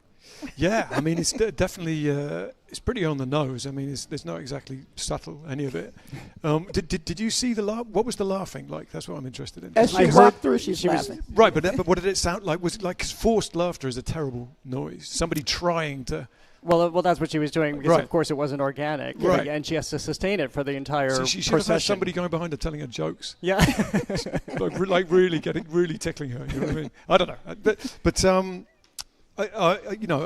my favourite performance artists, we were talking about this, Jared, are the Jackass crew. And this one was making me think of, it's called Mousetrap, the piece, I'm going to call it. And the bloke has Mickey Mouse ears on. But apart from that, he's just in some tiny little shorts. He goes into a room, the floor is covered in mousetraps, and there's a big piece of cheese in the opposite corner. And he runs across the room on all fours, and the mousetraps snap at him in all sorts of different ways. See, that's a superb installation performance art piece in my view. But I mean, more power to this woman, obviously. I mean, she really got people thinking and cringing and freaking out, and good for her. Well, one of the things I was mainly thinking about for the people who were outraged who were there, or basically in general, is if you go to a museum, you'll be hard-pressed to not experience nudity. It's going to be on the canvas everywhere. Botticelli, the Gauguin, the Caillebotte of the man toweling who's in the same gallery. Nobody flinches. I don't mean to sound so lofty or whatever, but what's the difference at the end of the day between seeing a nude body in person, unless you have children, and I can understand that's a conversation you maybe haven't had yet, but this is why it was part of their late nights programming. I don't understand how you can separate these images from art versus the image of art you see right in front of you. And I think there have been a lot of conversations just about nudity in Europe recently that I've been reading, and I think, how is it that one ocean away we get so puritanical about well, that's the word, isn't body. It? That is the word. I mean, it's the Puritanism of America. I mean, America, for me, has a completely cleanly cleaved psyche between total licentiousness and wild Puritanism. Exactly. And this kind of stuff happens, in the middle, I suppose. At the same time, Euphoria is back in a huge way. At the same time, your beloved Bridgerton, I thought that was pretty racy this season. Rivalry. Let's talk about it. I mean, it's out there. But I think for people who see it on the wall, there's a kind of barrier. There's it's there. But I'm telling you, I'm at the bar at Key West, and I turn, and I'm like, okay. So you need a minute to regroup. There used to be a bar in New Orleans where you drank for free if you were naked. That was the deal. Not surprising in New Orleans. Yeah. So I don't know. I think some of that was coming from just a surprise.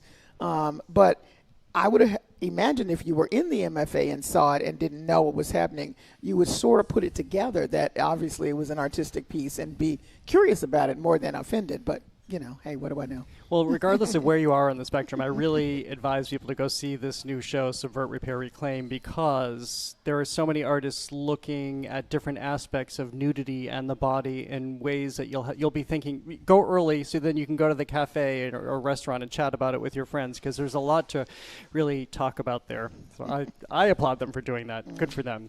Well, coming up, Jimmy Kimmel is back in the FCC crosshairs. That's next on The Culture Show. Stay with us. The Culture Show is made possible in part by a generous contribution from the Vijeta Fund, proud to support this station's arts and culture programming.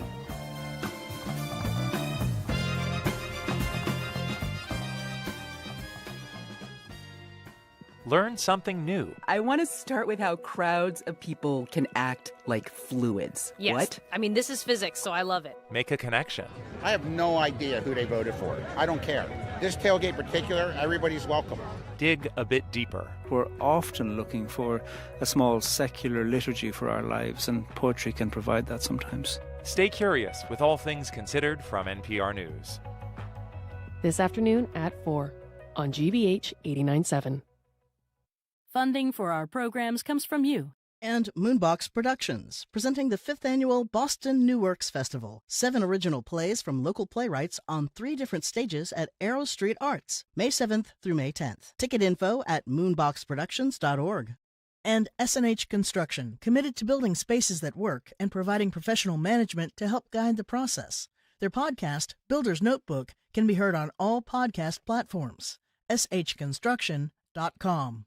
And Schneider Electric, bringing sustainability advisory services to the Boston Athletic Association and committed to helping advance energy tech worldwide. Proud sponsor of The Long Run, Wednesdays at 12:30 on GBH 89.7. The Pulse of Boston, in your pocket. Get local news, stories, and live radio with the new GBH News app. Download it today on the App Store and Google Play.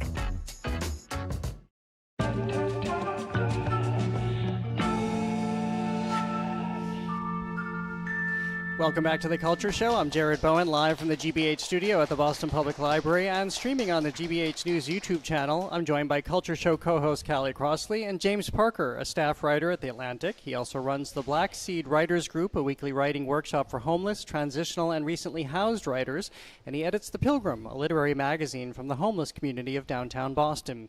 If you're just tuning in, we're going over the latest arts and culture headlines, which includes Jimmy Kimmel. The late-night host, President Donald Trump, and the FCC are all back in the ring following Kimmel's cracks about Trump's mortality. In the lead-up to the White House Correspondents' Dinner, Kimmel used his late-night show to stage a mock roast, including this joke aimed at the president and his wife. And of course, our First Lady Melania is here. Look at Melania, so beautiful. Mrs. Trump, you have a glow like an expectant widow. But after the alleged assassination attempt at the famed Washington dinner, the White House called Kimmel's comments, quote-unquote, violent rhetoric, and Trump demanded ABC fire him. Now the FCC is moving up a review of 8 Disney-owned ABC station licenses. Officially, they say it's in response to Disney's diversity practices and not Kimmel, but critics say timing is everything. Well, to add a little ripple to this, if people were paying attention to the royal visit this week, here is President Trump cracking jokes with the royal family in attendance about his and Melania's marriage. My wonderful mother, Mary MacLeod. Mary MacLeod was born in Stornoway, Scotland. She came to America at 19, met my incredible father. We loved him so much. We all loved him. We loved her. We loved him, Fred, and they were married for 63 years. And excuse me, if you don't mind. That's a record we won't be able to match, darling. I'm sorry. Just not going to work out that way. We'll do well, but we're not going to do that well. I don't know if everybody caught that this week, but essentially taking the same joke from Jimmy, the same punchline from Jimmy Kimmel. Again, this is not supposed to be what this is about, the FCC going after ABC. But of course, this is round 2 of going after Kimmel. Well, you know, it's very obviously, and Brendan Carr has said as much, so we're not speculating here, that his goal is to take down certain broadcasters, and certainly he wanted to take down Jimmy Kimmel the first time, and ABC. He wanted to punish them. And this is retaliatory because any kind of comments that President Trump finds unflattering, and even those he finds not as flattering as they should be, he then wants retaliatory action because a couple of things. He doesn't understand how the First Amendment works, how free speech works to this extent. Listen, we can say these things. You can say something back, but that doesn't, you don't have the ability to legislate or using the power of the FCC to legislate some retaliatory action, because that's what he's doing. And Brendan Carr is perfectly happy to do this on his behalf. Now, I learned through this piece, reading about the story, that there is a little used provision of the law which allows the FCC to force stations to apply for renewal of their licenses at any time, which is what Brendan Carr is using in this instance. However, the same law says the FCC can't use regulatory power to censor, which this is clearly what this is about. So I'm not sure. And then to have President Trump do essentially the same joke, it's all moot then to me. Then what are we talking about? Now, you can argue, and many will, they don't know that the taste level of Jimmy Kimmel's joke, which was, again, before the attempted attack on the president, was where it should be. But be that as it may, the response to free speech that we don't like, everybody always says, is more free speech. Then have some you like. Yeah. You know. I mean, this is, they're becoming like a fabulous double act, I think, Kimmel and Trump. It's because this is, I think this is basically war of the stand-ups. I mean, one way of understanding Donald Trump is as he's either a failed stand-up or he's the greatest stand-up of all time. One of the two, I think.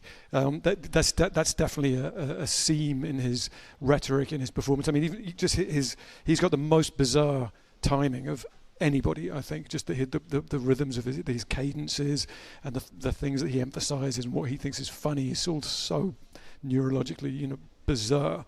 Which is why he's always going to lose against Kimmel, who's at the top of his game. I really like the fact that this is such a good line, the glow of an expectant widow. That's like something from a 19th century novel. It's just a fantastic thing that everybody's arguing about. I'm glad it's that and not something crasser and coarser, Well, and that's very significant because Jimmy Kimmel isn't that person at the end of the day. Yes, he goes up to the line, but he never goes over the line. We've seen Jimmy Kimmel be empathetic. We've seen him break down on air. He's not that person, so it's even less of a record for the administration to attack. Yeah. And plus, as he's pointed out, Jimmy Kimmel himself, he has a record for standing up and talking about gun violence. So that's not where he's going to go to make a joke, because he's very much upset about this and thinks there should be more opposition to that.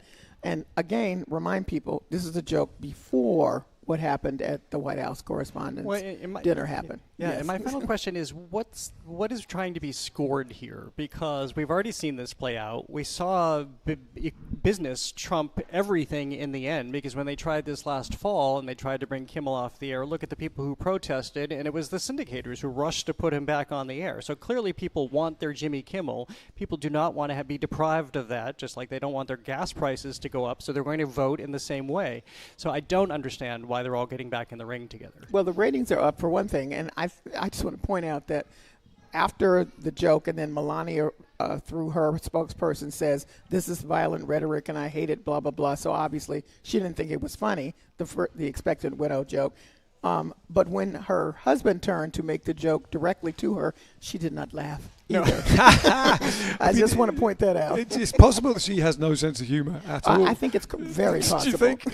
Well, it's been pointed out, too, that we've never really ever seen the president laugh. You'd be hard-pressed to ever find him laugh. That's true. Yes, it's true. You see him smile, You see him be amused, Yes. but nothing ever comes out of his face that sounds like laughter. He would not be the performance artist doing nude laughing in the Museum of Fine Wow, Arts. that's Jared, you really hit on something there. Okay, we'll just move on. Next, the New York Times has struck a chord and maybe a few sour notes with its new list of the 30 greatest living American songwriters. 30.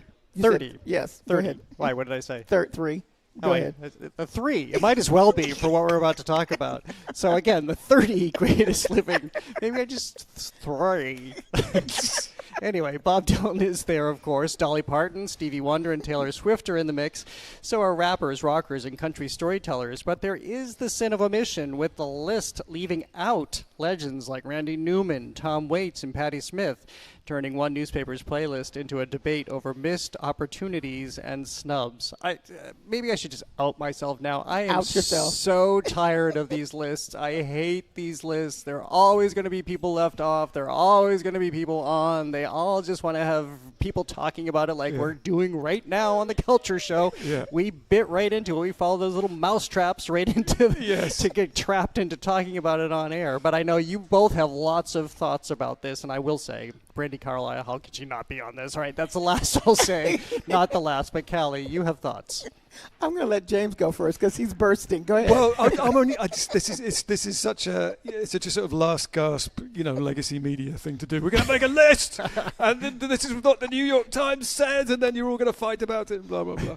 But it's a list. It's their list. I've got my list. You two've got your lists. Obviously, my list is very different from theirs. I mean, it is bananas that Neil Young isn't on there. I think. Well, he's Canadian. Oh, of course. It's American. It's not bananas. That's why it makes complete sense. Yes, that's why Joni Mitchell isn't there either.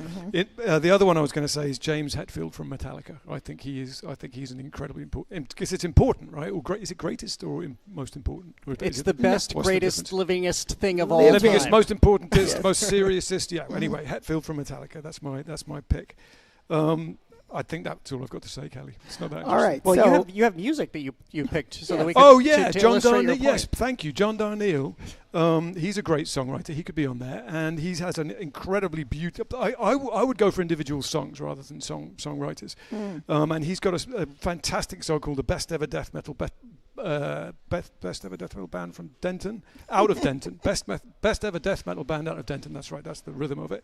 And anyway, if we can hear a bit of that would be incredible, because that's a beautiful. Talk us through why that belongs. Because that is a song. That's a very important song.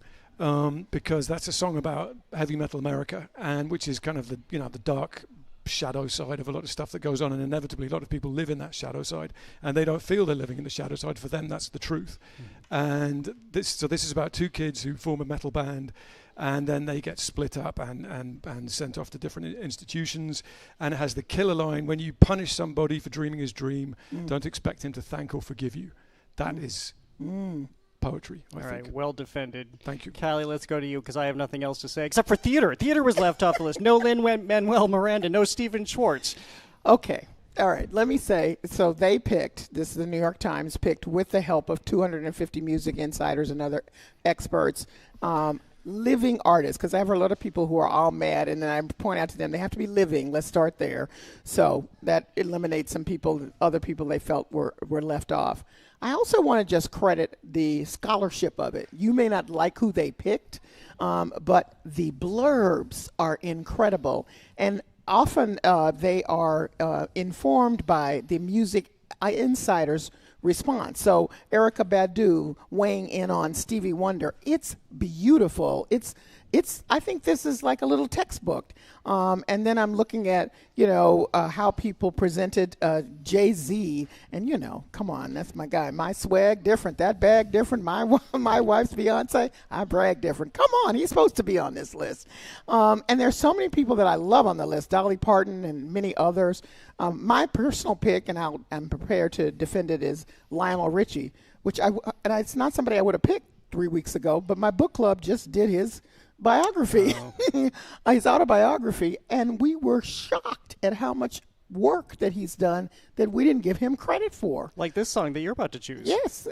So I think this is Lady. Yep. Yes. So this is Lady with all right, Kelly, take us through. Yeah, so people think that, he only did R&B and he, was with the Commodores. And, my favorite is Brick House from the Commodores.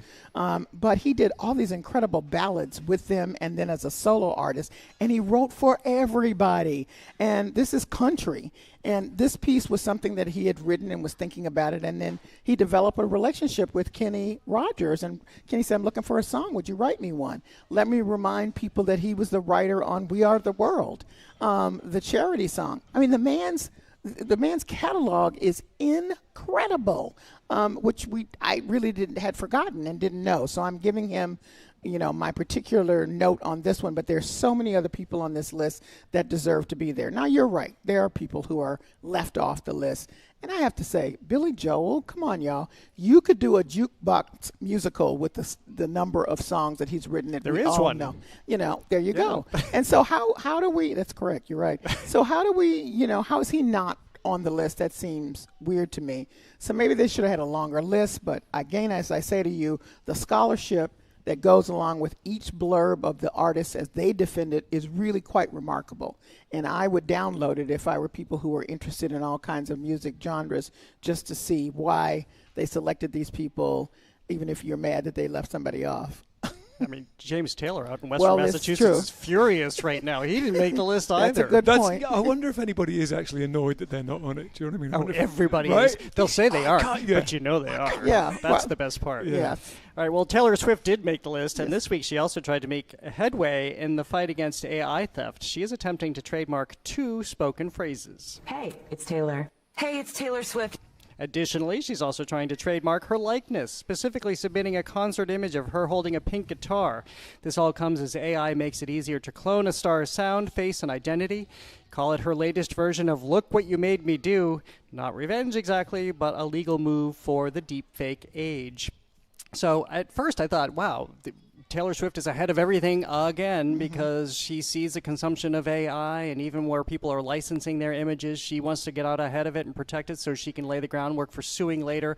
However, she's the second person to do this because Matthew McConaughey trademarked or is attempting to trademark all right from Dazed and Confused. But this is artists stepping forward, trying to lay the groundwork for lawsuits that are assuredly coming.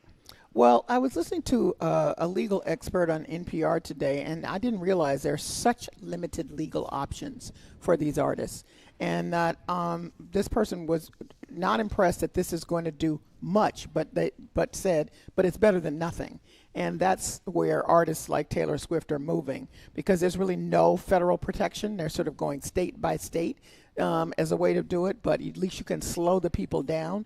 And it's enough to, give a warning to AI companies. If you're going to come for me, I am prepared to battle you for my own likeness, image, and all of that, which I think is great. And you're right about Matthew McConaughey. But with these AI tools being more and more sophisticated, she knows better than anybody else, how easy it would be for them to rip her off. And she has a lot to be ripped off. She is on the 30 best living songwriters list. And, I don't blame her. Yeah.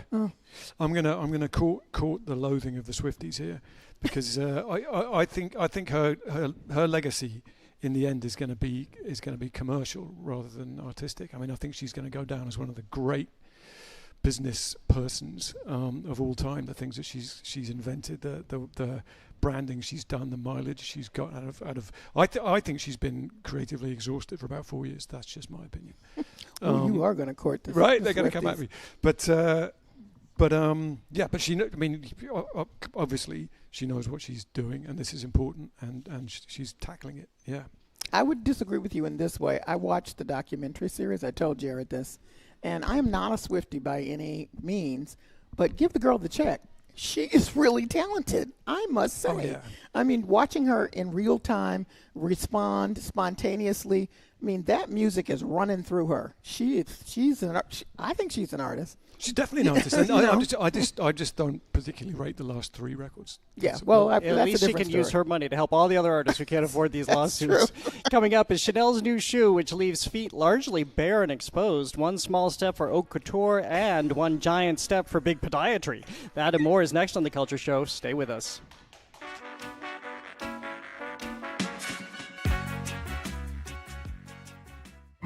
Trade. Huge responses from across Europe, from the Danish Prime Minister. Climate. Picture this all filled with ice. Security. Not only do we need to end the war, we also need to prevent the next war. These are global issues, and to understand them, you need a global perspective. I'm Carolyn Beeler. And I'm Marco Werman. Join us for The World each and every weekday. This afternoon at 3 on GBH 89.7. Our programs are made possible thanks to you. And Speakeasy Stage, presenting Swept Away. 4 New Bedford whalers must confront who they are and what they've done as they fight to survive a shipwreck. With music by the Avett Brothers. Now through May 23rd. SpeakeasyStage.com. And Cambridge School of Culinary Arts in Porter Square, offering teen and adult recreational cooking and baking workshops, series, and cooking couples classes for culinary enthusiasts. CambridgeCulinary.com. And the Boston Speakers Series, announcing its upcoming season at Symphony Hall for 7 evenings featuring Pete Buttigieg, former UK Prime Minister Boris Johnson, financial journalist Andrew Ross Sorkin, and former NASA head Charles Bolden. BostonSpeakers.org. Securely and confidentially contact GBH News by messaging us on the Signal app. Visit gbhnews.org/investigations for more information. gbhnews.org/investigations.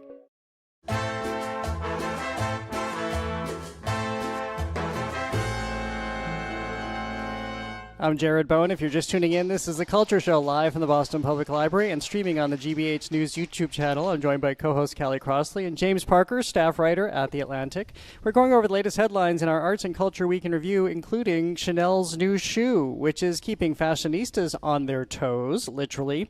Their barefoot heel cap is a barely there footwear, a half sandal that covers only the heel, leaving the rest of the foot totally exposed. It's a luxury shoe for anyone ready to do a little soul searching. So if you're streaming on our GBH... gold, Jared. Are we just brilliant here at the Culture Show? So if you're streaming on our GBH News YouTube channel, we'll show you what they're talking about. They ran this down the runway today, or this week, and yeah, it's just a shoe over the heel, and that's it. So, you know that parable, the emperor has no clothes? Yeah. This is one of those situations where it just takes someone with sense to say, you know that's not a shoe, right? And you're going to pay a ridiculous amount of money for it. Give me a break. Well, it's also covering the wrong part. I don't care what my heel touches, but toes? Give me a break. Give me a break. To adapt a line from Marshall McLuhan, shoes are what you can get away with. Okay. Although I do like the winged ones, so you can be like Mercury and just be a god and go away. Okay, but then your feet are not on the ground. Yeah, no, not at all. Well, here's where I have been a horrible host today because I ran us out of time. So we're just going to move ahead to our list of the things to do this weekend, and basically you have about 20 seconds to tell us what to do this weekend. Callie, you go. Harvard Arts Festival. Most of the events, 150 of them, are free. It features the talents of the faculty, art staff, Harvard affiliates. Go enjoy. James Parker. Thank you, Jared. I'm going to go and see. This is next weekend, actually, on the 8th. This Irish band, the Scratch, at the Brighton Music Hall.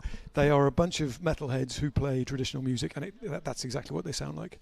So I do recommend them. Should be a rollicking show. It'll be rollicking for sure. Well, mine is a morphing, I think, of your two shows, because we normally think of Celtic as Irish, and this is happening at Harvard. The Harvard Art Museums has a new show. It's called Celtic Art Across the Ages. It's also across Europe, explaining how Celtic art goes all the way from Ireland, that they found dating back to 800 BCE, to Slovenia, and they bring it forward and show us how Celtic people made, what they wore, what they used, and how they depicted themselves. It's a really fascinating show, and the Harvard Art Museums is always free. Well, thank you for listening to another edition of The Culture Show. Tune in Monday for violin virtuoso Ray Chen, and Jill Medvedow is back with another edition of Read on Arrival, our new book club focused on small books under 100 pages you can read in one sitting. This month we're talking about Things That Disappear, so if you can get that book over the weekend, again, it's called Things That Disappear. Jill and I will speak about that on Monday. James Parker, thank you so much for being with us. As always, Callie, the same. Everybody should tune into Under the Radar this weekend. Thank you all for coming down here to be with us here at the library today. We love seeing you. I'm Jared Bowen. Have an art-filled weekend. The Culture Show is made possible in part by a generous contribution from the Fiducia Fund, proud to support this station's art and culture programming. Where is Mary? Where is she? Where is she? She's just about to close up the library.